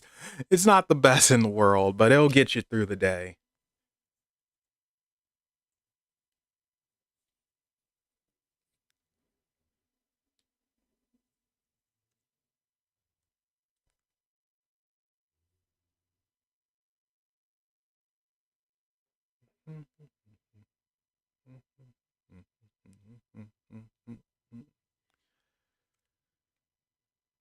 All right. Okay, so Paranormal Witch. Oh, and Jennifer, you will be next, and then we're going to close out with Bonnie if Bonnie is still here. Oh, and Happy New Year to Bonnie in Texas. All right. So, yeah, Paranormal Witch. We start off with death, transformation. Something has come to an end.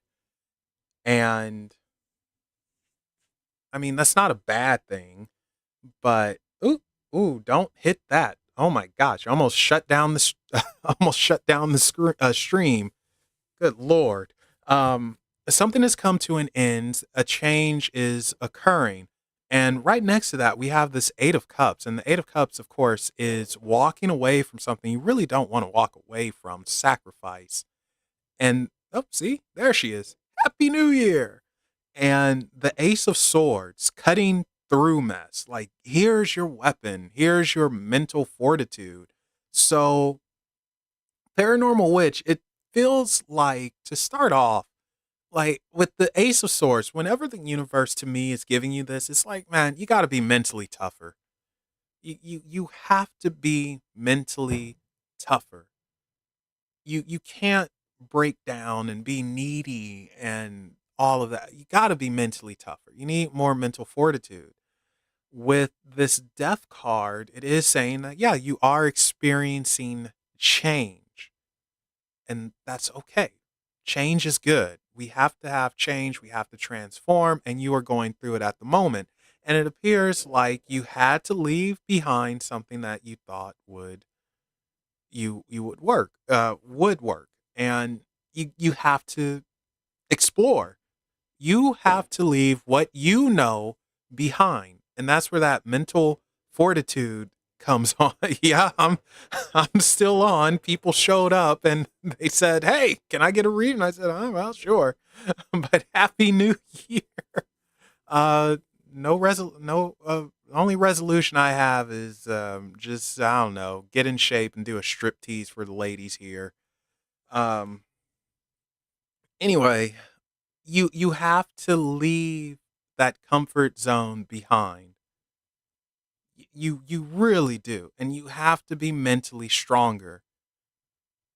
Like I want to say that's what the death card is trying to get you to do, but you resist and you fight it, and you you have to stop fighting that. You have to leave your comfort zone. You have to do more for you. It feels like you don't do enough. You don't treat yourself, and it creates a confidence issue. And then you get stuck in this little bubble, and death is popping that bubble. It's saying, "No, get out, get out." And when death says get out, you better get out. Otherwise, it's going to force you out. So I think that's what you're going to experience in 2024. You being forced to get out of your comfort zone. You're going to be forced. Like if you don't have a goal in mind, don't worry. One will be put together for you, and you will be forced to follow it and go towards it. And I think you have to have a goal. You have to have something in mind that you reach. Oh, thank you, Slim. Thank you so much. Wow, thank you. Really appreciate that. Right on. Thank you. You have to have a goal. I think you need to sit with yourself and communicate with yourself and say, "Hey, what is it that I want throughout this year? What do I want this year?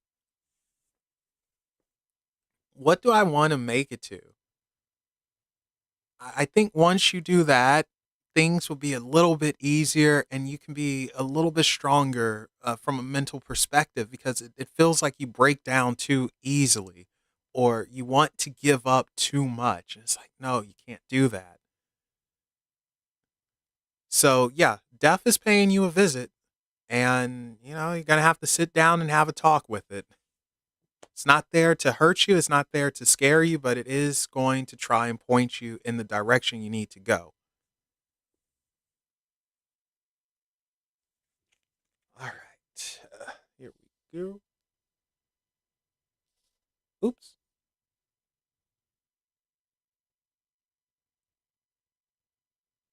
Okay, so we have the Page of Wands, Nine of Swords, and the Page of Swords. Oh, that Page of Swords. I've always liked this Page of Swords, man. This guy just looks like a freaking gangster with a bat or something, man. Just like, hey, Tony, go on, get the boys. I got my bat here. Yo, Javi, yo, where's my money? Where's the money? So that's that's you not listening, and so your spirit guys are gonna whack you upside the head. But anyway, the Page of Wands marching forward, and again marching out of that comfort zone, being creative, letting the magic flow, letting it happen. But this Nine of Swords is the fear and anxiety that you experience. That I'm scared. I don't know what to do. I'm being haunted in my sleep. Hopefully you're getting good sleep, but it's just this fear that's hanging over you and it's like you're haunting yourself. It is like a haunting. And yeah, it is a little scary, but you have to change that. And no. The page of swords? Oh, come on now. The Page of Swords does not look. He looks like a tough guy. Look at how he's holding his sword. Oh, thank you, Anonymous. I don't know who you are, but thank you. Thank you guys so much. Holy cow. This is insane. Thank you guys. I really appreciate it. Thank you. Like, you're going to start making me cry. So let's not do that. But thank you guys so much. But yeah, Paranormal Witch, you gotta stop living in fear and no running away. You have to have a goal, which I'm not sure you. Oh, that was you, Jennifer. Thank you. Thank you so much. I really appreciate that. You have to have a goal and you have to move forward. Like that page of wands is moving forward. He's going to make his magic happen. Well, I know it's been tough, but even so, we all have to have something to strive for. Otherwise, we don't have progress. And I think that's where this page of swords is coming in. It's PO'd at you for, you're not living your true life.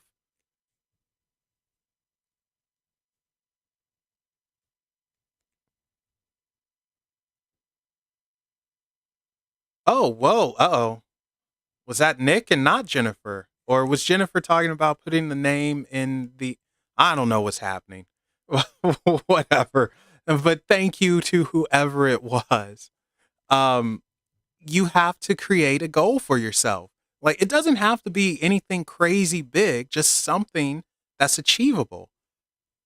It has to be something achievable because I think you need a W. I think you need a win. Once you get a win, then everything starts rolling and flowing.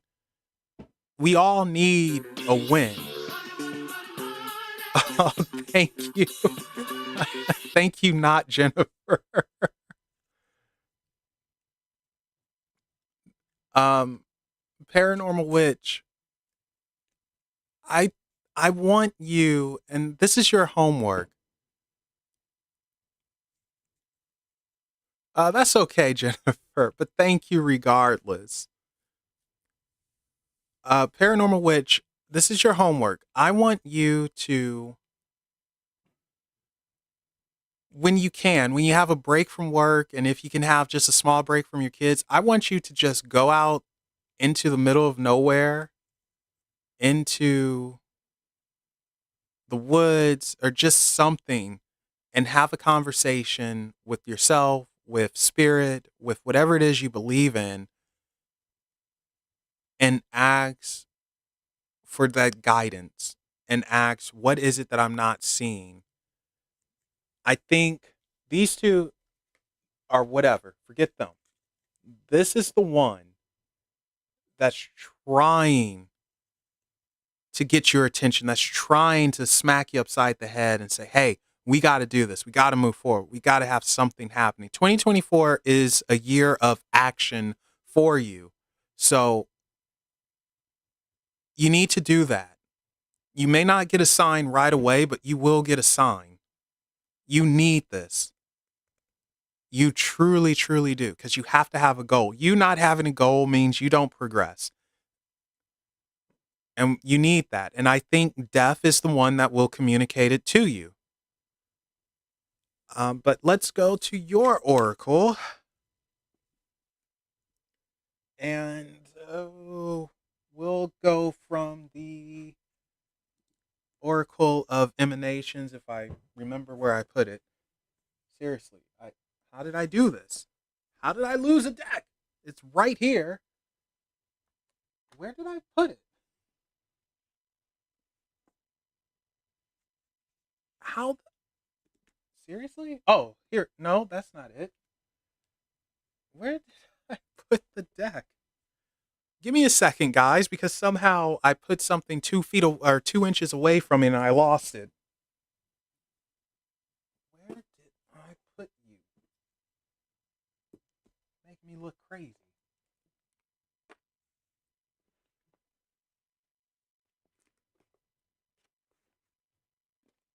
What? I am not this nuts. I know I put the thing here. Am I sitting with it? What is happening? Wow, that this is amazing. I lost the deck. I didn't even get up to go anywhere. I literally can't see where I put it. So this is what it feels like to lose my mind.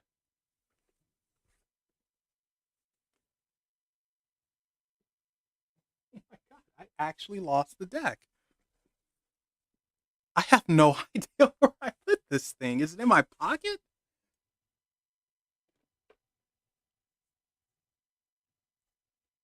That's my phone. Okay, so you guys are seeing real time a person going senile. This is amazing.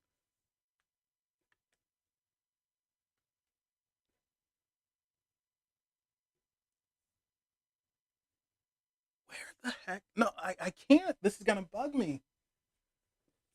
How did I lose it? All right. Well, okay. All right. All right. So I guess we're going to use the Oracle of Shadows and Light because somehow I lost the Oracle of Emanations. Um, what the heck? Pick a number between 1 and 45.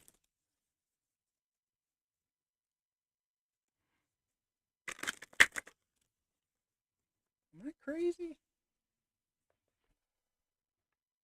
No.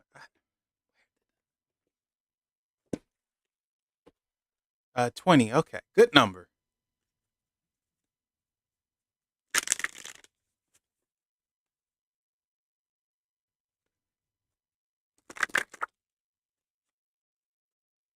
Right. 20. Did I? All right. Here we go. 1, 2, 3, 4, 6,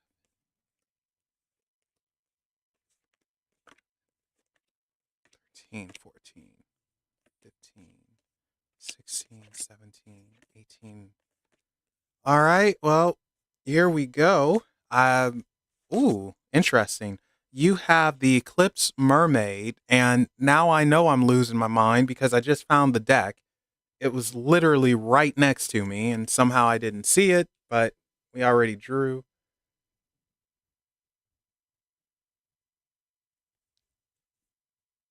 That's a pretty card. I swear, this was not next to me.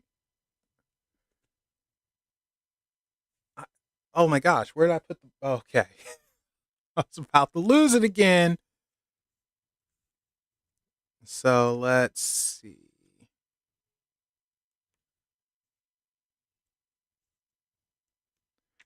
Ooh, this is a long one, but a powerful energy shift. This would go along with death. The Fairy of the. Wait, that's not right. What number are you? Number 10.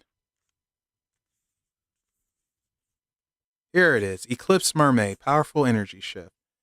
The beautiful Eclipse Mermaid floats in the wild red sea, watching, feeling a very powerful energy shift taking place. She is bathing in the energy and interacting with the energy, but she is not trying to direct it or force it into a particular direction. She has already prepared and is moving with it, but there is no effort involved. She is staying quite still, very calm, but vigilant and observant at this moment. Her eyes reflect the energy of the eclipse, and within her, all that has been hidden will be emerging into the open. What she will become depends on what she has hidden away. Eclipses are great times of great shifts and awakenings, and sometimes unwanted and uninvited change. When an eclipse comes through your life, simply acknowledge that cosmic event is taking place and it will have a ripple effect throughout your world. Allow what needs to emerge to come out because during this powerful time, nothing can remain suppressed, hidden, or underneath anymore. And here is the mermaid speaking. This energy shift you are about to experience needs preparation. No effort, no force, but it helps to be ready. Expect amazing dreams, possible clairvoyant experiences, and please do watch addictions, gossip, the internet, the kinds of food you eat, and who you spend time with and how they influence you.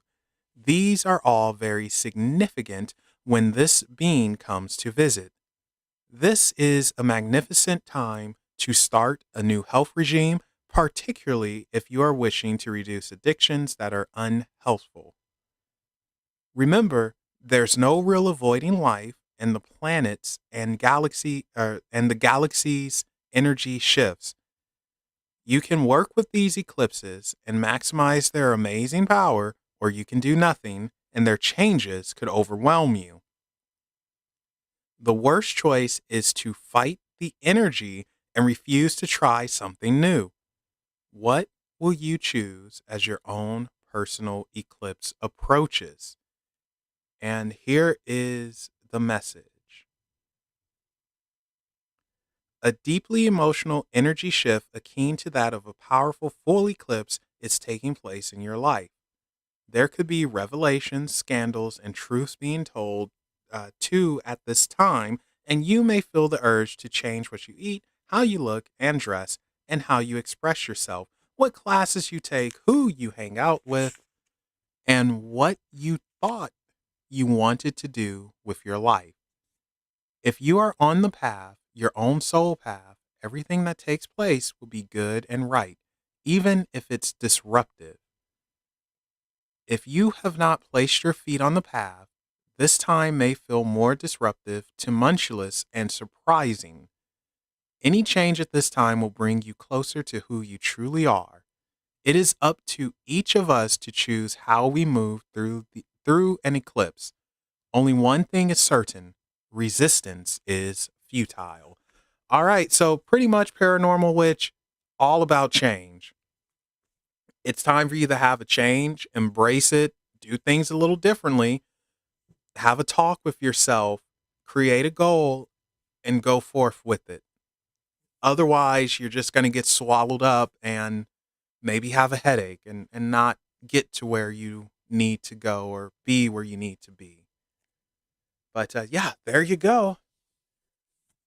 All right. Oh, good. You better. All right, Jennifer, you are up. And then, uh, and oh, yeah. And then Bonnie. Okay.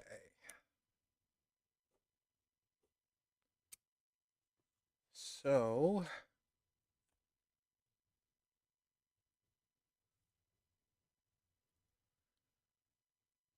love. So, relationship, business growth, financial stuff. Oh, you're making me work, Jennifer. Gosh darn it. All right, let's see what we got for you. So, I'll pull 3 for love and 3 for business.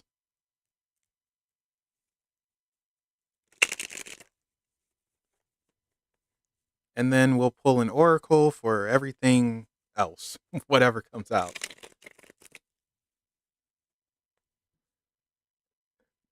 Well, I don't really do that type of thing, Nick. Like, I try to avoid the politics stuff. Mostly because people just get too crazy and everyone hates everyone, which is sad, you know.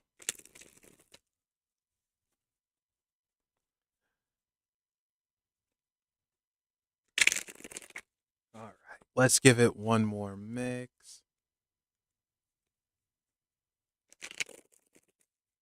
This is for Jennifer. Let's see what we got. Come on. No resistance. Why are you showing resistance? Stop it.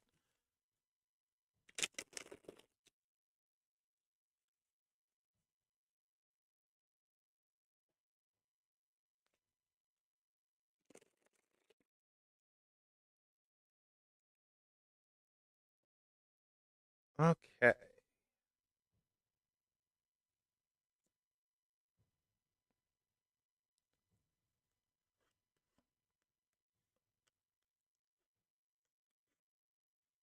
Hmm.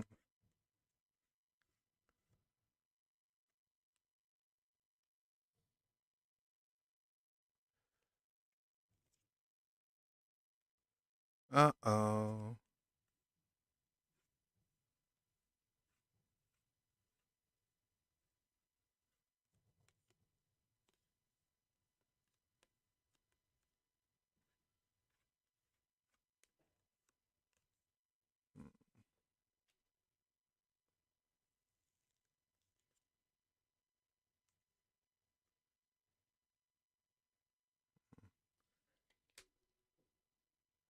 Well, I only wanted to pull three, but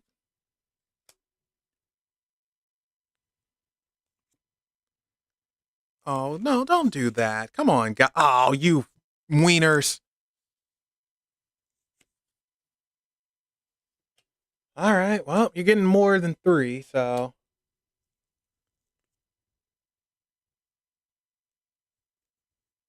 oh yeah, no problem. Thank you for hanging out and thank you for being patient. It's taking forever to get to you. Hello, Alan. Unfortunately, I'm I'm not doing any more. I've been I've been doing them all day, so unfortunately, I gotta cut it. I'm so sorry. Well, not all day, but all night. Um. Okay, so three for the business.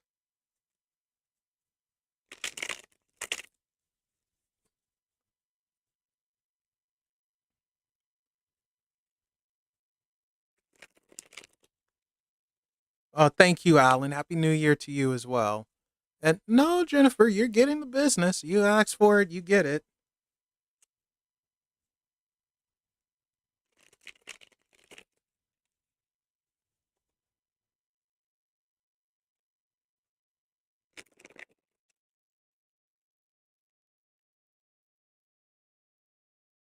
Let's give it one more mix.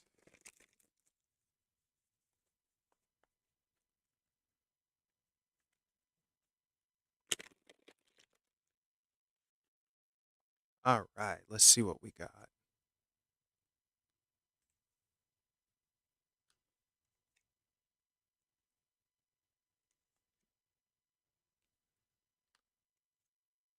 Okay. All right, so you know what? Since three cards came out for the business, we're gonna start with that.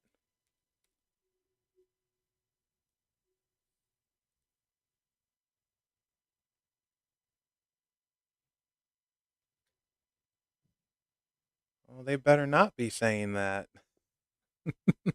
Okay, so for the business, Jennifer, we have the Fool, the Star, one of my favorite cards in every deck, and the King of Pentacles.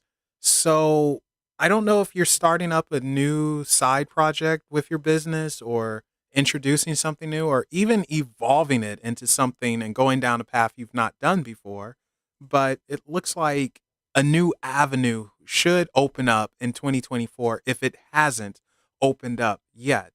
The star is out with the old, of course, in with the new, a new type of energy. So I want to say it's an evolution of what you've been doing that creates this new avenue. The King of Pentacles is your investment paying off and having that growth and overseeing it and looking at it. The problem is, yeah, it's always a problem with this King of Pentacles. It feels like it's not going to happen tomorrow. It feels like it takes time to get that growth and set up to where you're pleased. But the star is saying it's needed. A change was needed, and you are bringing in something fresh and new, which is great. You want that, you need that.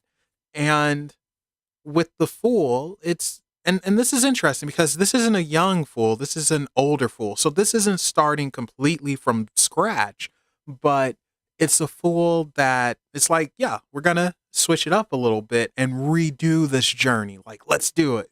So it's excitement here, or at least it should be some excitement here. I think so. Um, and it leads to good things. This King of Pentacles to me is long term investment paying off, long term goals and finances coming in. Yeah, it's an old fool. It's not a young one. It's an old one. Interesting. You old fool. But it pays off. So business wise, I'm not seeing giant growth right away. I don't I don't think that's gonna happen. But long term, steady, consistent growth, I see that happening with this King of Pentacles and the star. is going to bring in a fresh set of eyes. So, yeah, you might not get 50, 60, 100 people right out the gate. You might get 10, and that 10 over time turns into 20, and over time turns into 40. This is a very much long term investment, but it pays off. And it's like getting away from something you've been doing for too long. I think that's the other thing. You got stale.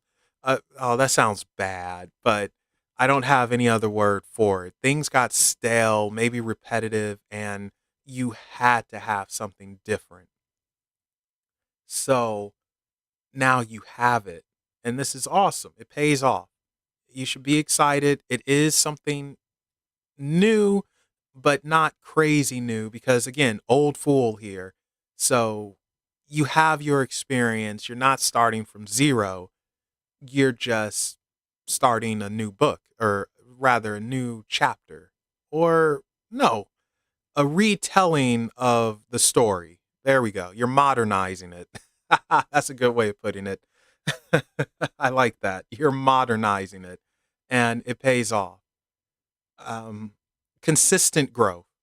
That's what it feels like. Consistent growth. Not from the gate, but consistent. All right. Now let's go to love here. I don't know what the heck's happening with love. So I don't know if you're dealing with two guys or it's just one guy who's crazy and you're crazy. So um, we have the the magician, the six of swords, and the is that the nine? Yeah, the nine of cups.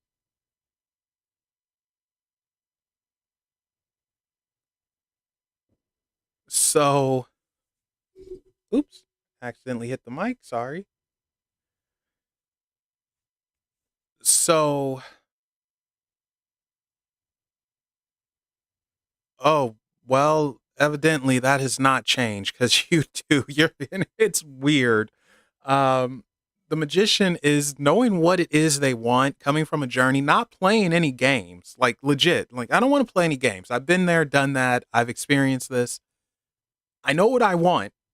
I'm going to have what I want. But then we have the Six of Swords, and the Six of Swords is going into a clearing, and it's like, well, I get what I want, but maybe I want this over here. It's leaving certain things behind, leaving a personality behind, and not wanting to deal with immaturity, we'll say. But this Nine of Cups is pulling back. It's resistance. It's I get close, but you pull away. You get close, but I pull away. Make up your freaking mind. So I'm not even sure you know what you freaking want. I mean, you do, but you don't. And it's insane. Like this is insane. Like that's the only way to put it. It's nuts. So love wise, from just these three cards, it's having it and yet pulling away, only to come back.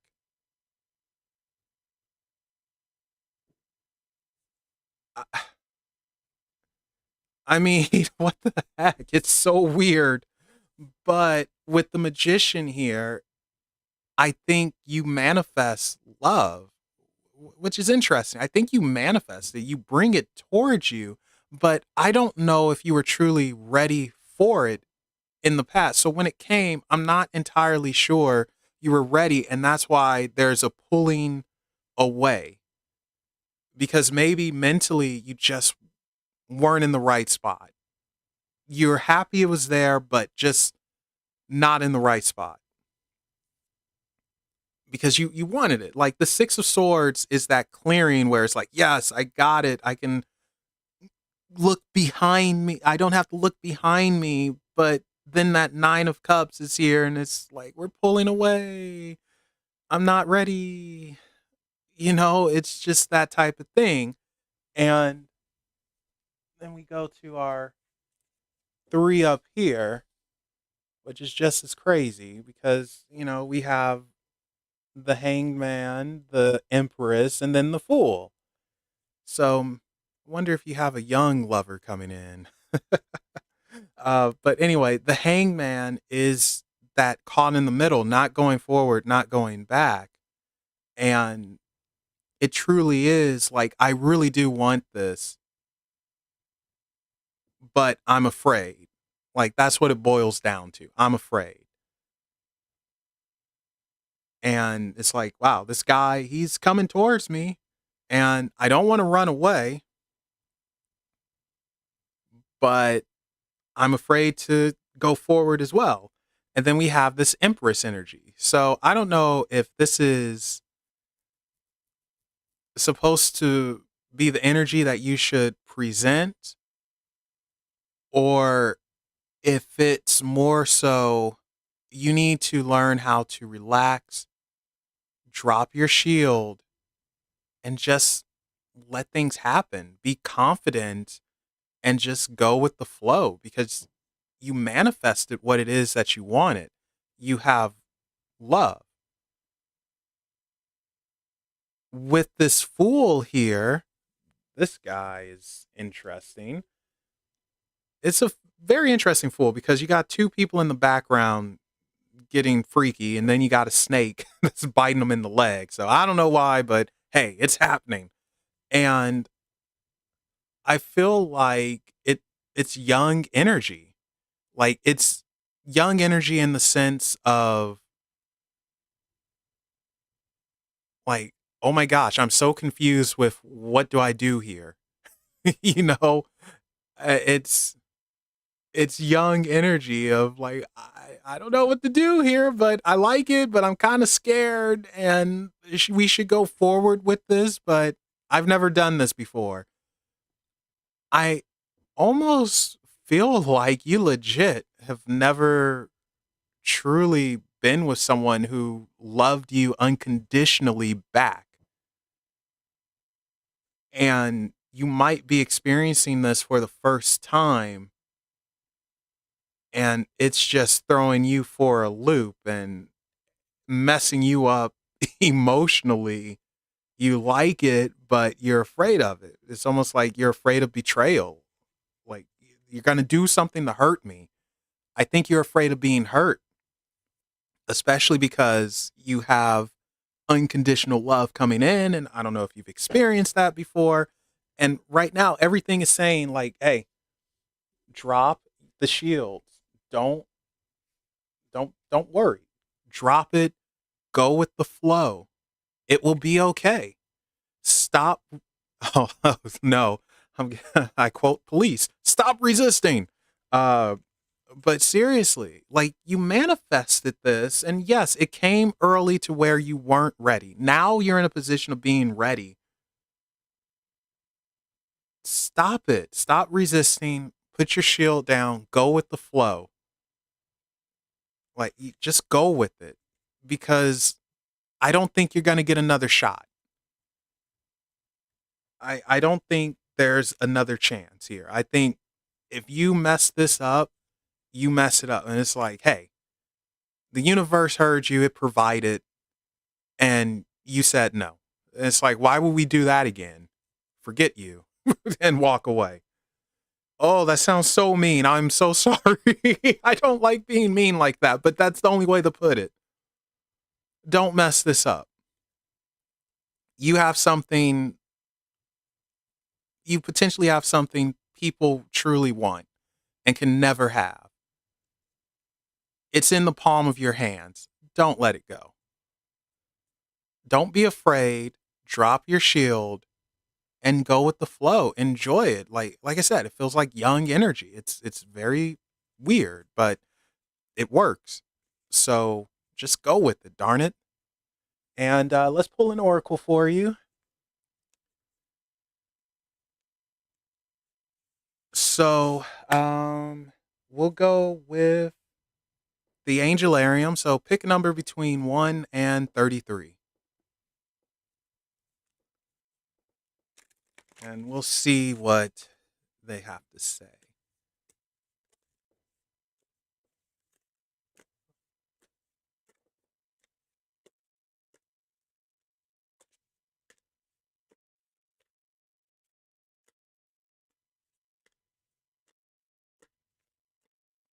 Jennifer, pick a number between 1 and 33 now.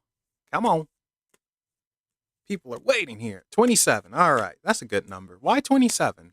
That, like, honestly, that's a really good number. Normally I don't like odd numbers, but 27 is one of the odd numbers that I make an exception for.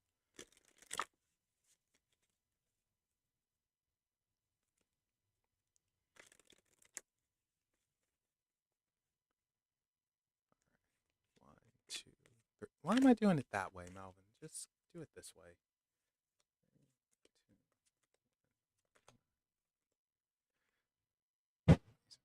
Seriously? You've come back?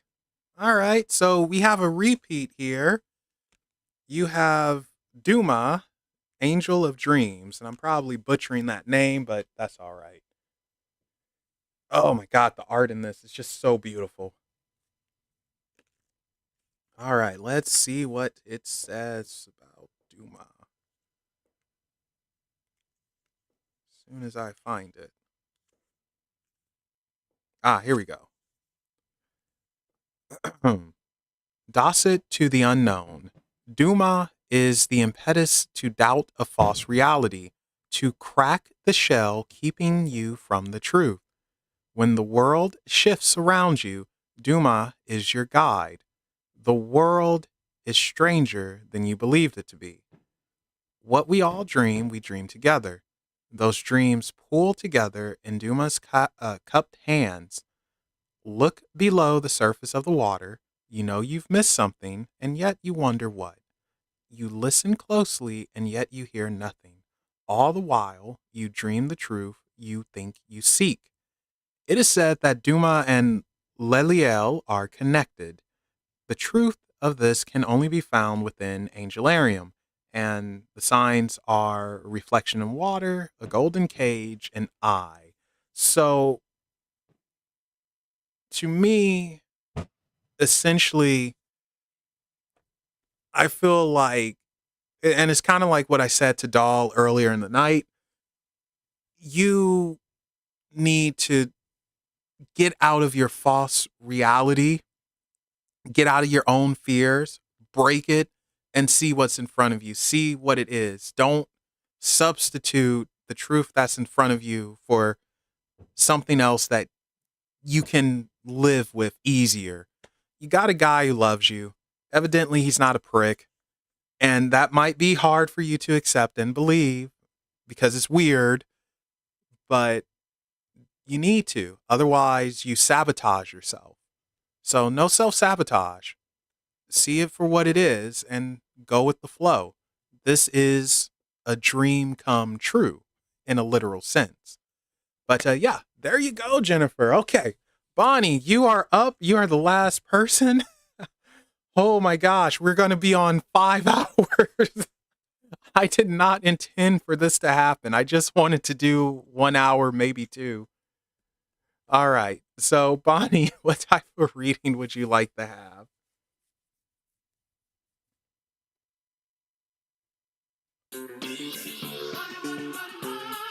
Oh, thank you again, Nick. Wow, thank you so much. And no, you cannot keep me up all night. Jesus Christ, no. But thank you. Thank you so much. I really appreciate that. Thank you.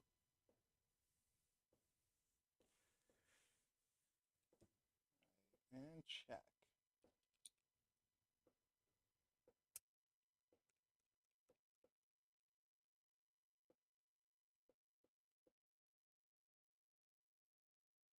Wow, I think this is the most readings I've done in a day. All right. What spirit has coming for you? You know what? I think we will swap it up and, or maybe we won't. This does not want to come out. There we go. We will swap it up for you, Bonnie.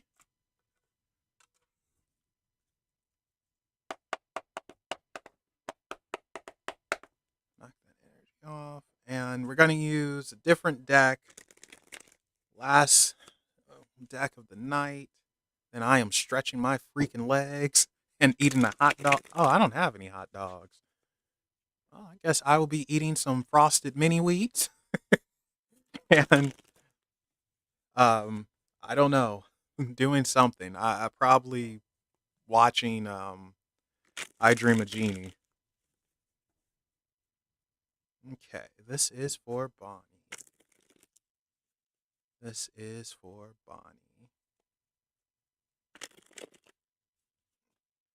This is for Bonnie. What does she need to know? What is happening? What's going on?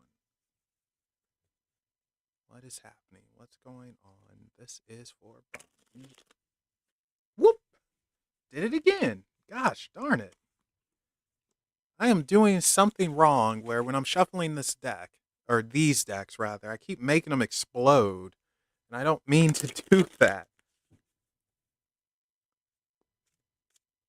Oh, I love I Dream of Jeannie. Like, oh, man.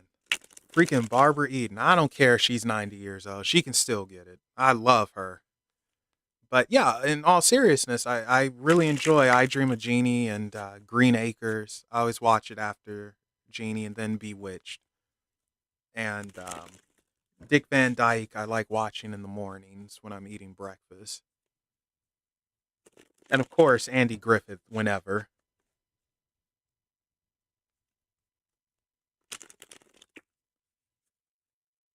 Okay, let's see what we got for you.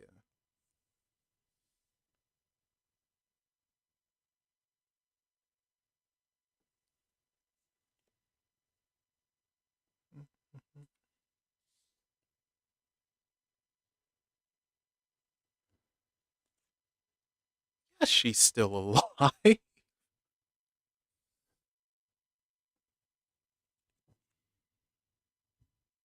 Mm,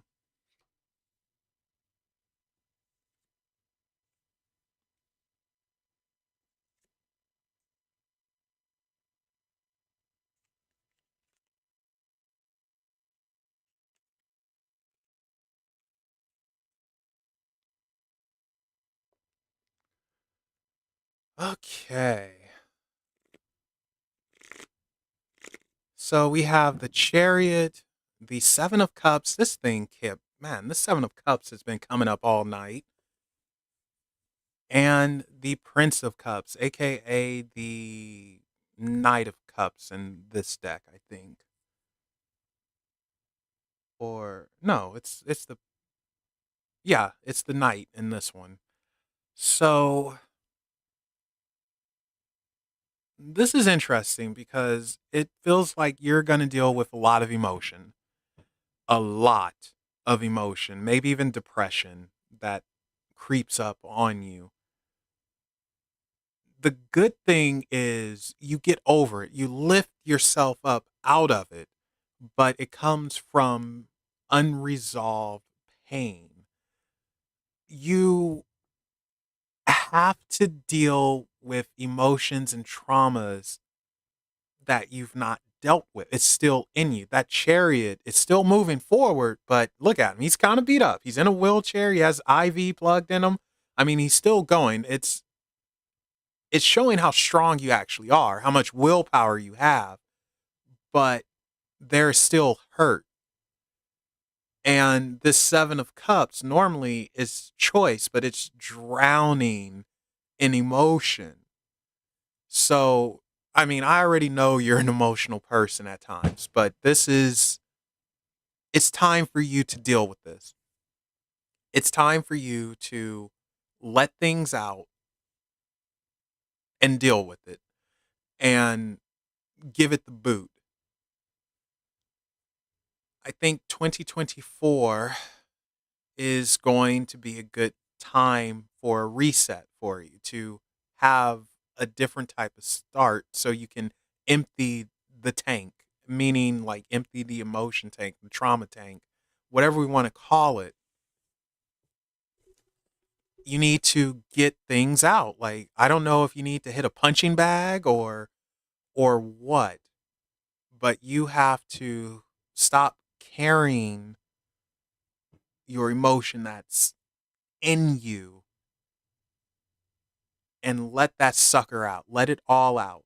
Whatever it is you're afraid of, whatever it is you felt like you were too weak and you couldn't handle, whatever you run from, just let it out. And that Prince of Cups is overcoming this. So, yeah, I think you're going to have an experience and it's going to put you into a dark place. And you are going to have to overcome it along with a few other things, which you will because of that Prince of Cups. But this Prince of Cups, even though it's kind of an angel knight, whatever, rising up, at the same time, it's something very melancholy about it, meaning that you're still not fully letting go. You have to learn how to not be so emotionally involved. I think that's one of your biggest lessons. You have to learn how to turn it off. Good luck with that. But sometimes you just have to. Instead of taking it on, just turn it off and walk through it. But before you could do that, you needed empty tank. You got to let mess out. So that's going to be part of your thing in 2024, letting mess out. So yeah, get a punching bag, get a punching bag, yell into a jar, whatever, because I think you're going to deal with just an emotional overload and just taking on or taking in too much of other people's problems, energy. You have to learn how to say no and cut them off, move away, leave me alone, go fall off a cliff, suck a lemon, whatever.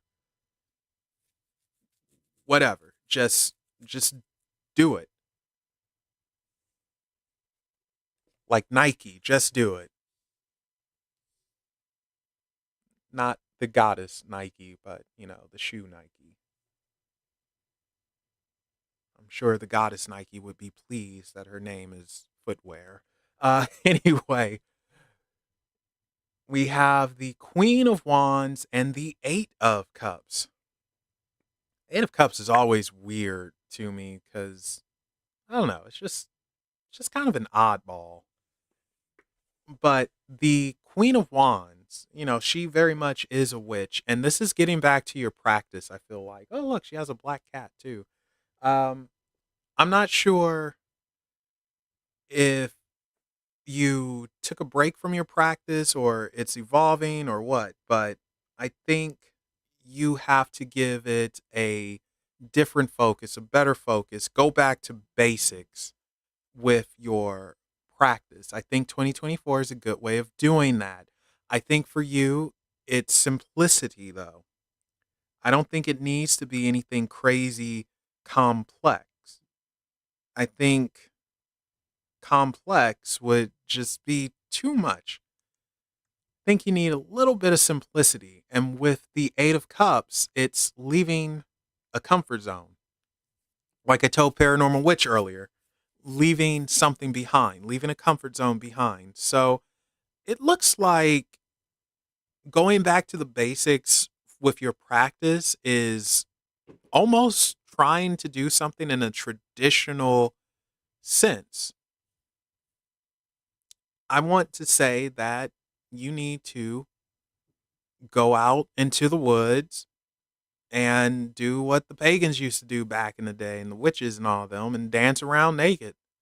you know, honor Mother Earth and just like, hey, here I am, bear it all.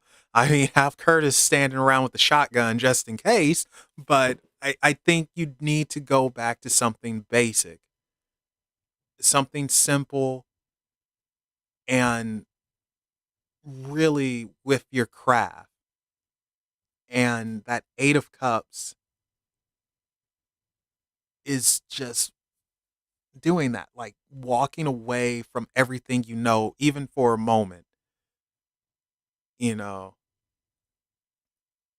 because I think you need to give something up. I think you need to offer up something give something up, just like, hey, here, I'm not even going to worry about it. And that honestly could be your emotional turmoil that you give up. Whatever, just get rid of it, give it up. Here, take it, not think about it, walk away from it. I think you're going to be asked to give something, especially if you get back to the basics of your craft. Keywords being the basics. Go back to the foundation and go from there. But yeah, let's pull an oracle for you. Pick a number between 1 and 45. What the heck? Did I lose it again? No, here it is. Okay. Senile Melvin. Jeez Louise.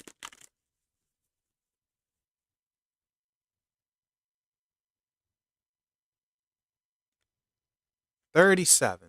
All right.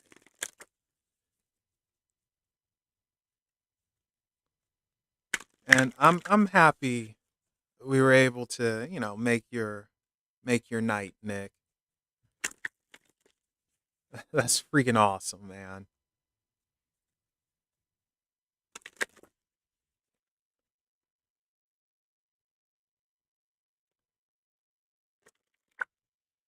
Okay, let's see what we got. 37.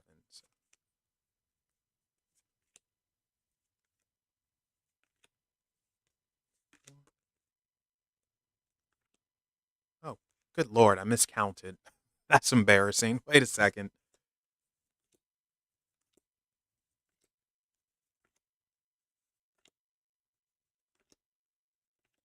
37. Oh, interesting. You got Fairy of the Green World. The natural world needs you. Oh boy. I hope you're good at growing plants. Let's see what she says.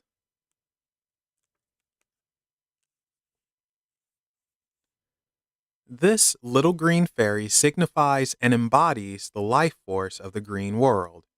She is seen tending to plants that are drooping, too moist, or too dry. She is like a nurse or healer assigned to the plant realm, great forests, and small personal gardens alike. She is joyful every time someone gives energy to this realm. Every little bit helps nurture the plants, which are very tired. Fewer and fewer plants and trees and forests are expected to provide more and more life giving oxygen for animals, elements, and we humans. Sometimes she becomes overwhelmed with all we humans have done to the green world. So she may be about to ask for your help. When you give her your help, blessings are returned to you. And this is her speaking. The green world is changing, and I am asking for your help. The world needs you to tend the green things in it in some way right now, and it is your time to make a contribution. Time to plant a garden, assist another with theirs, or share some food, flowers, or herbs from your own. Develop your connection to solar energy, find your own water source, and depend less on supermarkets, ATMs, and electricity. Learn to live with her, the soul of the green world. By providing the world with this beautiful example, you are nourishing and nurturing our mother, the earth, who feels so tired some days. Find a forest or a grove of trees or a fairy ring of mushrooms, somewhere that speaks to your soul, and sit with her a while.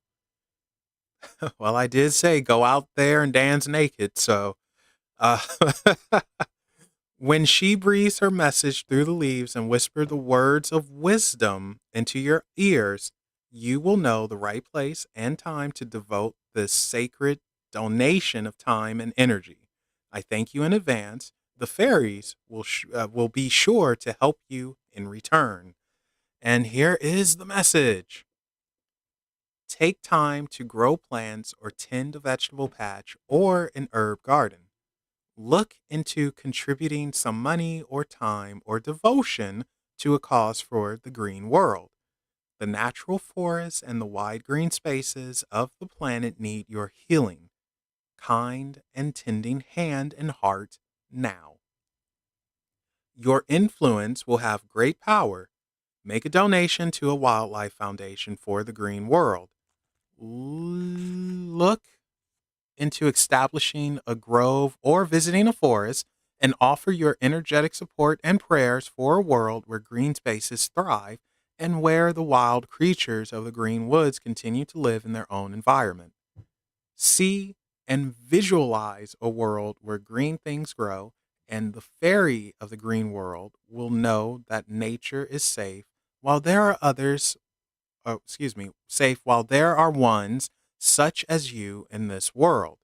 It is a time for growth, for abundance, for the earth element to find its way true and strong in your beautiful life. Eat organic, go raw, detox. Find a water source and cleanse it. Be more self sustaining and step away from the unnatural system and join with the natural energies of the planet and the galaxy. But yeah, there you go, Bonnie. So, holy cow, do something, darn it. Save the planet, go green, all that good stuff. But yeah, with that, we are finished. Oh boy, 5 hours. I did not expect to go this long, but thank you guys for hanging out with me. And I mean, wow, this was amazing. So thank you all so much. Every single one of you, every single person, you've all checked out Unexplained Possibilities, like, dislike, comment, whatever. I really appreciate it. Thank you so much. And, I will say this, that this has been a tough year for a lot of people. We've lost loved ones, but we also gained new friends. Our new friends won't replace the ones we lost, of course, but we all have room for new memories, new adventures. Am I correct? Pretty sure I am. Let's go into the new year not on a negative note, but on something positive, knowing that things are going to change for the better and we are in the driver's seat of that change. Like, you guys just watch. 2024 is going to be a good year for all of us. We're all going to have prosperity, love, happiness,